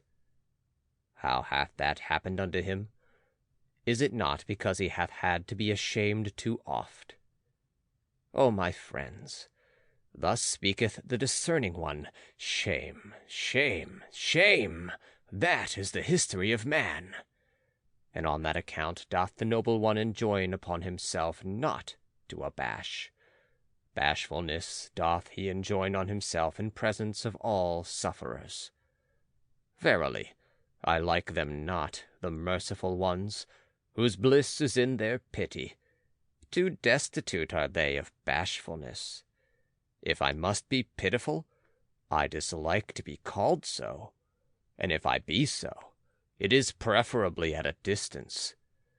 Preferably also do I shroud my head and flee before being recognized, and thus do I bid you do, my friends.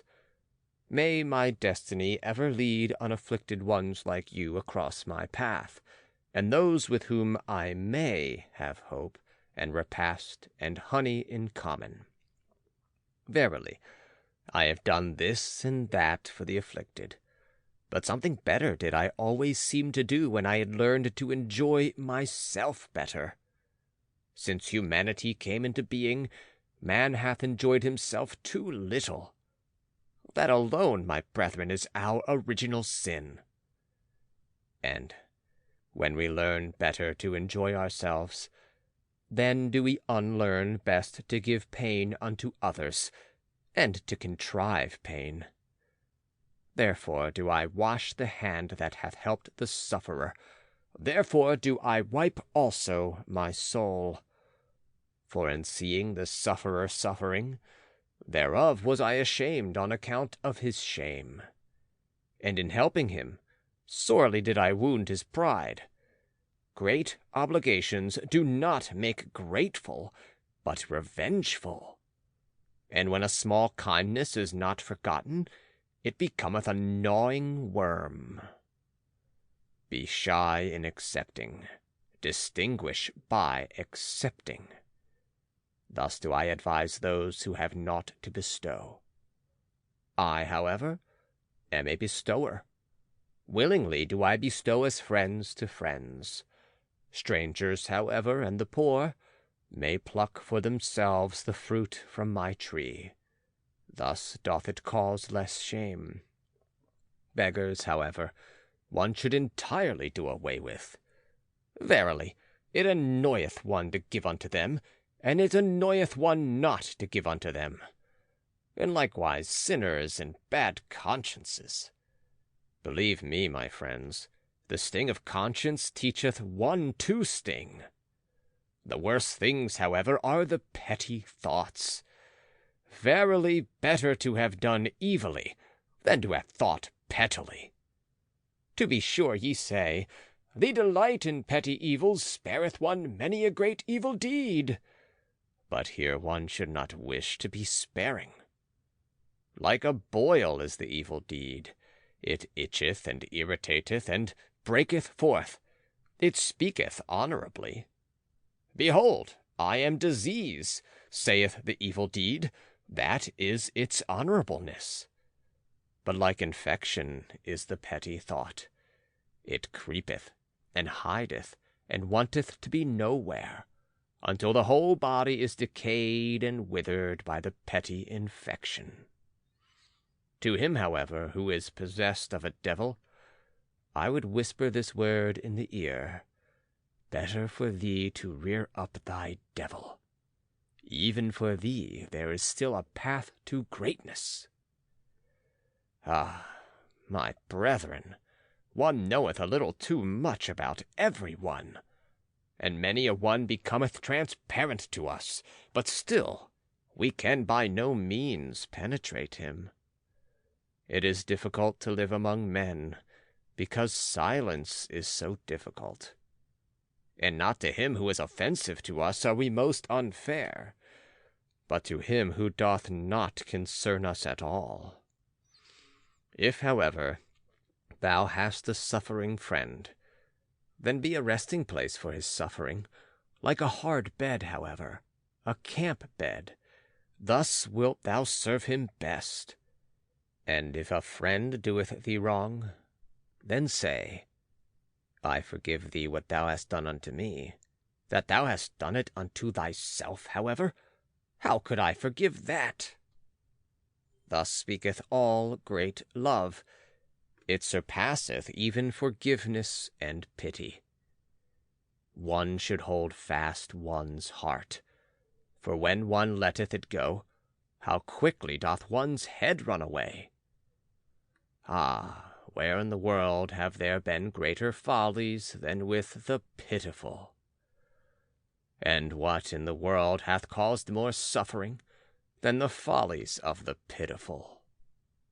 Woe unto all loving ones who have not an elevation which is above their pity. Thus spake the devil unto me once on a time. Even God hath his hell, it is his love for man.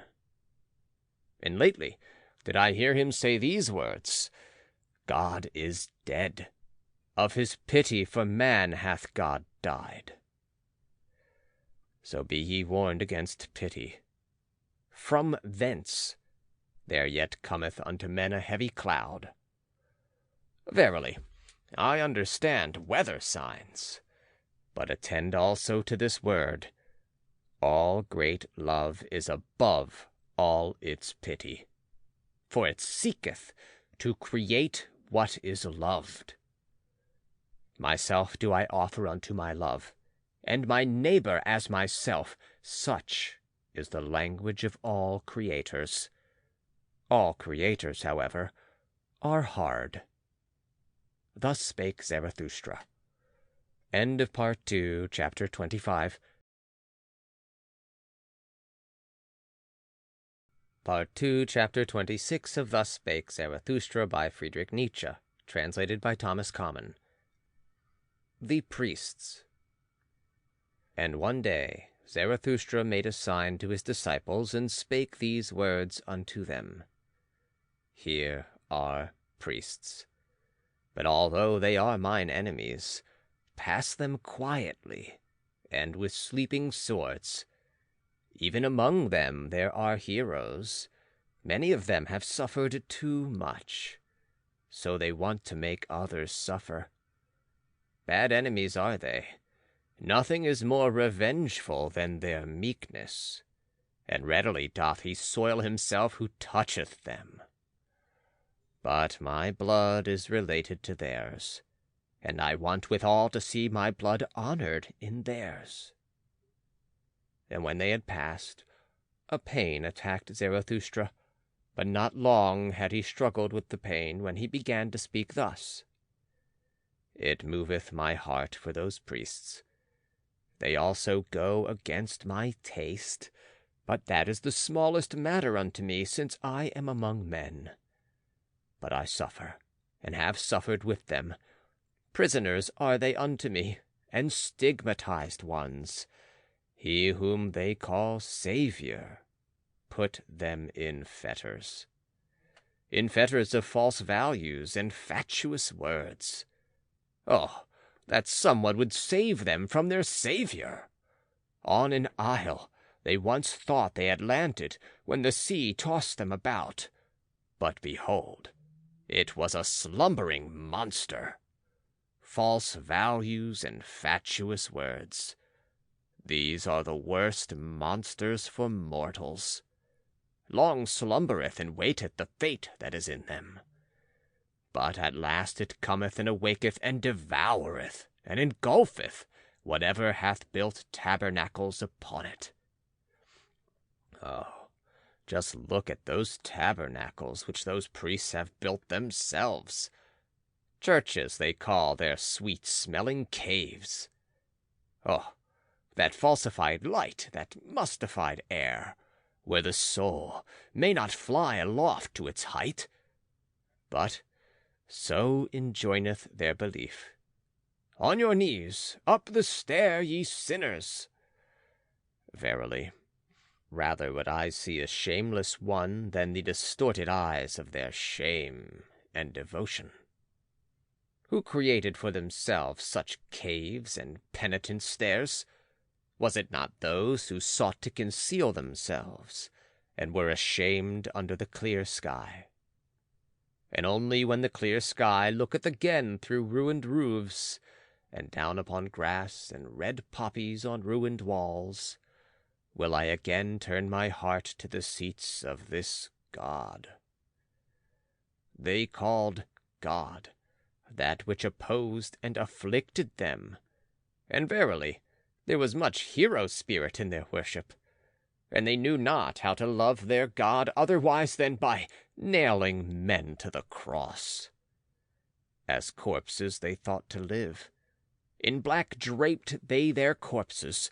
Even in their talk do I still feel the evil flavor of charnel houses. And he who liveth nigh unto them liveth nigh unto black pools, wherein the toad singeth his song with sweet gravity. Better songs would they have to sing, for me to believe in their Saviour. More like saved ones would his disciples have to appear unto me. Naked would I like to see them, for beauty alone should preach penitence. But whom would that disguised affliction convince? Verily, their saviours themselves came not from freedom and freedom's seventh heaven. Verily, they themselves never trod the carpets of knowledge. Of defects did the spirit of those saviours consist. But in every defect had they put their illusion, their stopgap, which they called God. In their pity was their spirit drowned, and when they swelled and overswelled with pity, there always floated to the surface a great folly. Eagerly and with shouts drove they their flock over the footbridge, as if there were but one footbridge to the future. Verily, those shepherds also were still of the flock. Small spirits and spacious souls had those shepherds. But, my brethren, what small domains have even the most spacious souls hitherto been? Characters of blood did they write on the way they went, and their folly taught that truth is proved by blood. But blood is the very worst witness to truth. Blood tainteth the purest teaching, and turneth it into delusion and hatred of heart. And when a person goeth through fire for his teaching, what doth that prove? It is more, verily, when out of one's own burning cometh one's own teaching. Sultry heart and cold head, where these meet, there ariseth the blusterer, the Saviour. Greater ones verily have there been, and higher born ones than those whom the people call saviours, those rapturous blusterers. And by still greater ones than any of the saviours must ye be saved, my brethren, if ye would find the way to freedom. Never yet hath there been a Superman. Naked have I seen both of them, the greatest man and the smallest man. All too similar are they still to each other. Verily, even the greatest found I all too human. Thus spake Zarathustra. End of Part 2, Chapter 26. Part 2, Chapter 27 of Thus Spake Zarathustra by Friedrich Nietzsche, translated by Thomas Common. The Virtuous. With thunder and heavenly fireworks must one speak to indolent and somnolent senses. But beauty's voice speaketh gently. It appealeth only to the most awakened souls. Gently vibrated and laughed unto me today my buckler. It was beauty's wholly laughing and thrilling. At you, ye virtuous ones, laughed my beauty today, and thus came its voice unto me. They want to be paid besides. Ye want to be paid besides, ye virtuous ones. Ye want reward for virtue, and heaven for earth, and eternity for your today? And now ye upbraid me for teaching that there is no reward-giver, nor paymaster. And verily, I do not even teach that virtue is its own reward. Ah, this is my sorrow. Into the basis of things have reward and punishment been insinuated. And now even into the basis of your souls, ye virtuous ones. but like the snout of the boar shall my word grub up the basis of your souls. A plowshare will I be called by you. All the secrets of your heart shall be brought to light, and when ye lie in the sun, grubbed up and broken, then will also your falsehood be separated from your truth. For this is your truth: ye are too pure for the filth of the words, vengeance, punishment, recompense, retribution. Ye love your virtue as a mother loveth her child. But when did one hear of a mother wanting to be paid for her love? It is your dearest self, your virtue. The ring's thirst is in you. To reach itself again struggleth every ring, and turneth itself. And like the star that goeth out, so is every work of your virtue. Ever is its light on its way and travelling. And when will it cease to be on its way? Thus is the light of your virtue still on its way, even when its work is done. Be it forgotten and dead, still its ray of light liveth and travelleth. That your virtue is yourself, and not an outward thing, a skin or a cloak. That is the truth from the basis of your souls, ye virtuous ones. But sure enough, there are those to whom virtue meaneth writhing under the lash, and ye have hearkened too much unto their crying. And others are there who call virtue the slothfulness of their vices, and when once their hatred and jealousy relax the limbs, their justice become lively and rubbeth its sleepy eyes. And others are there who are drawn downwards. Their devils draw them. But the more they sink, the more ardently gloweth their eye in the longing for their God. Ah, their crying also hath reached your ears, ye virtuous ones. What I am not, that is God to me, and virtue. And others are there who go along heavily and creakingly, like carts taking stones downhill. They talk much of dignity and virtue. Their drag they call virtue. And others are there who are like 8-day clocks. When wound up, they tick and want people to call ticking virtue. Verily, in those have I mine amusement. Wherever I find such clocks, I shall wind them up with my mockery, and they shall even whir thereby. And others are proud of their modicum of righteousness, and for the sake of it do violence to all things, so that the world is drowned in their unrighteousness. Ugh! How ineptly cometh the word virtue out of their mouth. And when they say, I am just, it always soundeth like, I am just revenged.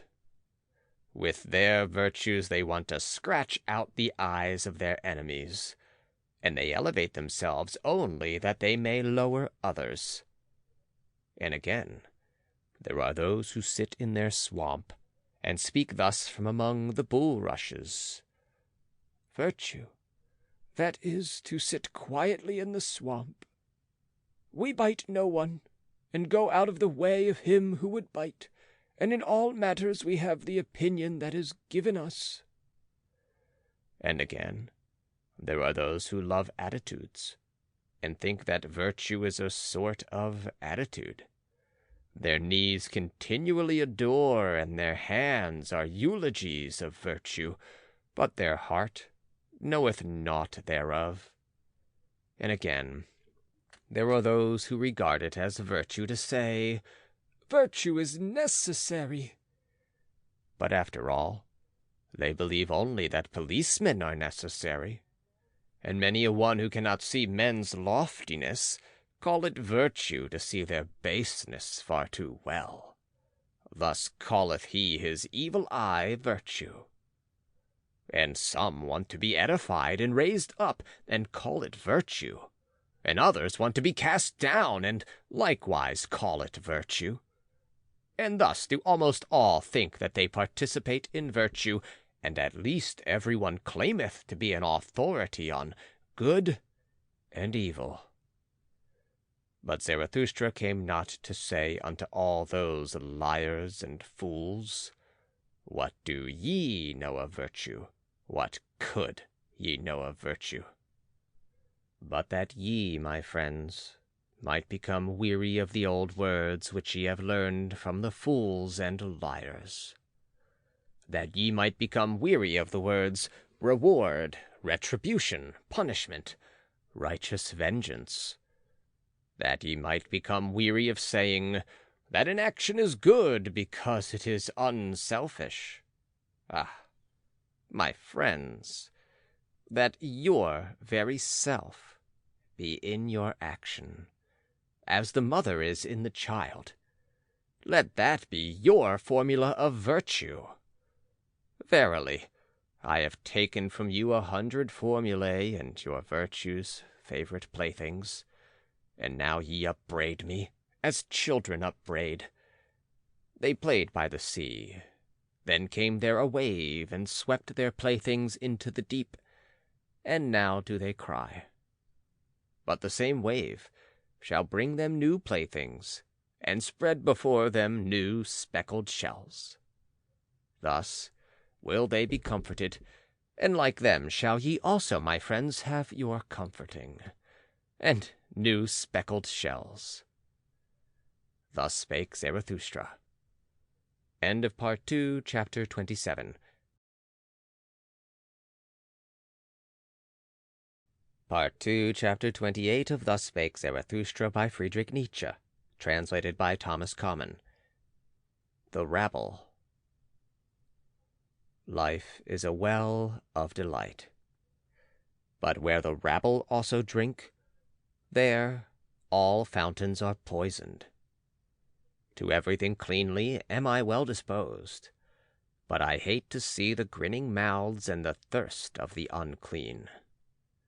They cast their eye down into the fountain, and now glanceth up to me their odious smile out of the fountain. The holy water have they poisoned with their lustfulness, and when they called their filthy dreams delight, then poisoned they also the words. Indignant became the flame when they put their damp hearts to the fire. The spirit itself bubbleth and smoketh when the rabble approach the fire. Mawkish and over-mellow becometh the fruit in their hands. Unsteady and withered at the top doth their look make the fruit-tree. And many a one who hath turned away from life hath only turned away from the rabble. He hated to share with them fountain, flame, and fruit. And many a one who hath gone into the wilderness and suffered thirst with beasts of prey disliked only to sit at the cistern with filthy camel-drivers. And many a one who hath come along as a destroyer and as a hailstorm to all cornfields wanted merely to put his foot into the jaws of the rabble and thus stop their throat. And it is not the mouthful which hath most choked me, to know that life itself requireth enmity and death and torture crosses. But I asked once, and suffocated almost with my question, what? Is the rabble also necessary for life? Are poisoned fountains necessary, and stinking fires, and filthy dreams, and maggots in the bread of life? Not my hatred, but my loathing gnawed hungrily at my life. Ah, oft times became I weary of spirit when I found even the rabble spiritual. And on the rulers turned I my back, when I saw what they now call ruling, to traffic and bargain for power with the rabble. amongst peoples of a strange language did I dwell with stopped ears, so that the language of their trafficking might remain strange unto me, and their bargaining for power. And holding my nose, I went morosely through all yesterdays and todays. Verily, badly smell all yesterdays and todays of the scribbling rabble. Like a cripple, become deaf and blind and dumb. Thus have I lived long, that I might not live with the power rabble, the scribe rabble, and the pleasure rabble. Toilsomely did my spirit mount stairs, and cautiously. Alms of delight were its refreshment. On the staff did life creep along with the blind one. What hath happened unto me? How have I freed myself from loathing? Who hath rejuvenated mine eye? How have I flown to the height where no rabble any longer sit at the wells?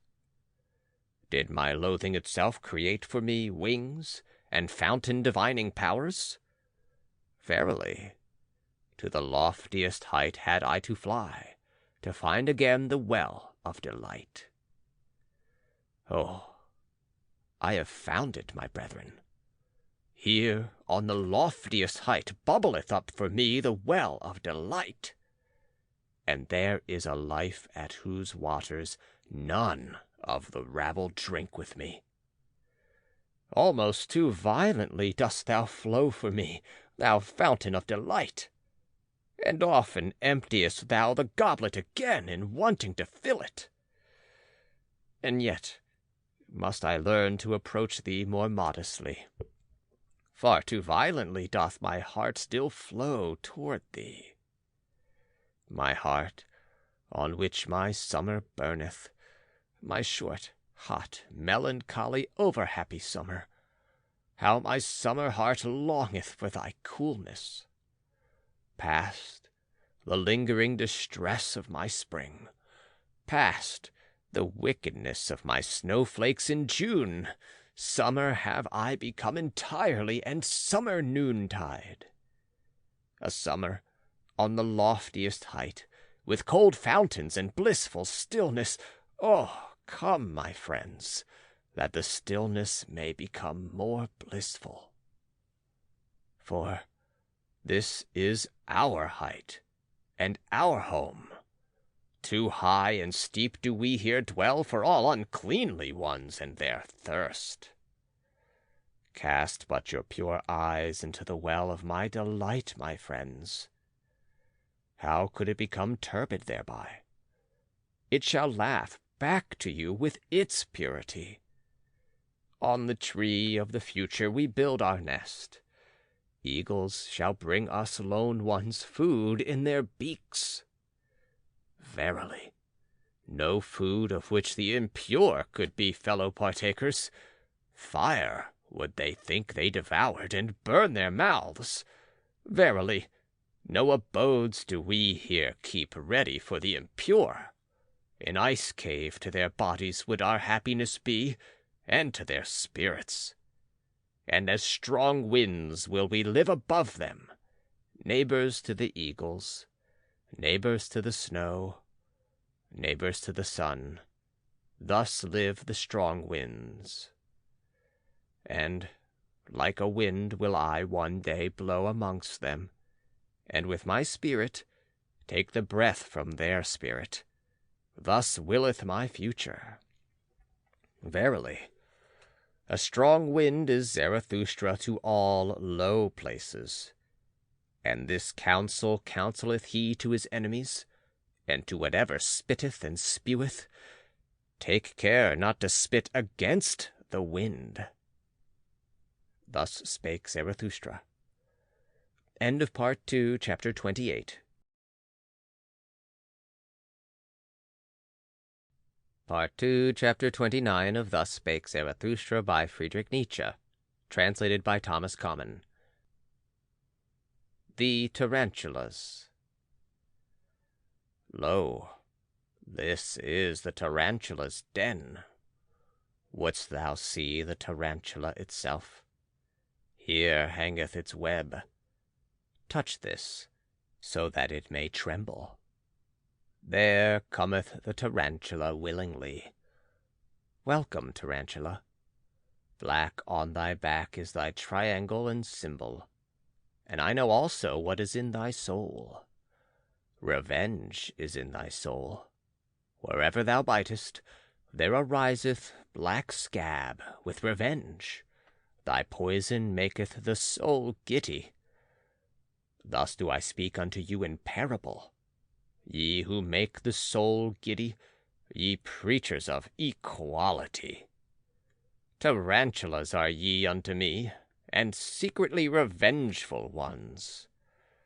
But I will soon bring your hiding places to the light. Therefore do I laugh in your face, my laughter of the height.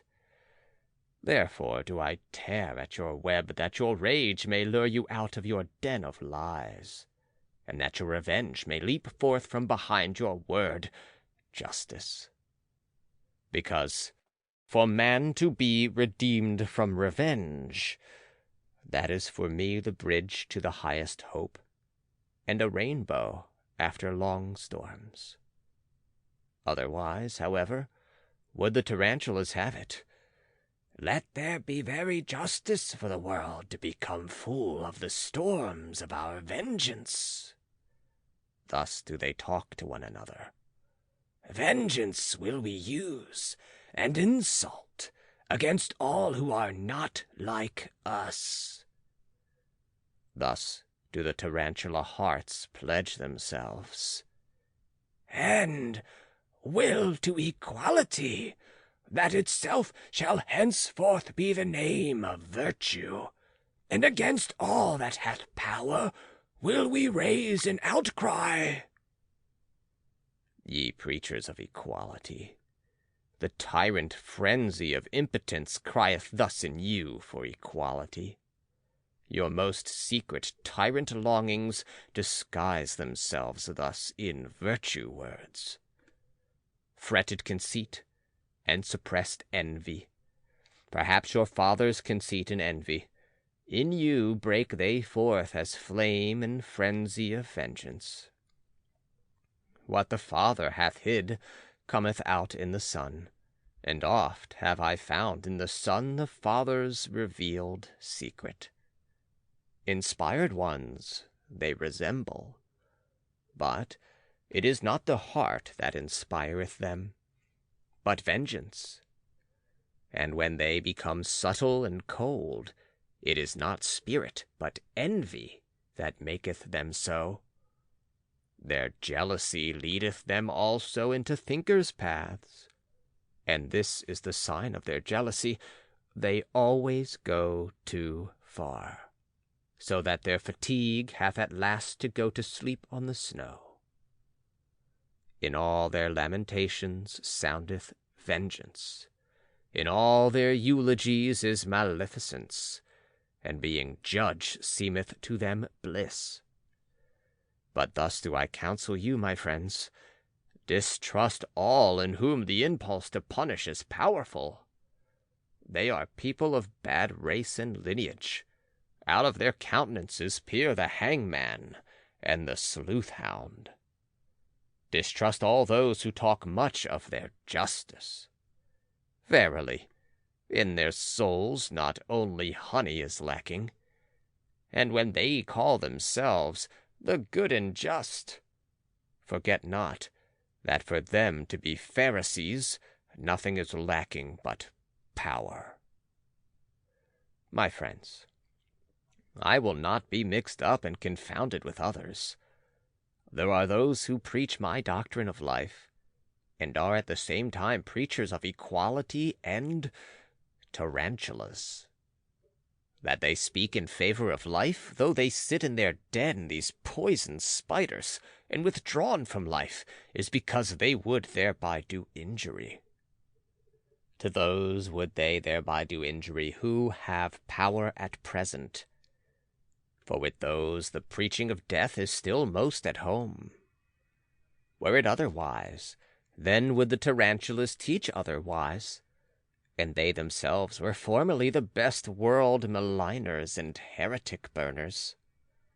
With these preachers of equality will I not be mixed up and confounded. For thus speaketh justice unto me, men are not equal, and neither shall they become so. What would my love to the Superman, if I spake otherwise? On 1,000 bridges and piers shall they throng to the future, and always shall there be more war and inequality among them. Thus doth my great love make me speak. Inventors of figures and phantoms shall they be in their hostilities, and with those figures and phantoms shall they yet fight with each other the supreme fight. Good and evil, and rich and poor, and high and low, and all names of values. Weapons shall they be, and sounding signs, that life must again and again surpass itself. Aloft will it build itself with columns and stairs, life itself. Into remote distances would it gaze, and out toward blissful beauties. Therefore doth it require elevation. And because it requireth elevation, therefore doth it require steps, and variance of steps and climbers. To rise striveth life, and in rising to surpass itself. And just behold, my friends, here, where the tarantula's den is, riseth aloft an ancient temple's ruins. Just behold it with enlightened eyes. Verily, he who here towered aloft his thoughts in stone knew as well as the wisest ones about the secret of life, that there is struggle and inequality, even in beauty and war for power and supremacy. That doth he here teach us in the plainest parable. How divinely do vault and arch here contrast in the struggle. How with light and shade they strive against each other, the divinely striving ones. Thus, steadfast and beautiful, let us also be enemies, my friends. Divinely will we strive against one another. Alas, there hath the tarantula bit me myself, mine old enemy. Divinely steadfast and beautiful, it hath bit me on the finger. Punishment must there be, and justice. So thinketh it. Not gratuitously shall he here sing songs in honor of enmity. Yea, it hath revenged itself, and alas, now will it make my soul also dizzy with revenge. That I may not turn dizzy, however, bind me fast, my friends, to this pillar. Rather will I be a pillar saint than a whirl of vengeance. Verily, no cyclone or whirlwind is Zarathustra, and if he be a dancer, he is not at all a tarantula dancer. Thus spake Zarathustra. Notes by Anthony M. Ludovici. The tarantulas are the socialists and democrats. This discourse offers us an analysis of their mental attitude. Nietzsche refuses to be confounded with those resentful and revengeful ones who condemn society from below, and whose criticism is only suppressed envy. Quote, "There are those who preach my doctrine of life," end quote. He says of the Nietzschean socialists, quote, "and are at the same time preachers of equality and tarantulas," end quote. See notes on Chapter 40 and Chapter 51. End of Part 2, Chapter 29. Part 2, Chapter 30 of Thus Spake Zarathustra by Friedrich Nietzsche, translated by Thomas Common. The famous wise ones. The people have ye served, and the people's superstition. Not the truth, all ye famous wise ones. And just on that account did they pay you reverence. And on that account also did they tolerate your unbelief, because it was a pleasantry and a by-path for the people. Thus doth the master give free scope to his slaves, and even enjoyeth their presumptuousness. But he who is hated by the people, as the wolf by the dogs, is the free spirit, the enemy of fetters, the non-adorer, the dweller in the woods. To hunt him out of his lair, that was always called sense of right by the people. On him do they still hound their sharpest-toothed dogs. For there the truth is, where the people are. Woe, woe to the seeking ones! Thus hath it echoed through all time. Your people would ye justify in their reverence, that called ye will to truth, ye famous wise ones. And your heart hath always said to itself, From the people have I come, from thence came to me also the voice of God. Stiff-necked and artful, like the ass, have ye always been, as the advocates of the people. And many a powerful one who wanted to run well with the people hath harnessed in front of his horses a donkey, a famous wise man. And now, ye famous wise ones, I would have you finally throw off entirely the skin of the lion, the skin of the beast of prey, the speckled skin, and the dishevelled locks of the investigator, the searcher, and the conqueror. Ha! For me to learn to believe in your conscientiousness, ye would first have to break your venerating will. Conscientious. So call I him who goeth into God-forsaken wilderness, and hath broken his venerating heart. In the yellow sands, and burnt by the sun, he doubtless peereth thirstily at the isles rich in fountains, where life reposeth under shady trees. But his thirst doth not persuade him to become like those comfortable ones. For where there are oases, there are also idols. Hungry, fierce, lonesome, God-forsaken, so doth the lion will wish itself.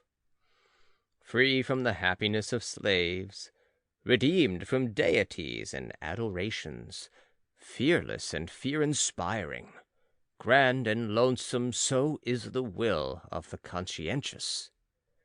In the wilderness have ever dwelt the conscientious, the free spirits, as lords of the wilderness. But in the cities dwell the well-foddered famous wise ones, the draught beasts. For always do they draw, as asses, the people's carts. Not that I on that account upbraid them, but serving ones do they remain, and harnessed ones, even though they glitter in golden harness. And often have they been good servants and worthy of their hire. For thus saith Virtue, If thou must be a servant, seek him unto whom thy service is most useful. The spirit and virtue of thy master shall advance by thou being his servant. Thus wilt thou thyself advance with his spirit and virtue. And verily, ye famous wise ones, ye servants of the people, ye yourselves have advanced with the people's spirit and virtue, and the people by you. To your honor do I say it. But the people ye remain for me, even with your virtues. The people with purblind eyes, the people who know not what spirit is. Spirit is life, which itself cutteth into life. By its own torture doth it increase its own knowledge. Did ye know that before? And the spirit's happiness is this, to be anointed and consecrated with tears as a sacrificial victim. Did ye know that before? And the blindness of the blind one, and his seeking and groping shall yet testify to the power of the sun into which he hath gazed. Did ye know that before? And with mountains shall the discerning one learn to build. It is a small thing for the spirit to remove mountains. Did ye know that before? Ye know only the sparks of the spirit, but ye do not see the anvil which it is, and the cruelty of its hammer. Verily, ye know not the spirit's pride, but still less could ye endure the spirit's humility should it ever want to speak. And never yet could ye cast your spirit into a pit of snow. Ye are not hot enough for that. Thus are ye unaware also of the delight of its coldness. In all respects, however, ye make too familiar with the spirit, and out of wisdom have ye often made an almshouse and a hospital for bad poets. Ye are not eagles. Thus have ye never experienced the happiness of the alarm of the spirit.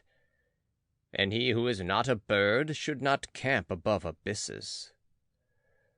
Ye seem to me lukewarm ones, but coldly floweth all deep knowledge. Ice cold are the innermost wells of the spirit, a refreshment to hot hands and handlers. Respectable do ye stand there, and stiff and with straight backs, ye famous wise ones. No strong wind or will impelleth you. Have ye never seen a sail crossing the sea, rounded and inflated and trembling with the violence of the wind? Like the sail trembling with the violence of the spirit, doth my wisdom cross the sea, my wild wisdom. But ye servants of the people, ye famous wise ones, how could ye go with me? Thus Spake Zarathustra. Notes by Anthony M. Ludovici. This refers to all those philosophers hitherto who have run in the harness of established values, and have not risked their reputation with the people in pursuit of truth. The philosopher, however, as Nietzsche understood him, is a man who creates new values, and thus leads mankind in a new direction. End of Part 2, Chapter 30. Part 2, Chapter 31 of Thus Spake Zarathustra by Friedrich Nietzsche, translated by Thomas Common. The Night Song. 'Tis night. Now do all gushing fountains speak louder, and my soul also is a gushing fountain. 'Tis night. Now only do all songs of the loving ones awake, and my soul also is the song of a loving one. Something unappeased, unappeasable, is within me. It longeth to find expression. A craving for love is within me, which speaketh itself the language of love. Light am I. Ah, that I were night! But it is my lonesomeness to be begirt with light. Ah, that I were dark and nightly! How would I suck at the breasts of light! And you yourselves would I bless, ye twinkling starlets and glow-worms aloft, and would rejoice in the gifts of your light. But I live in mine own light. I drink again into myself the flames that break forth from me. I know not the happiness of the receiver, and oft have I dreamt that stealing must be more blessed than receiving. It is my poverty that my hand never ceaseth bestowing. It is mine envy that I see waiting eyes and the brightened nights of longing. Oh, the misery of all bestowers! Oh, the darkening of my sun! Oh, the craving to crave! Oh, the violent hunger and satiety! They take from me, but do I yet touch their soul? There is a gap twixt giving and receiving, and the smallest gap hath finally to be bridged over. A hunger ariseth out of my beauty. I should like to injure those I illumine. I should like to rob those I have gifted.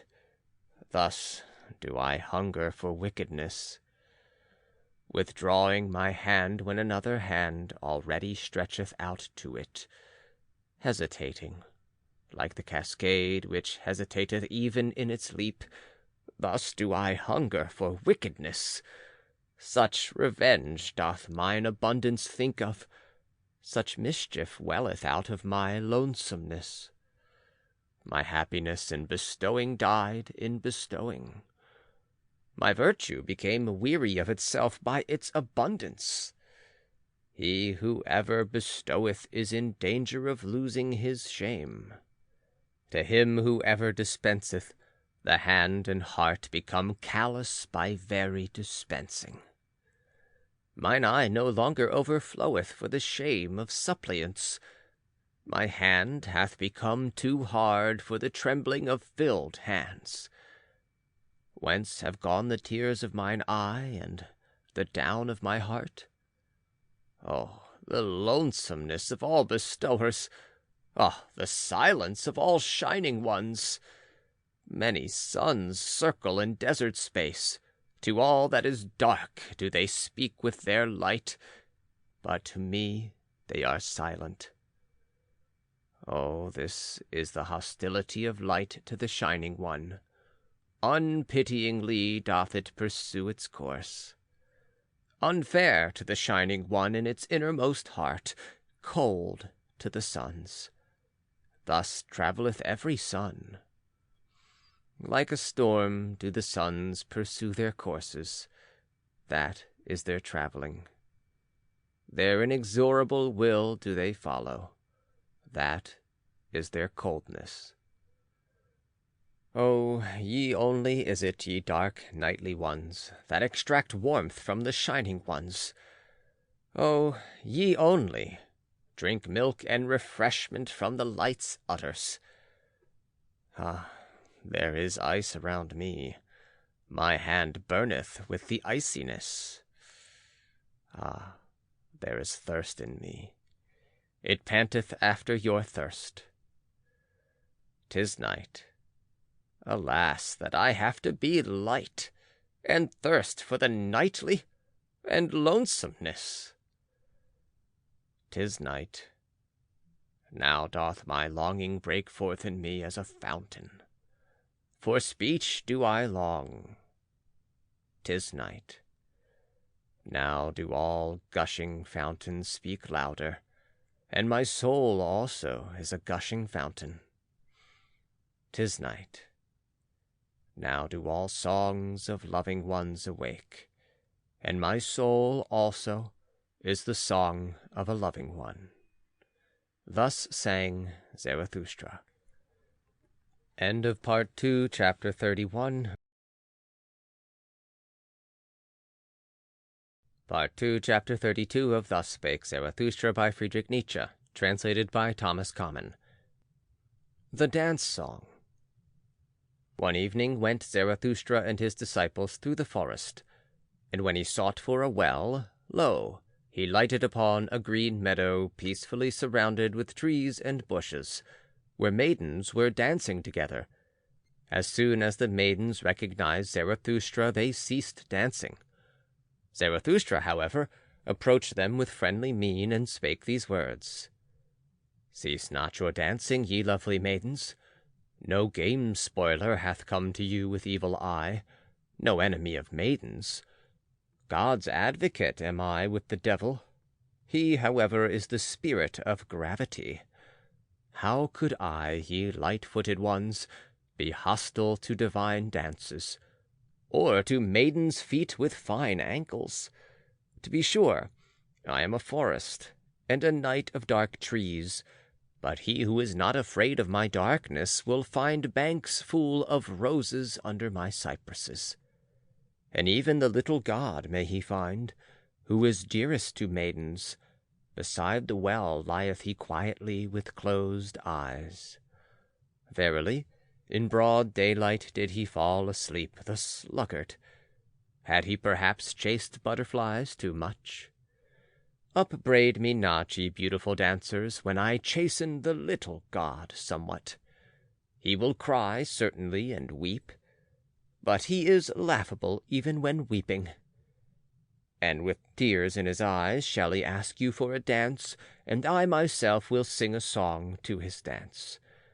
A dance-song and satire on the spirit of gravity, my supremest, powerfulest devil, who is said to be lord of the world. And this is the song that Zarathustra sang when Cupid and the maidens danced together. Of late did I gaze into thine eye, O life, and into the unfathomable did I there seem to sink. But thou pullest me out with a golden angle. Derisively didst thou laugh when I called thee unfathomable. Such is the language of all fish, saidst thou.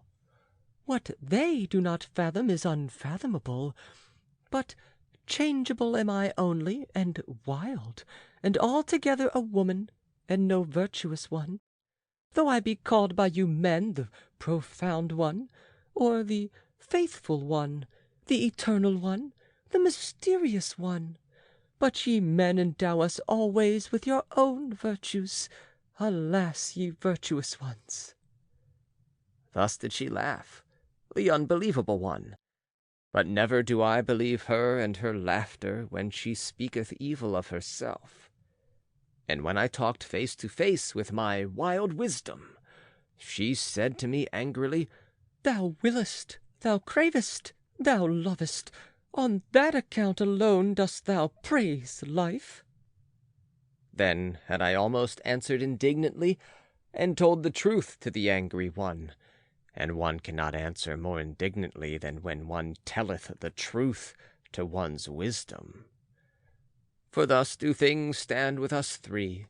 In my heart do I love only life, and verily most when I hate her. But that I am fond of wisdom, and often too fond, is because she remindeth me very strongly of life. She hath her eye, her laugh, and even her golden angle-rod. Am I responsible for it that both are so alike? And when once life asked me, Who is she, then, this wisdom? Then said I eagerly, Ah, yes, wisdom. One thirsteth for her and is not satisfied. One looketh through veils, one graspeth through nets. Is she beautiful? What do I know? But the oldest carps are still lured by her. Changeable is she and wayward. Often have I seen her bite her lip, and pass the comb against the grain of her hair. Perhaps she is wicked and false, and altogether a woman. But when she speaketh ill of herself, just then doth she seduce most.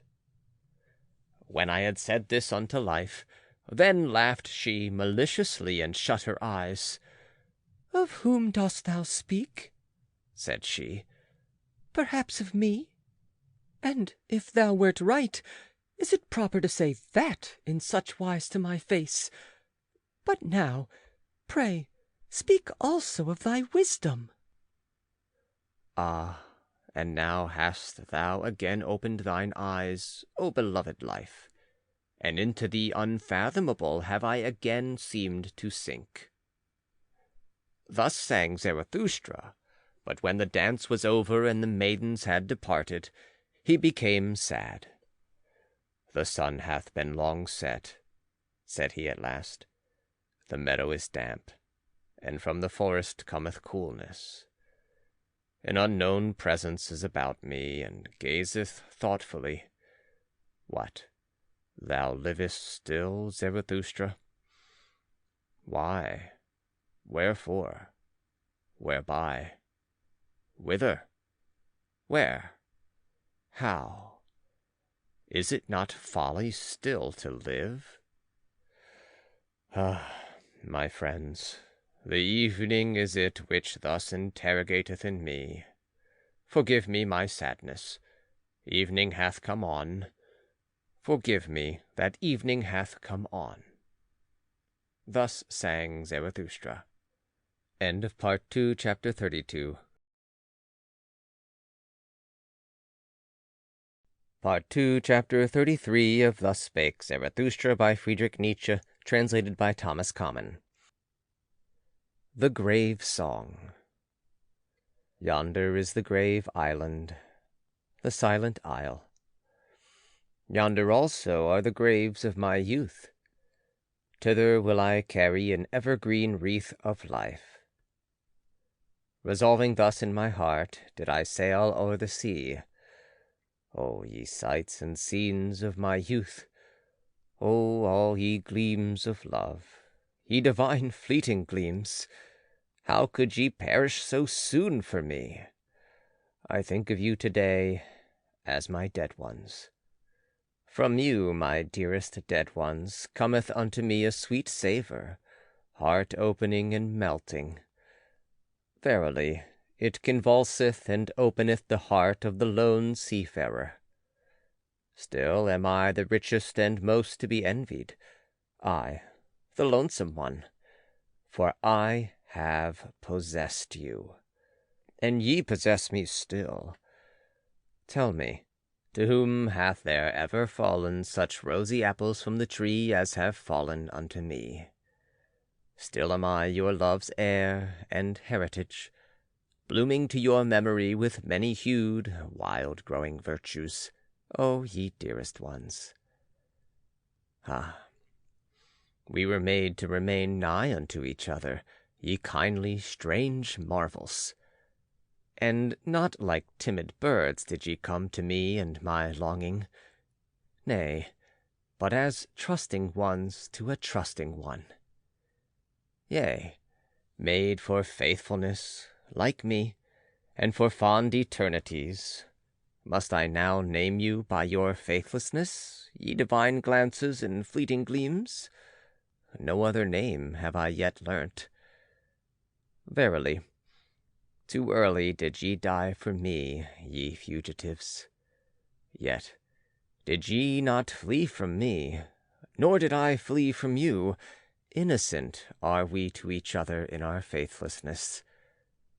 To kill me did they strangle you, ye singing birds of my hopes.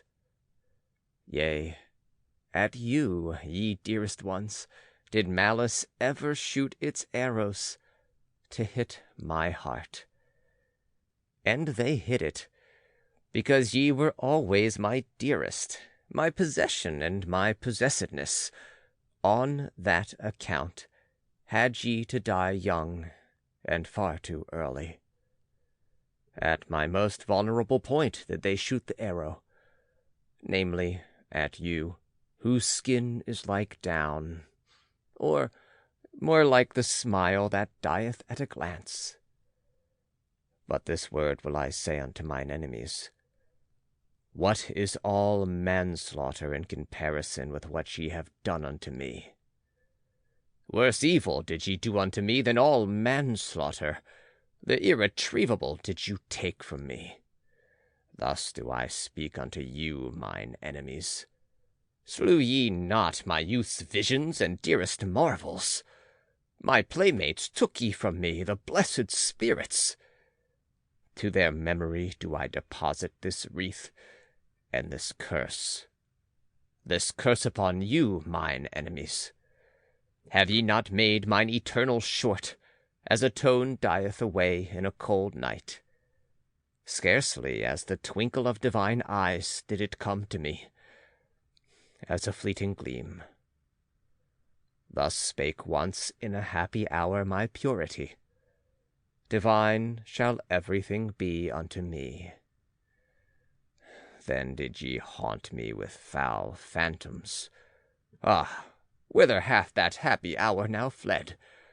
All days shall be holy unto me. So spake once the wisdom of my youth. Verily, the language of a joyous wisdom. But then did ye enemies steal my nights, and sold them to sleepless torture. Ah, whither hath that joyous wisdom now fled? Once did I long for happy auspices, then did ye lead an owl monster across my path, an adverse sign. Whither did my tender longing then flee?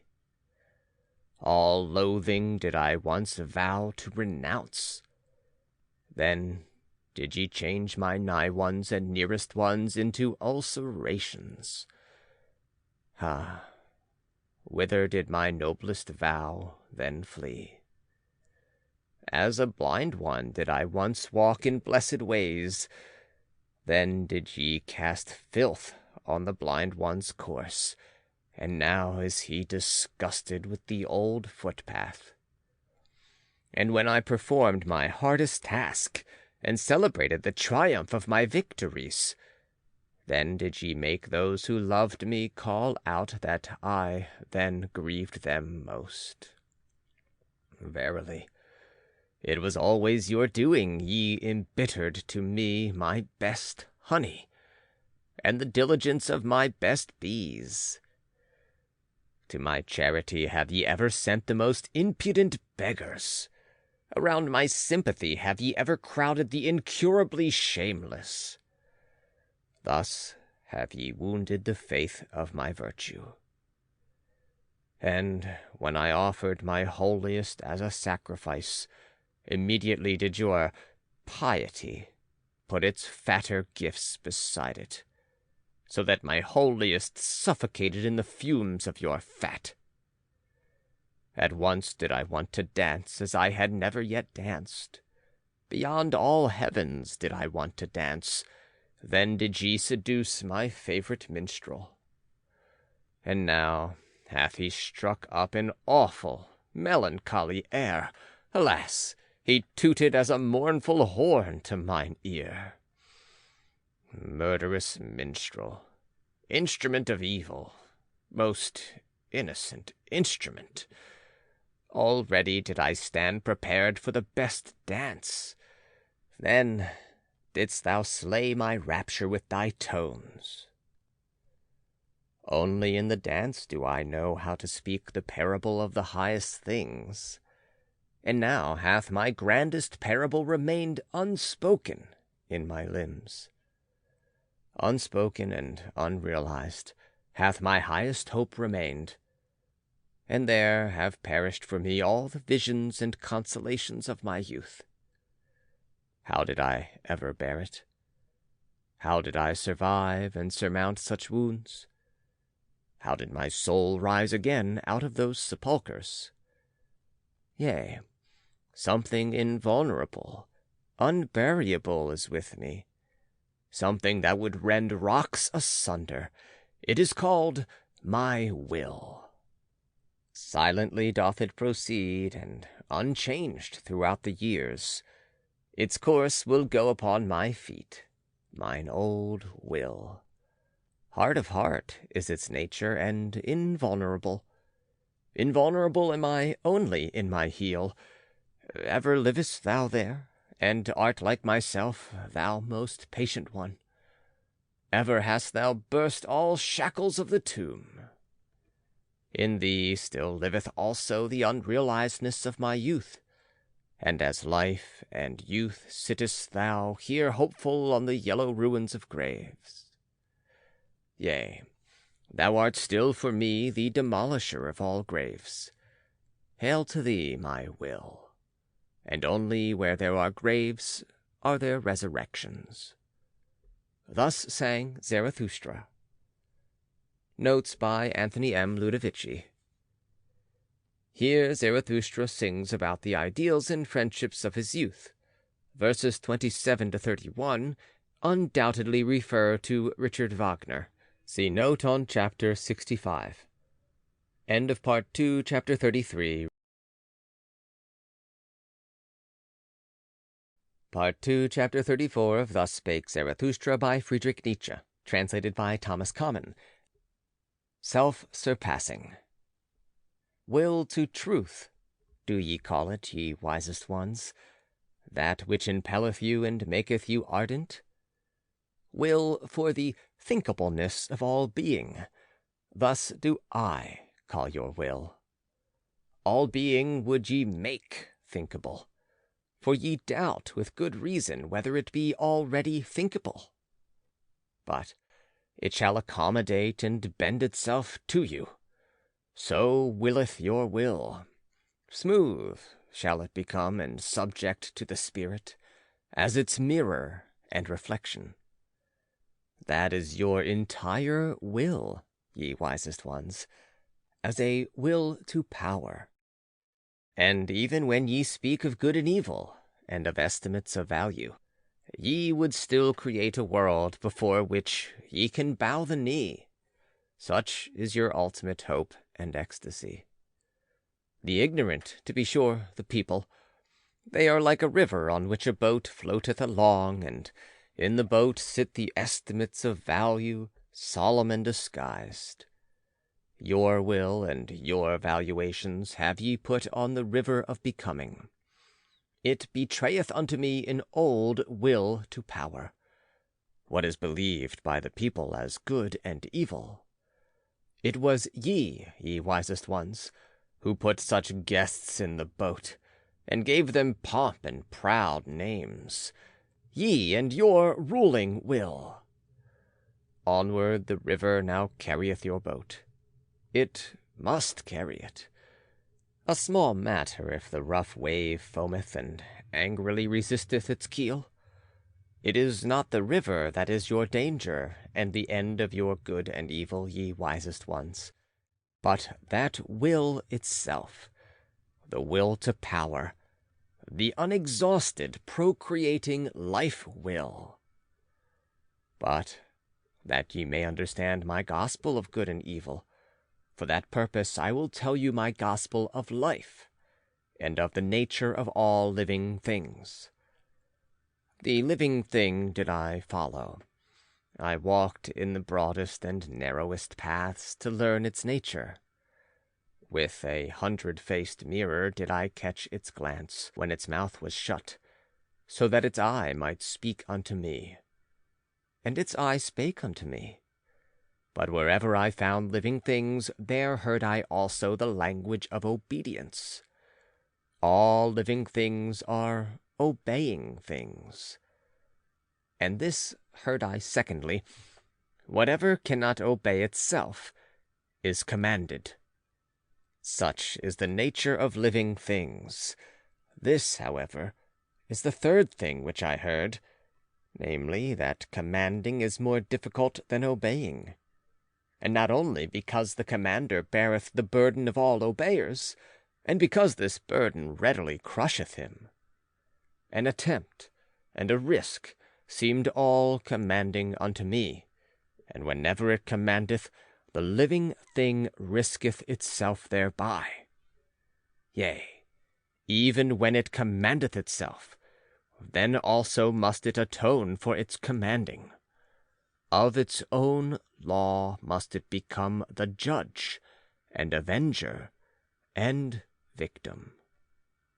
How doth this happen? So did I ask myself. What persuadeth the living thing to obey, and command, and even be obedient in commanding? Hearken now unto my word, ye wisest ones.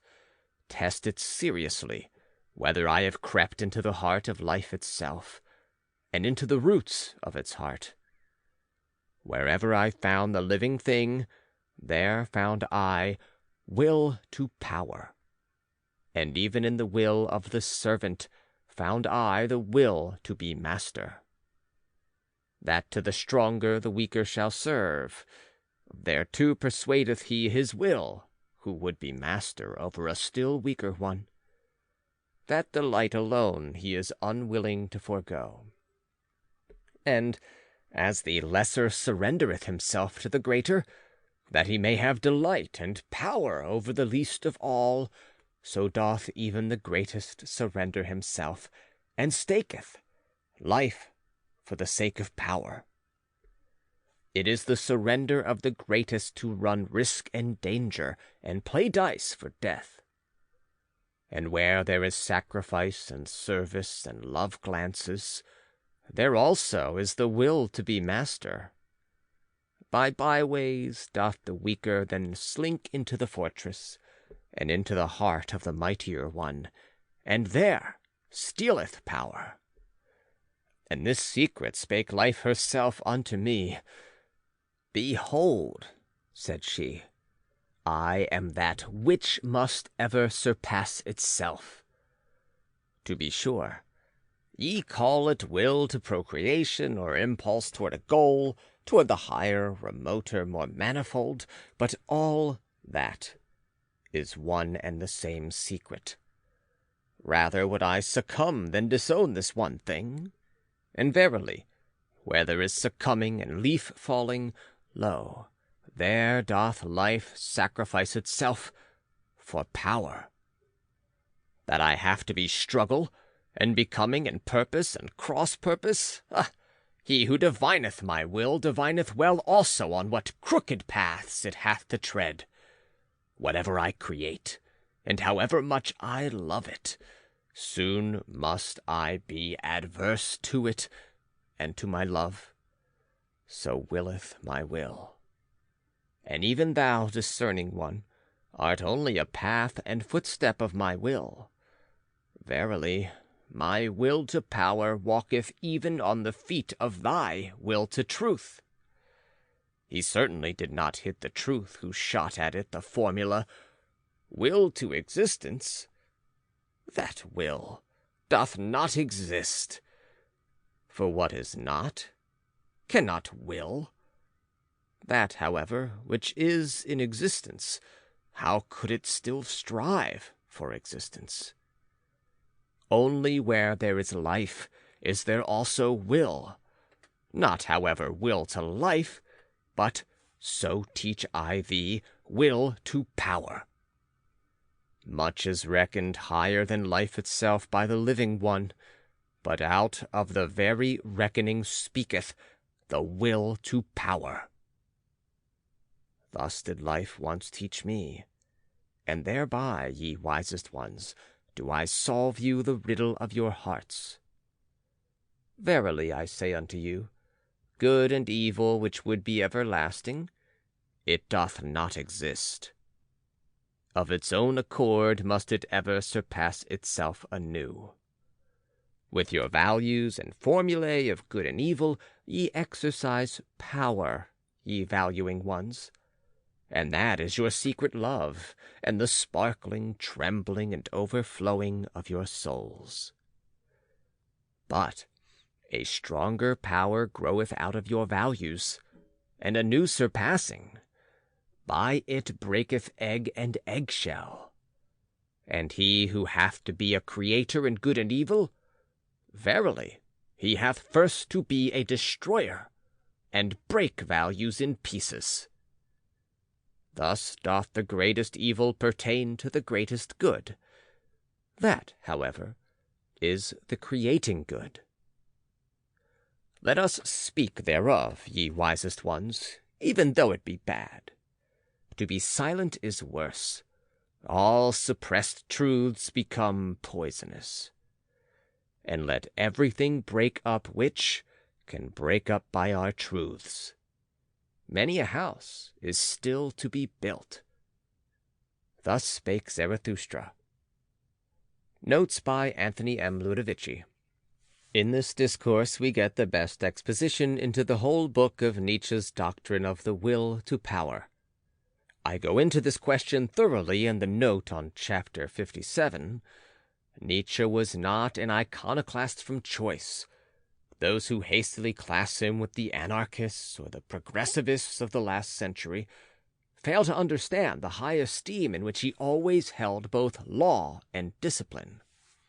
In verse 41 of this most decisive discourse, he truly explains his position when he says, quote, "He who hath to be a creator in good and evil, verily he hath first to be a destroyer and break values in pieces. This teaching in regard to self-control is evidence enough of his reverence for law. End of Part 2, Chapter 34. Part 2, Chapter 35 of Thus Spake Zarathustra by Friedrich Nietzsche, translated by Thomas Common. The Sublime Ones. Calm is the bottom of my sea. Who would guess that it hideth droll monsters? Unmoved is my depth, but it sparkleth with swimming enigmas and laughters. A sublime one saw I today, a solemn one, a penitent of the spirit.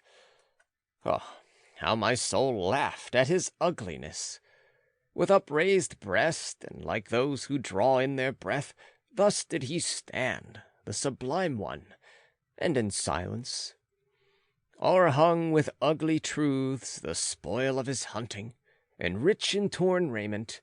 Many thorns also hung on him, but I saw no rose. Not yet had he learned laughing and beauty. Gloomy did this hunter return from the forest of knowledge. From the fight with wild beasts returned he home, but even yet a wild beast gazeth out of his seriousness, an unconquered wild beast. As a tiger doth he ever stand, on the point of springing. But I do not like those strained souls. Ungracious is my taste towards all those self-engrossed ones. And ye tell me, friends, that there is to be no dispute about taste and tasting? But all life is a dispute about taste and tasting. Taste, that is weight at the same time, and scales and weigher. And alas, for every living thing that would live without dispute about weight and scales and weigher. Should he become weary of his sublimeness, this sublime one, then only will his beauty begin, and then only will I taste him and find him savory. And only when he turneth away from himself will he o'erleap his own shadow, and verily into his sun. Far too long did he sit in the shade. The cheeks of the penitent of the spirit became pale. He almost starved on his expectations. Contempt is still in his eye, and loathing hideth in his mouth. To be sure, he now resteth, but he hath not yet taken rest in the sunshine. As the ox ought he to do, and his happiness should smell of the earth, and not of contempt for the earth. As a white ox would I like to see him, which, snorting and lowing, walketh before the plowshare, and his lowing should also loud all that is earthly. Dark is still his countenance, the shadow of his hand danceth upon it. O'ershadowed is still the sense of his eye.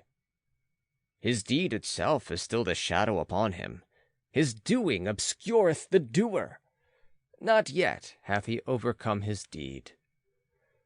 To be sure, I love in him the shoulders of the ox, but now do I want to see also the eye of the angel. Also his hero will hath he still to unlearn. An exalted one shall he be, and not only a sublime one. The ether itself should raise him, the will-less one. He hath subdued monsters, he hath solved enigmas, but he should also redeem his monsters and enigmas. Into heavenly children should he transform them. As yet hath his knowledge not learned to smile, and to be without jealousy. As yet hath his gushing passion not become calm in beauty. Verily, not in satiety shall his longing cease and disappear, but in beauty. Gracefulness belongeth to the munificence of the magnanimous. His arm across his head, thus should the hero repose, thus should he also surmount his repose. But precisely to the hero is beauty the hardest thing of all. Unattainable is beauty by all ardent wills. A little more, a little less, Precisely this is much here, it is the most here. To stand with relaxed muscles and with unharnessed will, that is the hardest for all of you, ye sublime ones. When power becometh gracious and ascendeth into the visible, I call such condescension beauty. And from no one do I want beauty so much as from thee, thou powerful one. Let thy goodness be thy last self-conquest. All evil do I accredit to thee, therefore do I desire of thee the good. Verily, I have often laughed at the weaklings who think themselves good because they have crippled paws. The virtue of the pillar shalt thou strive after. More beautiful doth it ever become, and more graceful, but internally harder and more sustaining, the higher it riseth.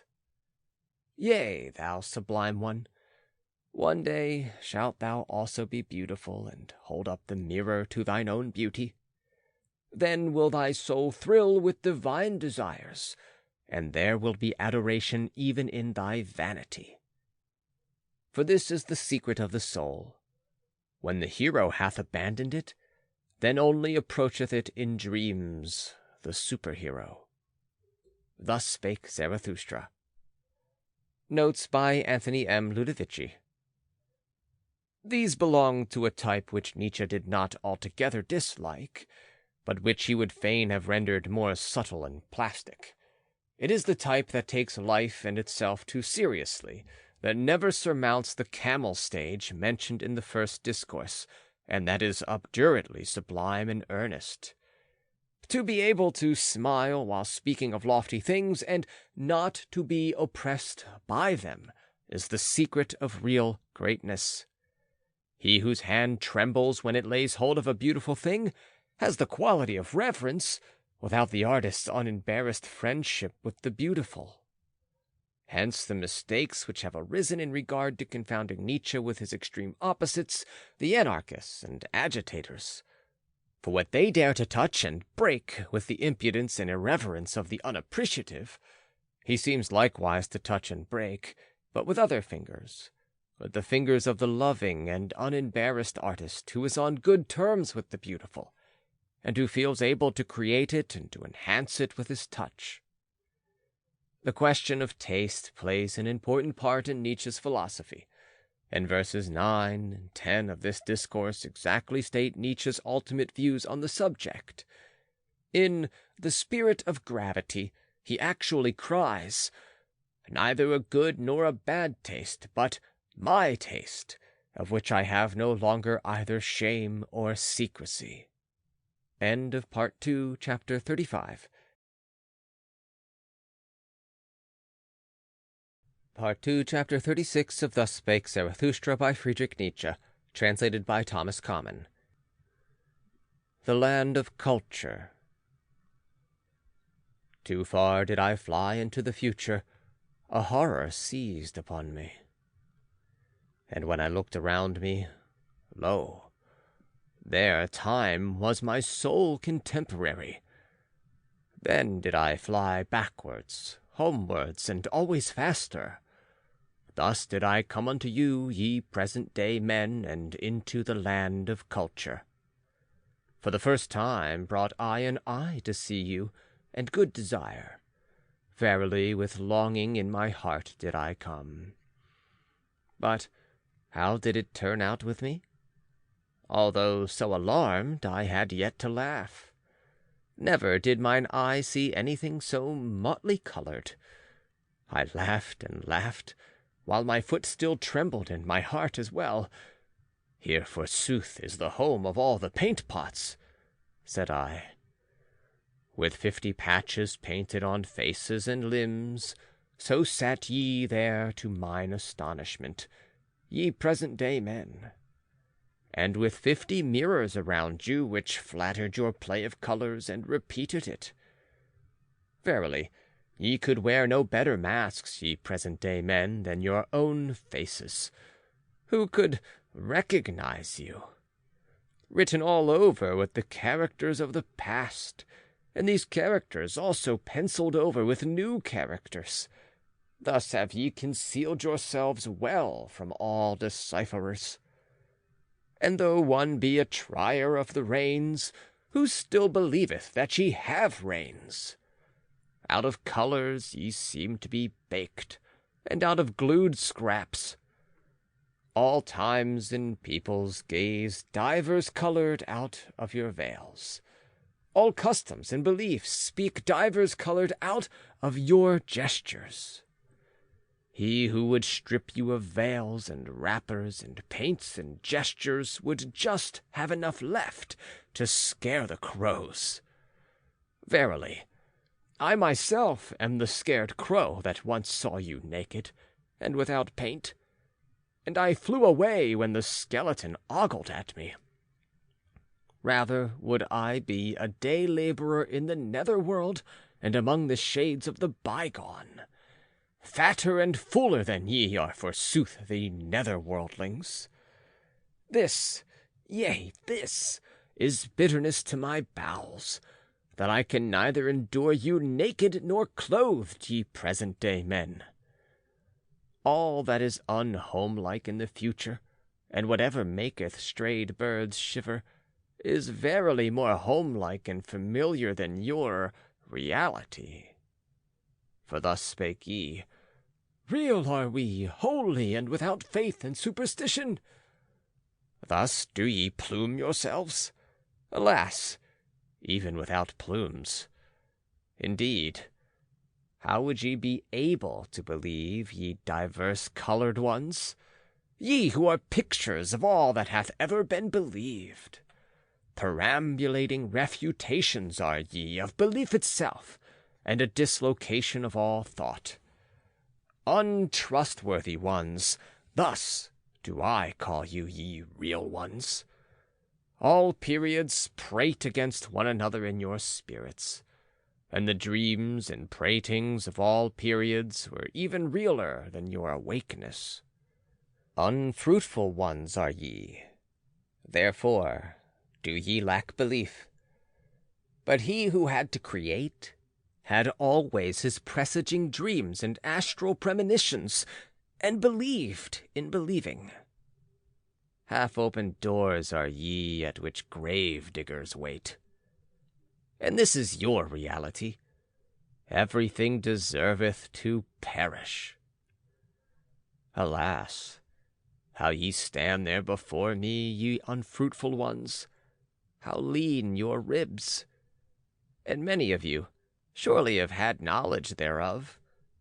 Many a one hath said, there hath surely a god filched something from me secretly whilst I slept. Verily, enough to make a girl for himself therefrom. Amazing is the poverty of my ribs. Thus hath spoken many a present-day man. Yea, ye are laughable unto me, ye present-day men, and especially when ye marvel at yourselves. And woe unto me if I could not laugh at your marvelling, and had to swallow all that is repugnant in your platters. As it is, however, I will make lighter of you, since I have to carry what is heavy. And what matter if beetles and May-bugs also alight on my load? Verily, it shall not on that account become heavier to me, and not from you, ye present-day men, shall my great weariness arise. Ah, whither shall I now ascend with my longing? From all mountains do I look out for fatherlands and motherlands, but a home have I found nowhere. Unsettled am I in all cities, and decamping at all gates. Alien to me, and a mockery, are the present-day men to whom of late my heart impelled me. And exiled am I from fatherlands and motherlands. Thus do I love only my children's land, the undiscovered in the remotest sea. For it do I bid my sails search and search. Unto my children will I make amends for being the child of my fathers, and unto all the future for this present day. Thus spake Zarathustra. Notes by Anthony M. Ludovici. This is a poetical epitome of some of the scathing criticism of scholars which appears in the first of the Thoughts Out of Season, the polemical pamphlet written in 1873 against David Strauss and his school. He reproaches his former colleagues with being sterile, and shows them that their sterility is the result of their not believing in anything. Quote, "He who had to create had always his presaging dreams and astral premonitions, and believed in believing." End quote. See note on chapter 77. In the last two verses he reveals the nature of his altruism. How far it differs from that of Christianity we have already read in the discourse Neighbour-Love. But here he tells us definitely the nature of his love to mankind. He explains why he was compelled to assail the Christian values of pity and excessive love of the neighbor, not only because they are slave values, and therefore tend to promote degeneration, see note B, but because he could only love his children's land, the undiscovered land in a remote sea, because he would fain retrieve the errors of his fathers in his children. End of Part 2, Chapter 36. Part 2, Chapter 37 of Thus Spake Zarathustra by Friedrich Nietzsche, translated by Thomas Common. Immaculate Perception. When yester-eve the moon arose, then did I fancy it about to bear a son, so broad and teeming did it lie on the horizon. But it was a liar with its pregnancy, and sooner will I believe in the man in the moon than in the woman. To be sure, little of a man is he also, that timid night reveller. Verily, with a bad conscience doth he stalk over the roofs, for he is covetous and jealous, the monk in the moon, covetous of the earth and all the joys of lovers. Nay, I like him not, that tomcat on the roofs. Hateful unto me are all that slink around half-closed windows. Piously and silently doth he stalk along on the star carpets. But I like no light-treading human feet, on which not even a spur jingleth. Every honest one's step speaketh. The cat, however, stealeth along over the ground. Lo, cat-like doth the moon come along, and dishonestly. This parable speak I unto you sentimental dissemblers, unto you the pure discerners. You do I call covetous ones. Also ye love the earth and the earthly. I have divined you well. But shame is in your love, and a bad conscience. Ye are like the moon. To despise the earthly hath your spirit been persuaded, but not your bowels. These, however, are the strongest in you. And now is your spirit ashamed to be at the service of your bowels, and goeth by ways and lying ways to escape its own shame. That would be the highest thing for me, so saith your lying spirit unto itself, to gaze upon life without desire, and not like the dog with hanging out tongue, to be happy in gazing, the dead will free from the grip and greed of selfishness, cold and ashy gray all over, but with intoxicated moon eyes. That would be the dearest thing to me. Thus doth the seduced one seduce himself. To love the earth as the moon loveth it, and with the eye only to feel its beauty. And this do I call immaculate perception of all things. To want nothing else from them, but to be allowed to lie before them as a mirror with 100 facets. O ye sentimental dissemblers, ye covetous ones! Ye lack innocence in your desire, and now do ye defame desiring on that account?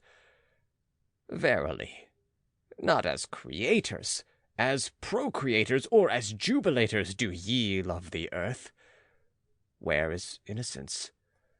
Where there is will to procreation, and he who seeketh to create beyond himself hath for me the purest will. Where is beauty? Where I must will, with my whole will, where I will love and perish, that an image may not remain merely an image. Loving and perishing, these have rhymed from eternity. Will to love, that is to be ready also for death. Thus do I speak unto you, cowards. But now doth your emasculated ogling profess to be contemplation, and that which can be examined with cowardly eyes is to be christened beautiful. Oh, ye violators of noble names!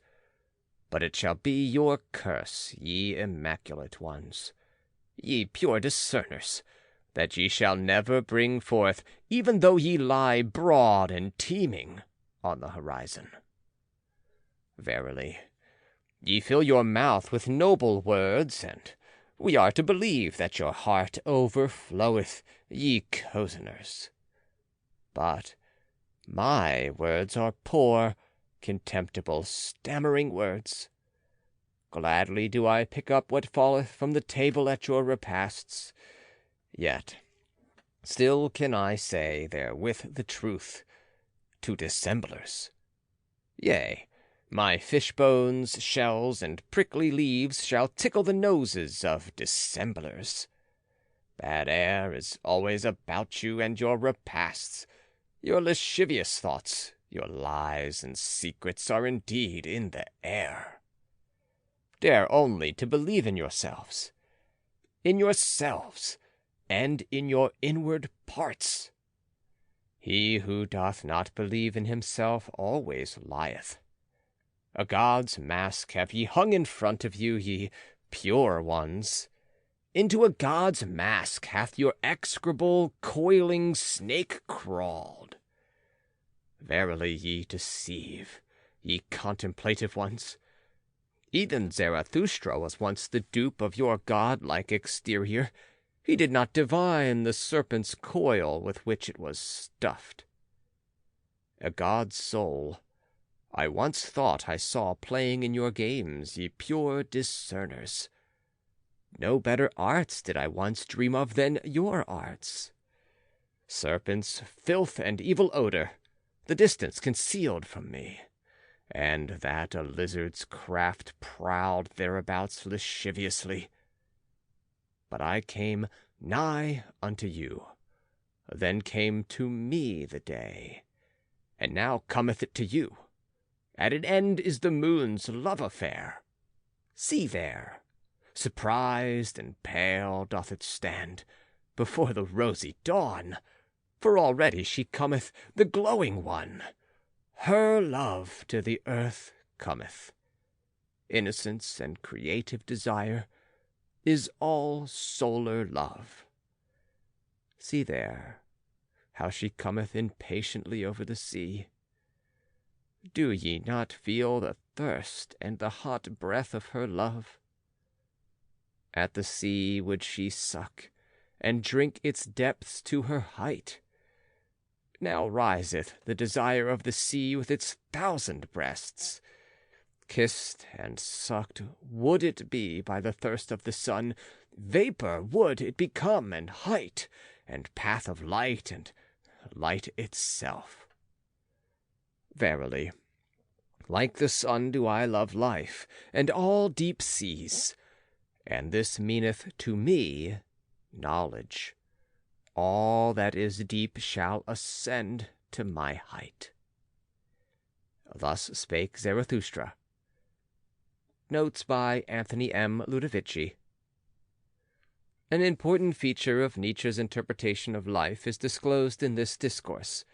As Buckle suggests in his, quote, Influence of Women on the Progress of Knowledge, end quote, the scientific spirit of the investigator is both helped and supplemented by the latter's emotions and personality, and the divorce of all emotionalism and individual temperament from science is a fatal step towards sterility.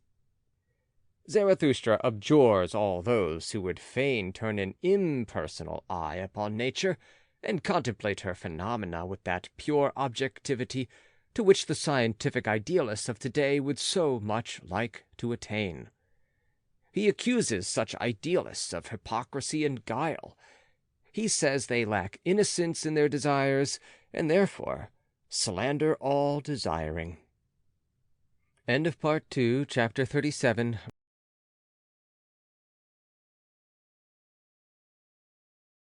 Part 2, Chapter 38 of Thus Spake Zarathustra by Friedrich Nietzsche, translated by Thomas Common. Scholars.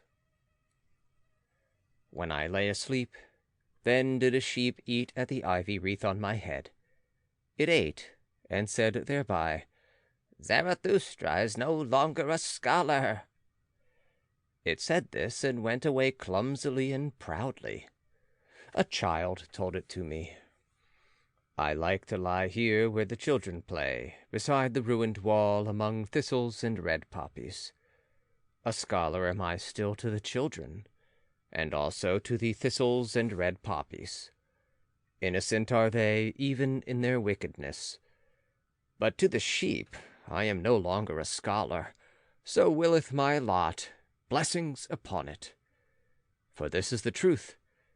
I have departed from the house of the scholars, and the door have I also slammed behind me. Too long did my soul sit hungry at their table. Not like them have I got the knack of investigating, as the knack of nut-cracking. Freedom do I love, and the air over fresh soil. Rather would I sleep on ox-skins than on their honors and dignities. I am too hot and scorched with mine own thought. Often is it ready to take away my breath. Then have I to go into the open air and away from all dusty rooms. But they sit cool in the cool shade. They want in everything to be merely spectators, and they avoid sitting where the sun burneth on the steps. Like those who stand in the street and gape at the passers-by, thus do they also wait and gape at the thoughts which others have thought. Should one lay hold of them, then do they raise a dust like flour-sacks, and involuntary, but who would divine that their dust came from corn, and from the yellow delight of the summer fields? When they give themselves out as wise, then do their petty sayings and truths chill me. In their wisdom there is often an odor as if it came from the swamp, and verily, I have even heard the frog croak in it. Clever are they. They have dexterous fingers. What doth my simplicity pretend to, beside their multiplicity? All threading and knitting and weaving do their fingers understand. Thus do they make the hose of the spirit. Good clockworks are they, only be careful to wind them up properly. Then do they indicate the hour without mistake, and make a modest noise thereby. Like millstones do they work, and like pestles. Throw only seed corn unto them. They know well how to grind corn small, and make white dust out of it. They keep a sharp eye on one another, and do not trust each other the best.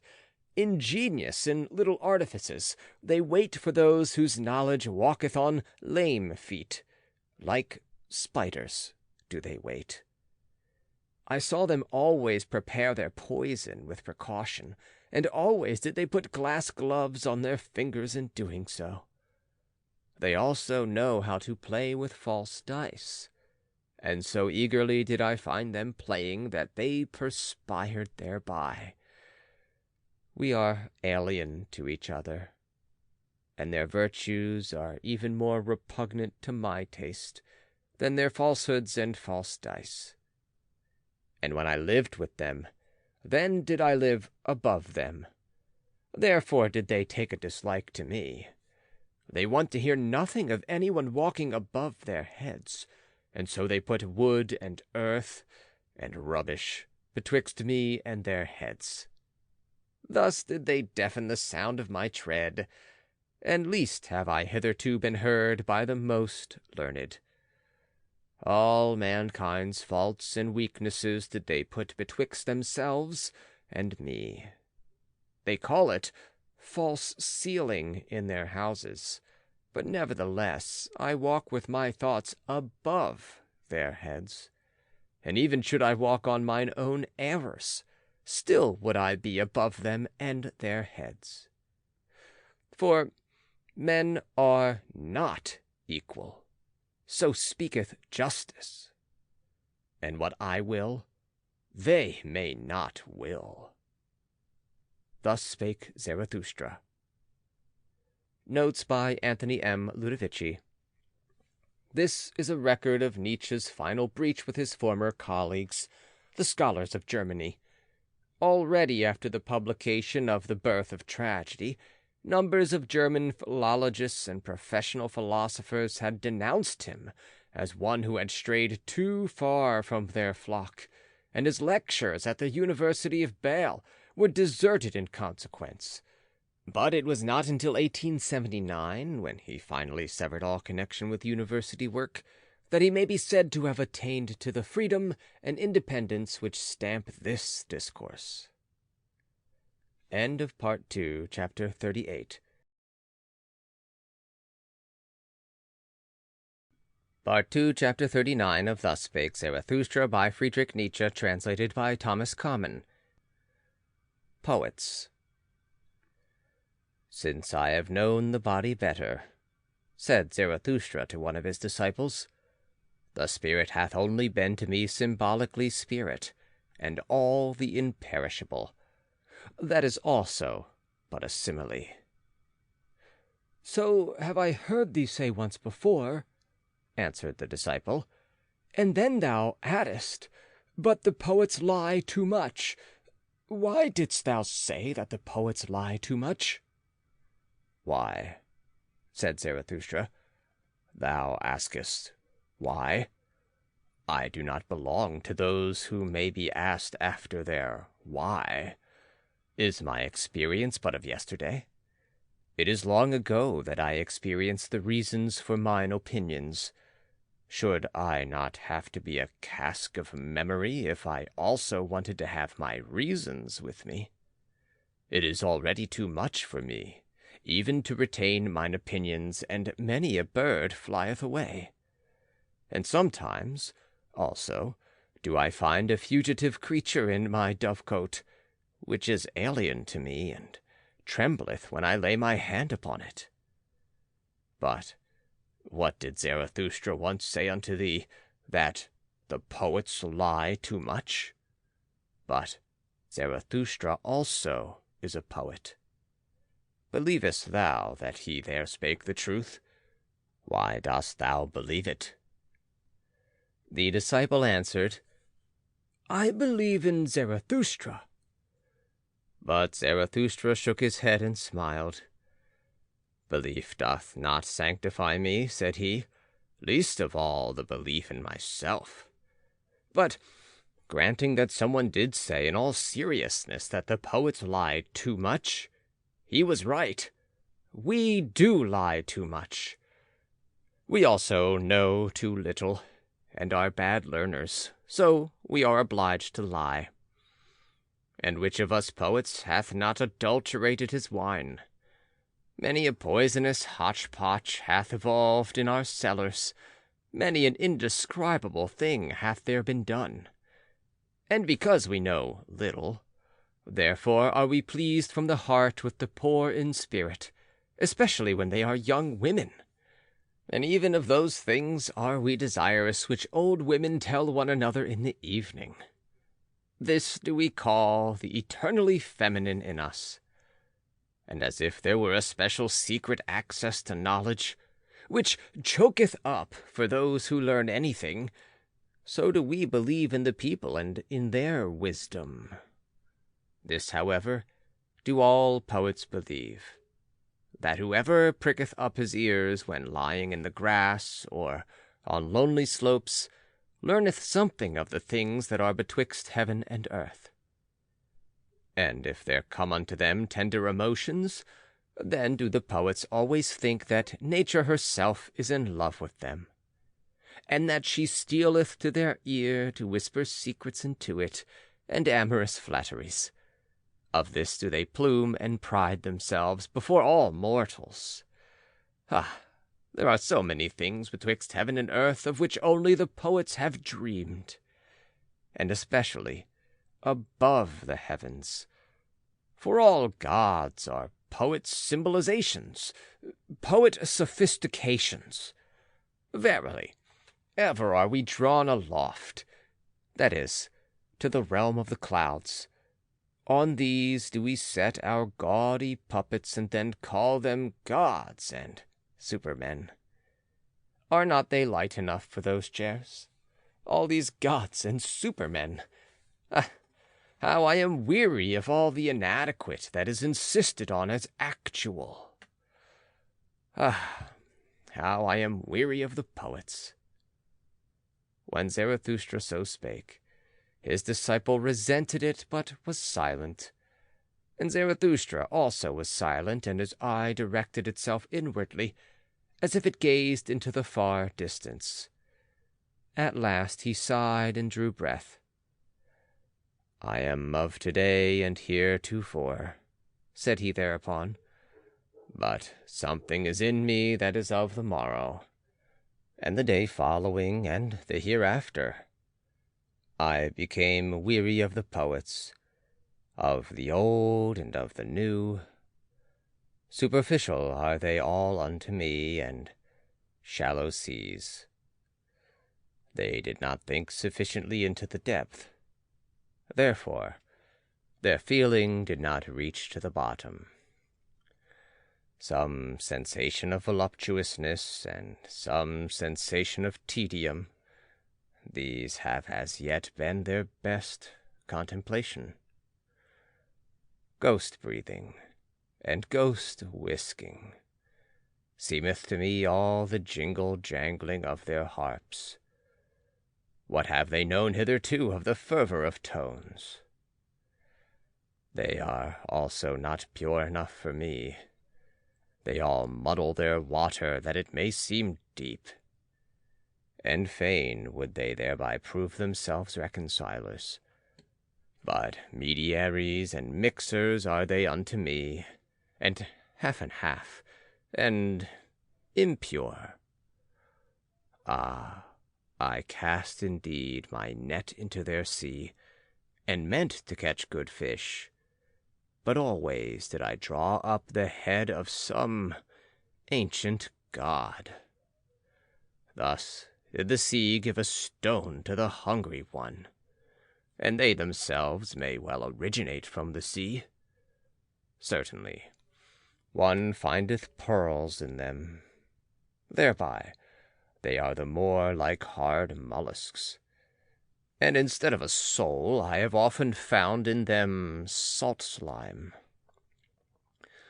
They have learned from the sea also its vanity. Is not the sea the peacock of peacocks? Even before the ugliest of all buffaloes doth it spread out its tail.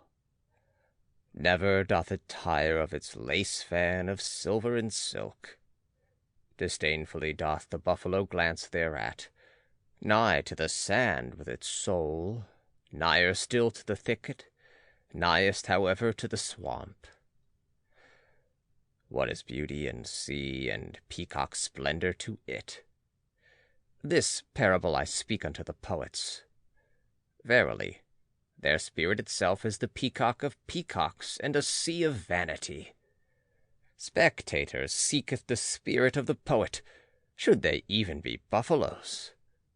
But of this spirit became I weary, and I see the time coming when it will become weary of itself.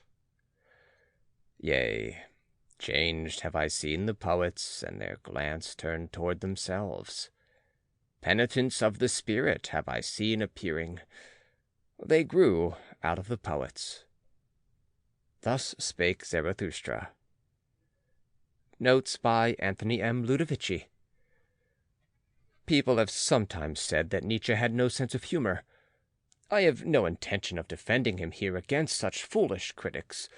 I should only like to point out to the reader that we have him here at his best, poking fun at himself and his fellow poets. See note on chapter 63, paragraphs 16, 17, 18, 19, and 20. End of Part 2, Chapter 39.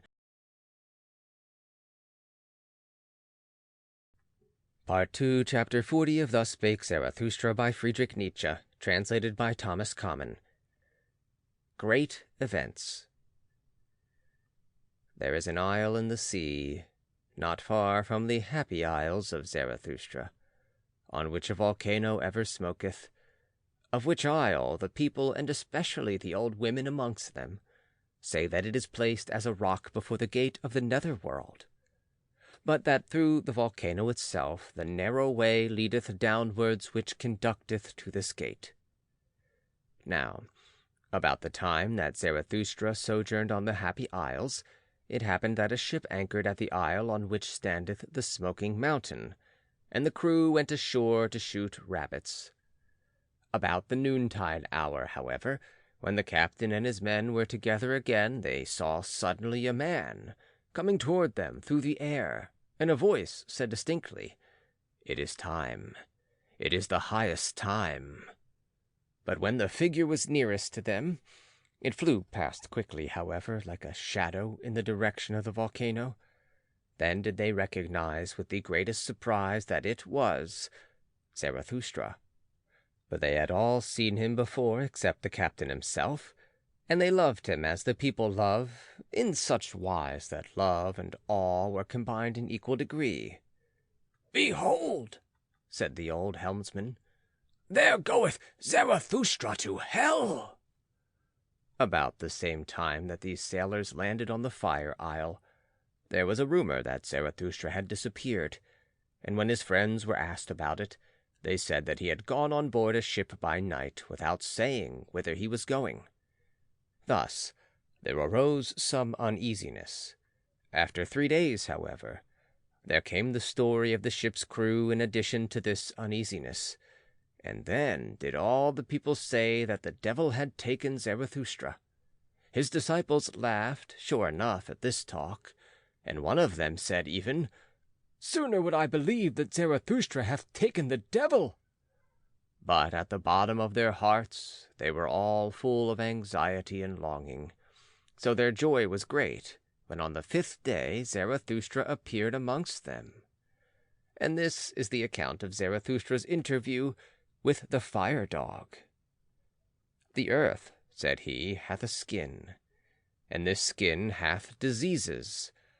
One of these diseases, for example, is called man, and another of these diseases is called the fire-dog. Concerning him, men have greatly deceived themselves, and let themselves be deceived.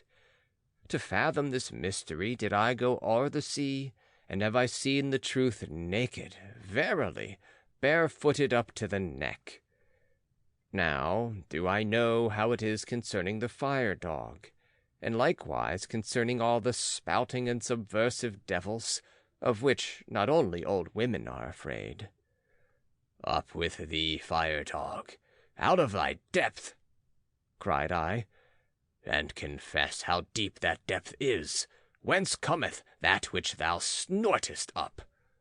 Thou drinkest copiously at the sea, that doth thine embittered eloquence betray. In sooth, for a dog of the depth, thou takest thy nourishment too much from the surface.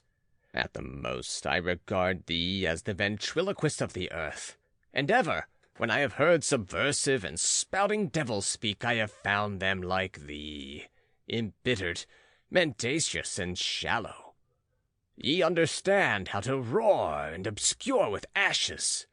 Ye are the best braggarts, and have sufficiently learned the art of making dregs boil. Where ye are, there must always be dregs at hand, and much that is spongy, hollow, and compressed. It wanteth to have freedom. Freedom! Ye all roar most eagerly, but I have unlearned the belief in great events, when there is much roaring and smoke about them. And believe me, friend Hullabaloo, the greatest events are not our noisiest, but our stillest hours. Not around the inventors of new noise, but around the inventors of new values doth the world revolve.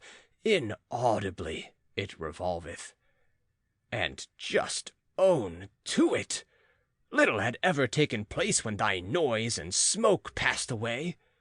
What, if a city did become a mummy, and a statue lay in the mud? And this do I say also to the overthrowers of statues. It is certainly the greatest folly to throw salt into the sea, and statues into the mud.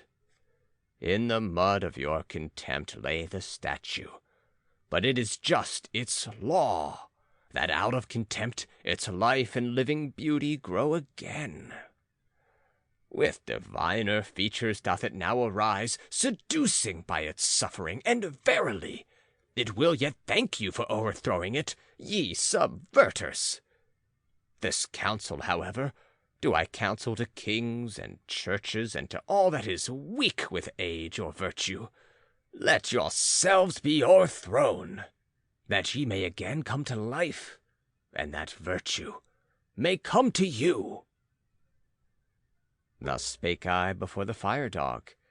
Then did he interrupt me sullenly, and asked, Church? What is that? Church, answered I, that is a kind of state, and indeed the most mendacious. But remain quiet, thou dissembling dog. Thou surely knowest thine own species best. Like thyself, the state is a dissembling dog. Like thee doth it like to speak with smoke and roaring, to make believe, like thee, that it speaketh out of the heart of things. For it seeketh by all means to be the most important creature on earth, the state, and people think it so. When I had said this, the fire-dog acted as if mad with envy. What? Cried he. The most important creature on earth? And people think it so. And so much vapor and terrible voices came out of his throat that I thought he would choke with vexation and envy. At last he became calmer, and his panting subsided. As soon, however, as he was quiet, I said laughingly, Thou art angry, fire-dog, so I am in the right about thee. And that I may also maintain the right, hear the story of another fire-dog. He speaketh actually out of the heart of the earth. Gold doth his breath exhale, and golden rain, so doth his heart desire. What are ashes and smoke and hot dregs to him? Laughter flitteth from him like a variegated cloud. Adverse is he to thy gargling and spewing and grips in the bowels. The gold, however, and the laughter, these doth he take out of the heart of the earth. For that thou mayst know it, the heart of the earth is of gold. When the fire-dog heard this, he could no longer endure to listen to me.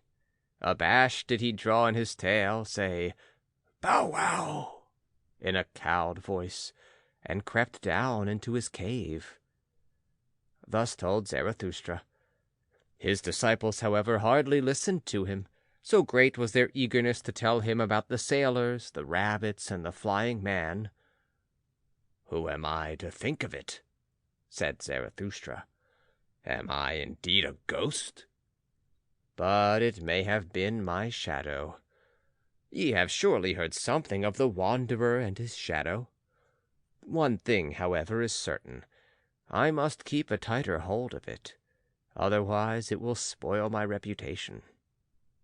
And once more Zarathustra shook his head and wondered. What am I to think of it? Said he once more. Why did the ghost cry, It is time? It is the highest time. For what is it then, the highest time? Thus Spake Zarathustra. Notes by Anthony M. Ludovici. Here we seem to have a puzzle. Zarathustra himself, while relating his experience with the fire dog to his disciples, fails to get them interested in his narrative. And we also may be only too ready to turn over these pages under the impression that they are little more than a mere fantasy or poetical flight. Zarathustra's interview with the fire dog is, however, of great importance. In it we find Nietzsche face to face with the creature he most sincerely loathes, the spirit of revolution, and we obtain fresh hints concerning his hatred of the anarchist and rebel. Quote, "Freedom, ye all roar most eagerly," end quote, he says to the fire dog. Quote, "But I have unlearned the belief in great events when there is much roaring and smoke about them. Not around the inventors of new noise, but around the inventors of new values doth the world revolve.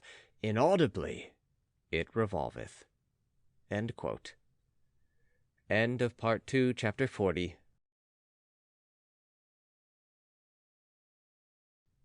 Part 2, Chapter 41 of Thus Spake Zarathustra by Friedrich Nietzsche, translated by Thomas Common. The Soothsayer. And I saw great sadness come over mankind. The best turned weary of their works. A doctrine appeared, a faith ran beside it. All is empty, all is alike, all hath been.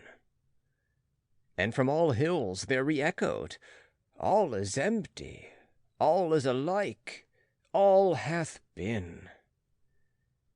To be sure, we have harvested, but why have all our fruits become rotten and brown? What was it fell last night from the evil moon? In vain was all our labor, poison hath our wine become, the evil eye hath singed yellow our fields and hearts. And have we all become, and fire falling upon us, then do we turn dust like ashes? Yea, the fire itself have we made aweary. All our fountains have dried up, even the sea hath receded, all the ground trieth to gape, but the depth will not swallow. Alas, where is there still a sea in which one could be drowned? So soundeth our plaint across shallow swamps. Verily, even for dying have we become too weary. And now do we keep awake and live on in sepulchres. Thus did Zarathustra hear a soothsayer speak, and the foreboding touched his heart and transformed him. Sorrowfully did he go about and wearily, and he became like unto those of whom the soothsayer had spoken. Verily, said he unto his disciples, a little while, and there cometh the long twilight. Alas, how shall I preserve my light through it? That it may not smother in this sorrowfulness, to remoter worlds shall it be a light, and also to remotest nights. Thus did Zarathustra go about grieved in his heart, and for 3 days he did not take any meat or drink. He had no rest and lost his speech. At last it came to pass that he fell into a deep sleep. His disciples, however, sat around him in long night watches, and waited anxiously to see if he would awake and speak again and recover from his affliction. And this is the discourse that Zarathustra spake when he awoke. His voice, however, came unto his disciples as from afar. Hear, I pray you, the dream that I dreamed, my friends, and help me to divine its meaning. A riddle is it still unto me, this dream. The meaning is hidden in it and encaged, and doth not yet fly above it on free pinions. All life had I renounced, so I dreamed. Night watchman and grave guardian had I become aloft in the lone mountain fortress of death. There did I guard his coffins, full stood the musty vaults of those trophies of victory. Out of the glass coffins did vanquished life gaze upon me. The odor of dust-covered eternities did I breathe. Sultry and dust-covered lay my soul. And who could have aired his soul there? Brightness of midnight was ever around me. Lonesomeness cowered beside her, and as a third, death rattle stillness, the worst of my female friends. Keys did I carry, the rustiest of all keys, and I knew how to open with them the most creaking of all gates. Like a bitterly angry croaking ran the sound through the long corridors when the leaves of the gate opened. Ungraciously did this bird cry, unwillingly was it awakened. But more frightful even, and more heart-strangling was it when it again became silent and still all around, and I alone sat in that malignant silence. Thus did time pass with me, and slip by, if time there still was. What do I know thereof? But at last there happened that which awoke me. Thrice did their peals at the gate like thunders. Thrice did the vaults resound and howl again. Then did I go to the gate. "Alpa!" cried I, "who carrieth his ashes unto the mountain? Alpa! Alpa! Who carrieth his ashes unto the mountain?" And I pressed the key, and pulled at the gate, and exerted myself, but not a finger's breadth was it yet open. Then did a roaring wind tear the folds apart. Whistling, whizzing, and piercing, it threw unto me a black coffin. And in the roaring and whistling and whizzing, the coffin burst up and spouted out 1,000 peals of laughter, and 1,000 caricatures of children, angels, owls, fools, and child-sized butterflies laughed and mocked and roared at me. Fearfully was I terrified thereby. It prostrated me, and I cried with horror as I ne'er cried before. But mine own crying awoke me, and I came to myself. Thus did Zarathustra relate his dream, and then was silent, for as yet he knew not the impression thereof. But the disciple whom he loved most arose quickly, seized Zarathustra's hand, and said, "Thy life itself interpreteth unto us this dream, O Zarathustra. Art thou not thyself the wind with shrilling whistling, which bursteth open the gates of the fortress of death? Art thou not thyself the coffin full of many-hued malices and angel caricatures of life? Verily, like 1,000 peals of children's laughter cometh Zarathustra into all sepulchres, laughing at those night watchmen and grave guardians, and whoever else rattleth with sinister keys. With thy laughter wilt thou frighten and prostrate them. Fainting and recovering will demonstrate thy power over them. And when the long twilight cometh, and the mortal weariness, even then wilt thou not disappear from our firmament, thou advocate of life. New stars hast thou made us see, and new nocturnal glories. Verily, laughter itself hast thou spread out over us like a many-hued canopy. Now will children's laughter ever from coffins flow. Now will a strong wind ever come victoriously unto all mortal weariness. Of this thou art thyself the pledge and the prophet. Verily, they themselves didst thou dream, thine enemies. That was thy sorest dream. But as thou awokest from them and camest to thyself, so shall they awaken from themselves and come unto thee." Thus spake the disciple, and all the others then thronged around Zarathustra, grasped him by the hands, and tried to persuade him to leave his bed and his sadness, and return unto them. Zarathustra, however, sat upright on his couch, with an absent look. Like one returning from long foreign sojourn did he look on his disciples, and examined their features, but still he knew them not. When, however, they raised him and set him upon his feet, behold, all on a sudden his eye changed. He understood everything that had happened, stroked his beard, and said with a strong voice, "Well, this hath just its time. But see to it, my disciples, that we have a good repast, and without delay. Thus do I mean to make amends for bad dreams. The soothsayer, however, shall eat and drink at my side, and verily, I will yet show him a sea in which he can drown himself." Thus spake Zarathustra. Then did he gaze long into the face of the disciple who had been the dream interpreter, and shook his head. Notes by Anthony M. Ludovici. This refers, of course, to Schopenhauer. Nietzsche, as it is well known, was at one time an ardent follower of Schopenhauer. He overcame pessimism by discovering an object in existence. He saw the possibility of raising society to a higher level, and preached the profoundest optimism in consequence. End of Part 2, Chapter 41. Part 2, Chapter 42 of Thus Spake Zarathustra by Friedrich Nietzsche, translated by Thomas Common. Redemption.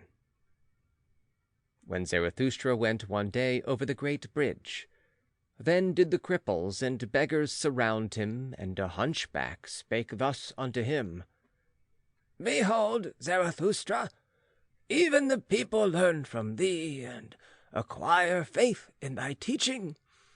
But for them to believe fully in thee, one thing is still needful. Thou must first of all convince us cripples. Here hast thou now a fine selection, and verily an opportunity with more than one forelock. The blind canst thou heal, and make the lame run, and from him who hath too much behind, couldst thou well also take away a little. That, I think, would be the right method to make the cripples believe in Zarathustra." Zarathustra, however, answered thus unto him who so spake, "When one taketh his hump from the hunchback, then doth one take from him his spirit. So do the people teach. And when one giveth the blind man eyes, then doth he see too many bad things on the earth, so that he curseth him who healed him. He, however, who maketh the lame man run, inflicteth upon him the greatest injury, for hardly can he run when his vices run away with him. So do the people teach concerning cripples. And why should not Zarathustra also learn from the people, when the people learn from Zarathustra? It is, however, the smallest thing unto me since I have been amongst men, to see one person lacking an eye, another an ear, and a third a leg, and that others have lost the tongue or the nose or the head. I see and have seen worse things, and divers things so hideous, that I should neither like to speak of all matters, nor even keep silent about some of them. Namely, men who lack everything, except that they have too much of one thing. Men who are nothing more than a big eye, or a big mouth, or a big belly, or something else big. Reversed cripples, I call such men. And when I came out of my solitude, and for the first time passed over this bridge, then I could not trust mine eyes, but looked again and again, and said at last, "That is an ear as big as a man." I looked still more attentively, and actually there did move under the ear something that was pitiably small and poor and slim, and in truth this immense ear was perched on a small thin stalk. The stalk, however, was a man. A person putting a glass to his eyes could even recognize further a small, envious countenance, and also that a bloated soulet dangled at the stalk. The people told me, however, that the big ear was not only a man, but a great man, a genius. But I never believed in the people when they spake of great men, and I hold to my belief that it was a reversed cripple, who had too little of everything and too much of one thing. When Zarathustra had spoken thus unto the hunchback, and unto those of whom the hunchback was the mouthpiece and advocate, then did he turn to his disciples in profound dejection, and said, Verily, my friends, I walk amongst men as amongst the fragments and limbs of human beings. This is the terrible thing to mine eye, that I find man broken up and scattered about, as on a battle and butcher ground. And when mine eye fleeth from the present to the bygone, it findeth ever the same, fragments and limbs and fearful chances, but no men. The present and the bygone upon earth, my friends, that is my most unbearable trouble, and I should not know how to live if I were not a seer of what is to come, a seer, a purposer, a creator, a future itself, and a bridge to the future, and alas, also as it were a cripple on this bridge. All that is Zarathustra. And ye also asked yourselves often, Who is Zarathustra to us? What shall he be called by us? And like me, did ye give yourselves questions for answers? Is he a promiser, or a fulfiller, a conqueror, or an inheritor, a harvest, or a plowshare, a physician, or a healed one? Is he a poet, or a genuine one, an emancipator, or a subjugator, a good one, or an evil one? I walk amongst men as the fragments of the future, that future which I contemplate. And it is all my poetization and aspiration to compose and collect into unity what is fragment and riddle and fearful chance. And how could I endure to be a man if man were not also the composer and riddle reader and redeemer of chance? To redeem what is past, and to transform every "it was" into "thus would I have it." That only do I call redemption. Will, so is the emancipator and joy-bringer called. Thus have I taught you, my friends. But now learn this likewise, the will itself is still a prisoner. Willing emancipateth, but what is that called which still putteth the emancipator in chains? It was. Thus is the will's teeth gnashing and lonesomest tribulation called. Impotent toward what hath been done, it is a malicious spectator of all that is past. Not backward can the will, that it cannot break time and time's desire. That is the will's lonesomest tribulation. Willing emancipateth. What doth willing itself devise in order to get free from its tribulation and mock at its prison? A fool becometh every prisoner. Foolishly delivereth itself also the imprisoned will. That time doth not run backward, that is its animosity. That which was, so is the stone which it cannot roll called. And thus doth it roll stones out of animosity and ill humour, and taketh revenge on whatever doth not, like it, feel rage and ill humour. Thus did the will, the emancipator, become a torturer, and on all that is capable of suffering it taketh revenge because it cannot go backward. This, yea, this alone is revenge itself. the will's antipathy to time, and its it was. Verily, a great folly dwelleth in our will, and it became a curse unto all humanity that this folly acquired spirit. The spirit of revenge, my friends, that hath hitherto been man's best contemplation, and where there was suffering, it was claimed there was always penalty. Penalty, so calleth itself revenge. With a lying word it feigneth a good conscience. And because in the willer himself there is suffering, because he cannot will backwards. Thus was willing itself, and all life claimed, to be penalty. And then did cloud after cloud roll over the spirit, until at last madness preached, everything perisheth, therefore everything deserveth to perish. And this itself is justice, the law of time, that he must devour his children. Thus did madness preach. Morally are things ordered according to justice and penalty. Oh, where is there deliverance from the flux of things and from the existence of penalty? Thus did madness preach. Can there be deliverance when there is eternal justice? Alas, unrollable is the stone it was.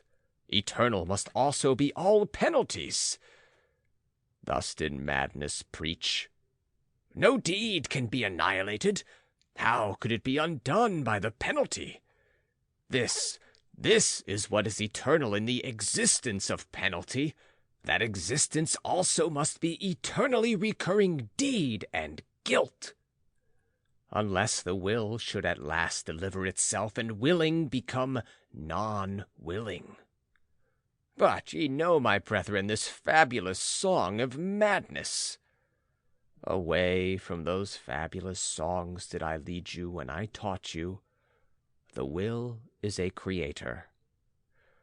All it was is a fragment, a riddle, a fearful chance, until the creating will saith thereto, but thus would I have it. Until the creating will saith thereto, but thus do I will it, thus shall I will it. But did it ever speak thus? And when doth this take place? Hath the will been unharnessed from its own folly? Hath the will become its own deliverer and joy-bringer? Hath it unlearned the spirit of revenge and all teeth-gnashing? And who hath taught it reconciliation with time, and something higher than all reconciliation? Something higher than all reconciliation must the will, which is the will to power. And how doth that take place? Who hath taught it also to will backwards? But at this point in his discourse it chanced that Zarathustra suddenly paused, and looked like a person in the greatest alarm. With terror in his eyes did he gaze on his disciples. His glances pierced as with arrows their thoughts and arrear thoughts. But after a brief space he again laughed, and said soothedly, "It is difficult to live amongst men, because silence is so difficult, especially for a babbler." Thus spake Zarathustra. The hunchback, however, had listened to the conversation, and had covered his face during the time, but when he heard Zarathustra laugh, he looked up with curiosity, and said slowly, "But why doth Zarathustra speak otherwise unto us than unto his disciples?" Zarathustra answered, "What is there to be wondered at? With hunchbacks one may well speak in a hunchbacked way." "Very good," said the hunchback. "And with pupils one may well tell tales out of school. But why doth Zarathustra speak otherwise unto his pupils than unto himself?" Notes by Anthony M. Lodovici. Zarathustra here addresses cripples. He tells them of other cripples, the great men in this world who have one organ or faculty inordinately developed at the cost of their other faculties. This is doubtless a reference to a fact which is too often noticeable in the case of so many of the world's giants in art, science, or religion. In verse 19 we are told what Nietzsche called redemption. That is to say, the ability to say of all that is past, "Thus would I have it." The inability to say this, and the resentment which results therefrom, he regards as the source of all our feelings of revenge and all our desires to punish. Punishment meaning to him merely a euphemism for the word revenge, invented in order to still our consciences. He who can be proud of his enemies, who can be grateful to them for the obstacles they have put in his way, he who can regard his worst calamity as but the extra strain on the bow of his life, which is to send the arrow of his longing even further than he could have hoped, this man knows no revenge, neither does he know despair. He truly has found redemption and can turn on the worst in his life, and even in himself, and call it his best. See notes on chapter 57. End of Part 2, Chapter 42. Part 2, Chapter 43 of Thus Spake Zarathustra by Friedrich Nietzsche, translated by Thomas Common. Manly Prudence. Not the height, it is the declivity that is terrible. The declivity where the gaze shooteth downwards, and the hand graspeth upwards. There doth the heart become giddy through its double will. Ah, friends, do ye divine also my heart's double will? This is my declivity and my danger, that my gaze shooteth toward the summit, and my hand would fain clutch and lean on the depth. To man clingeth my will, with chains do I bind myself to man, because I am pulled upwards to the Superman, for thither doth mine other will tend. And therefore do I live blindly among men, as if I knew them not, that my hand may not entirely lose belief in firmness. I know not you men, this gloom and consolation is often spread around me. I sit at the gateway for every rogue and ask, who wisheth to deceive me? This is my first manly prudence, that I allow myself to be deceived, so as not to be on my guard against deceivers. Ah, if I were on my guard against man, how could man be an anchor to my ball? Too easily would I be pulled upwards and away. This providence is over my fate, that I have to be without foresight. And he who would not languish among men must learn to drink out of all glasses. And he who would keep clean amongst men must know how to wash himself even with dirty water. And thus spake I often to myself for consolation. Courage, cheer up, old heart. An unhappiness hath failed to befall thee. Enjoy that as thy happiness. This, however, is mine other manly prudence. I am more forbearing to the vain than to the proud. Is not wounded vanity the mother of all tragedies? Where, however, pride is wounded, there groweth up something better than pride. That life may be fair to behold, its game must be well played. For that purpose, however, it needeth good actors.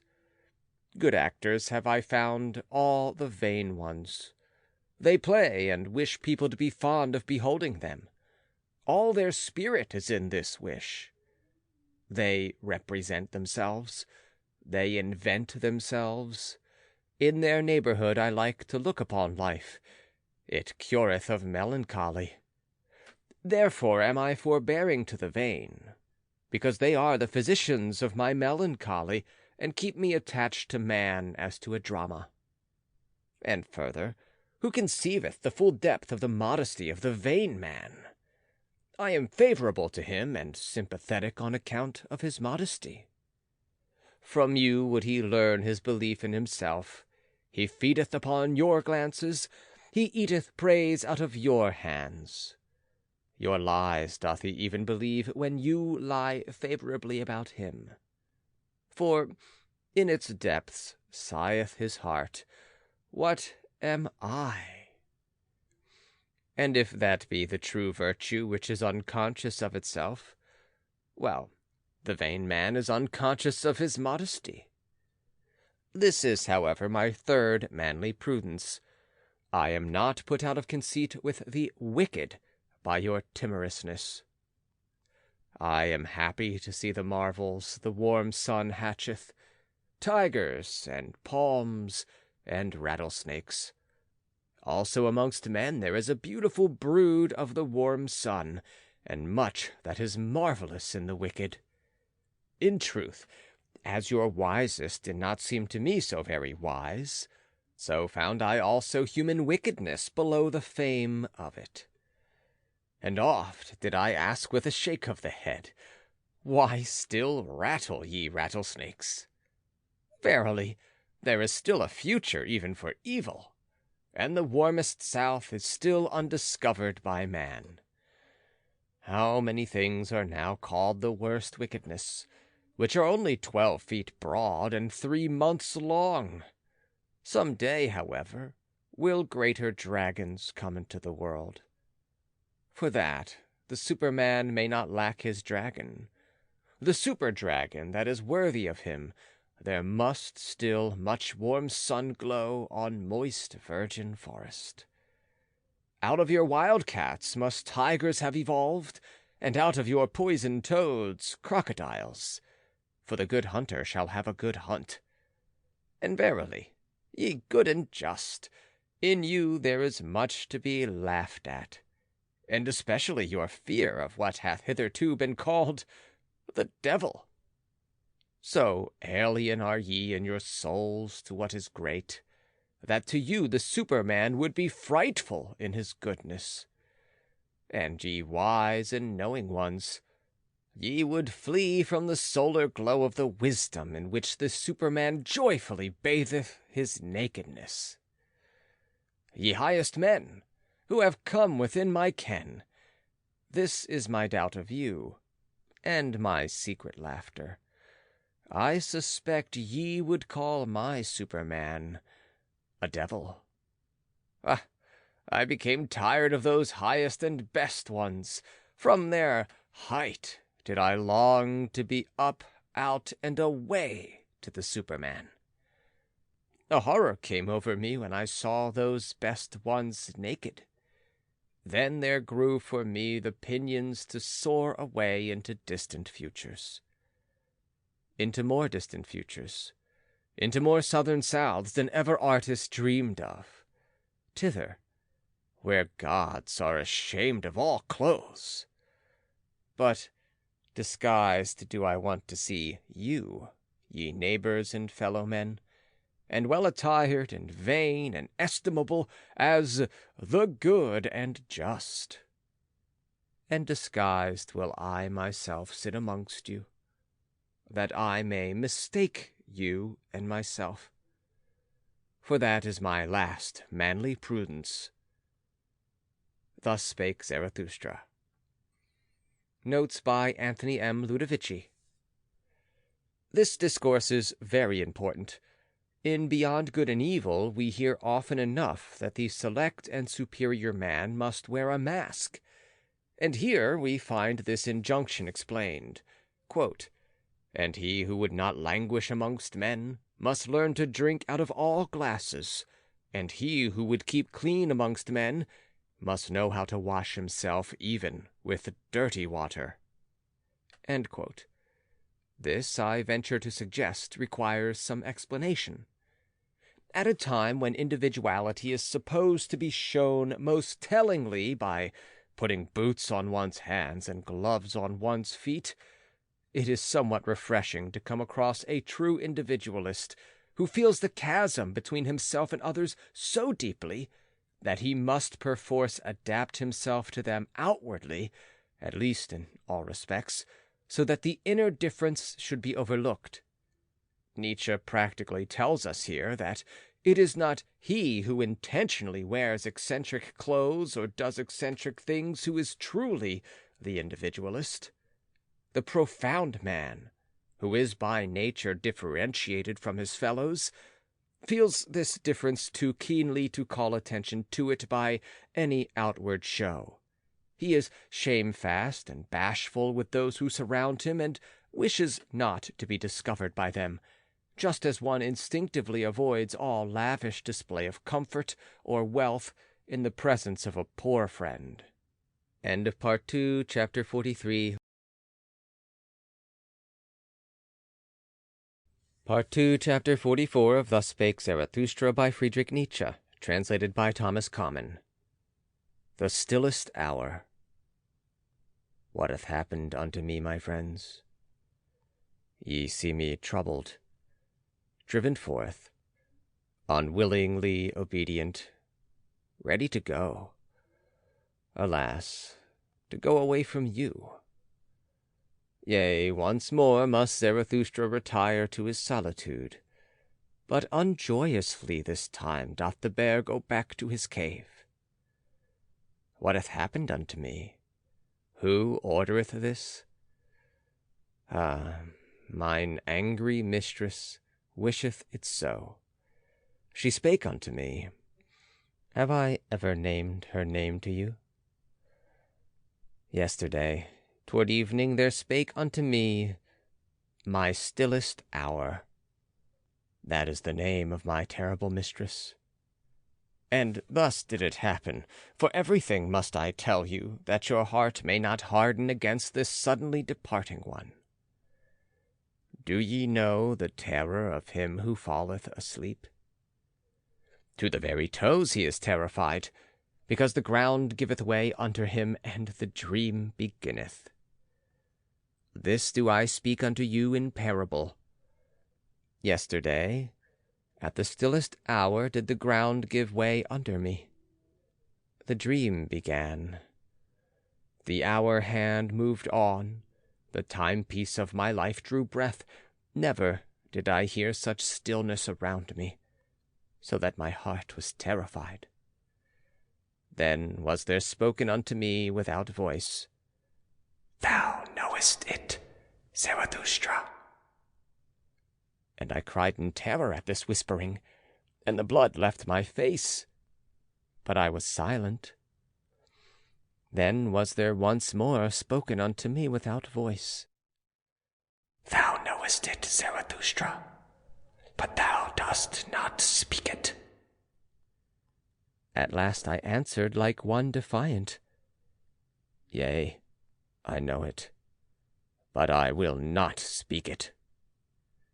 Then was there again spoken unto me without voice, Thou wilt not, Zarathustra. Is this true? Conceal thyself not behind thy defiance. And I wept and trembled like a child, and said, Ah, I would indeed, but how can I do it? Exempt me only from this. It is beyond my power. Then was there again spoken unto me without voice, What matter about thyself, Zarathustra?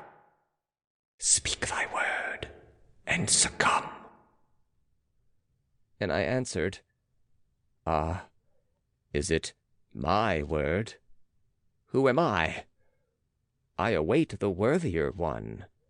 I am not worthy even to succumb by it. Then was there again spoken unto me without voice, What matter about thyself? Thou art not yet humble enough for me. Humility hath the hardest skin. And I answered, What hath not the skin of my humility endured? At the foot of my height do I dwell. How high are my summits? No one hath yet told me, but well do I know my valleys. Then was there again spoken unto me without voice. O Zarathustra, he who hath to remove mountains, removeth also valleys and plains. And I answered, As yet hath my word not removed mountains, and what I have spoken hath not reached man. I went indeed unto men, but not yet have I attained unto them. Then was there again spoken unto me without voice. What knowest thou thereof? The dew falleth on the grass when the night is most silent. And I answered, They mocked me when I found and walked in my own path, and certainly did my feet then tremble. And thus did they speak unto me, Thou forgottest the path before, now dost thou also forget how to walk? Then was there again spoken unto me without voice. What matter about their mockery? Thou art one who hast unlearned to obey. Now shalt thou command. Knowest thou not who is most needed by all? He who commandeth great things. To execute great things is difficult, but the more difficult task is to command great things. This is thy most unpardonable obstinacy. Thou hast the power, and thou wilt not rule. And I answered, I lack the lion's voice for all commanding. Then was there again spoken unto me as a whispering. It is the stillest words which bring the storm. Thoughts that come with doves' footsteps guide the world. O Zarathustra, thou shalt go as a shadow of that which is to come. Thus wilt thou command, and in commanding go foremost. And I answered, I am ashamed. Then was there again spoken unto me without voice. Thou must yet become a child, and be without shame. The pride of youth is still upon thee. Late hast thou become young, but he who would become a child must surmount even his youth. And I considered a long while and trembled. At last, however, did I say what I had said at first. I will not. Then did a laughing take place all around me. Alas, how that laughing lacerated my bowels and cut into my heart. And there was spoken unto me for the last time.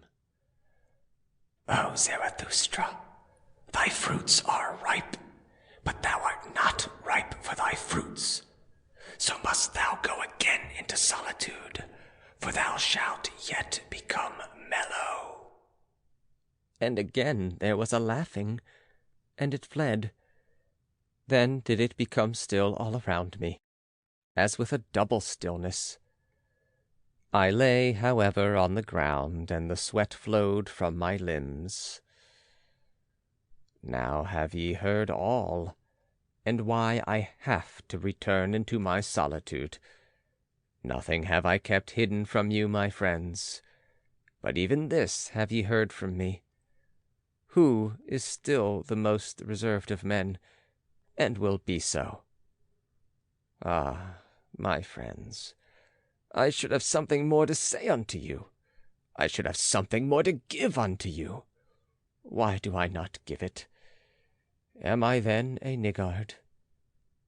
When, however, Zarathustra had spoken these words, the violence of his pain and a sense of the nearness of his departure from his friends came over him, so that he wept aloud, and no one knew how to console him, In the night, however, he went away alone and left his friends. Notes by Anthony M. Ludovici. This seems to me to give an account of the great struggle which must have taken place in Nietzsche's soul before he finally resolved to make known the more esoteric portions of his teaching. Our deepest feelings crave silence.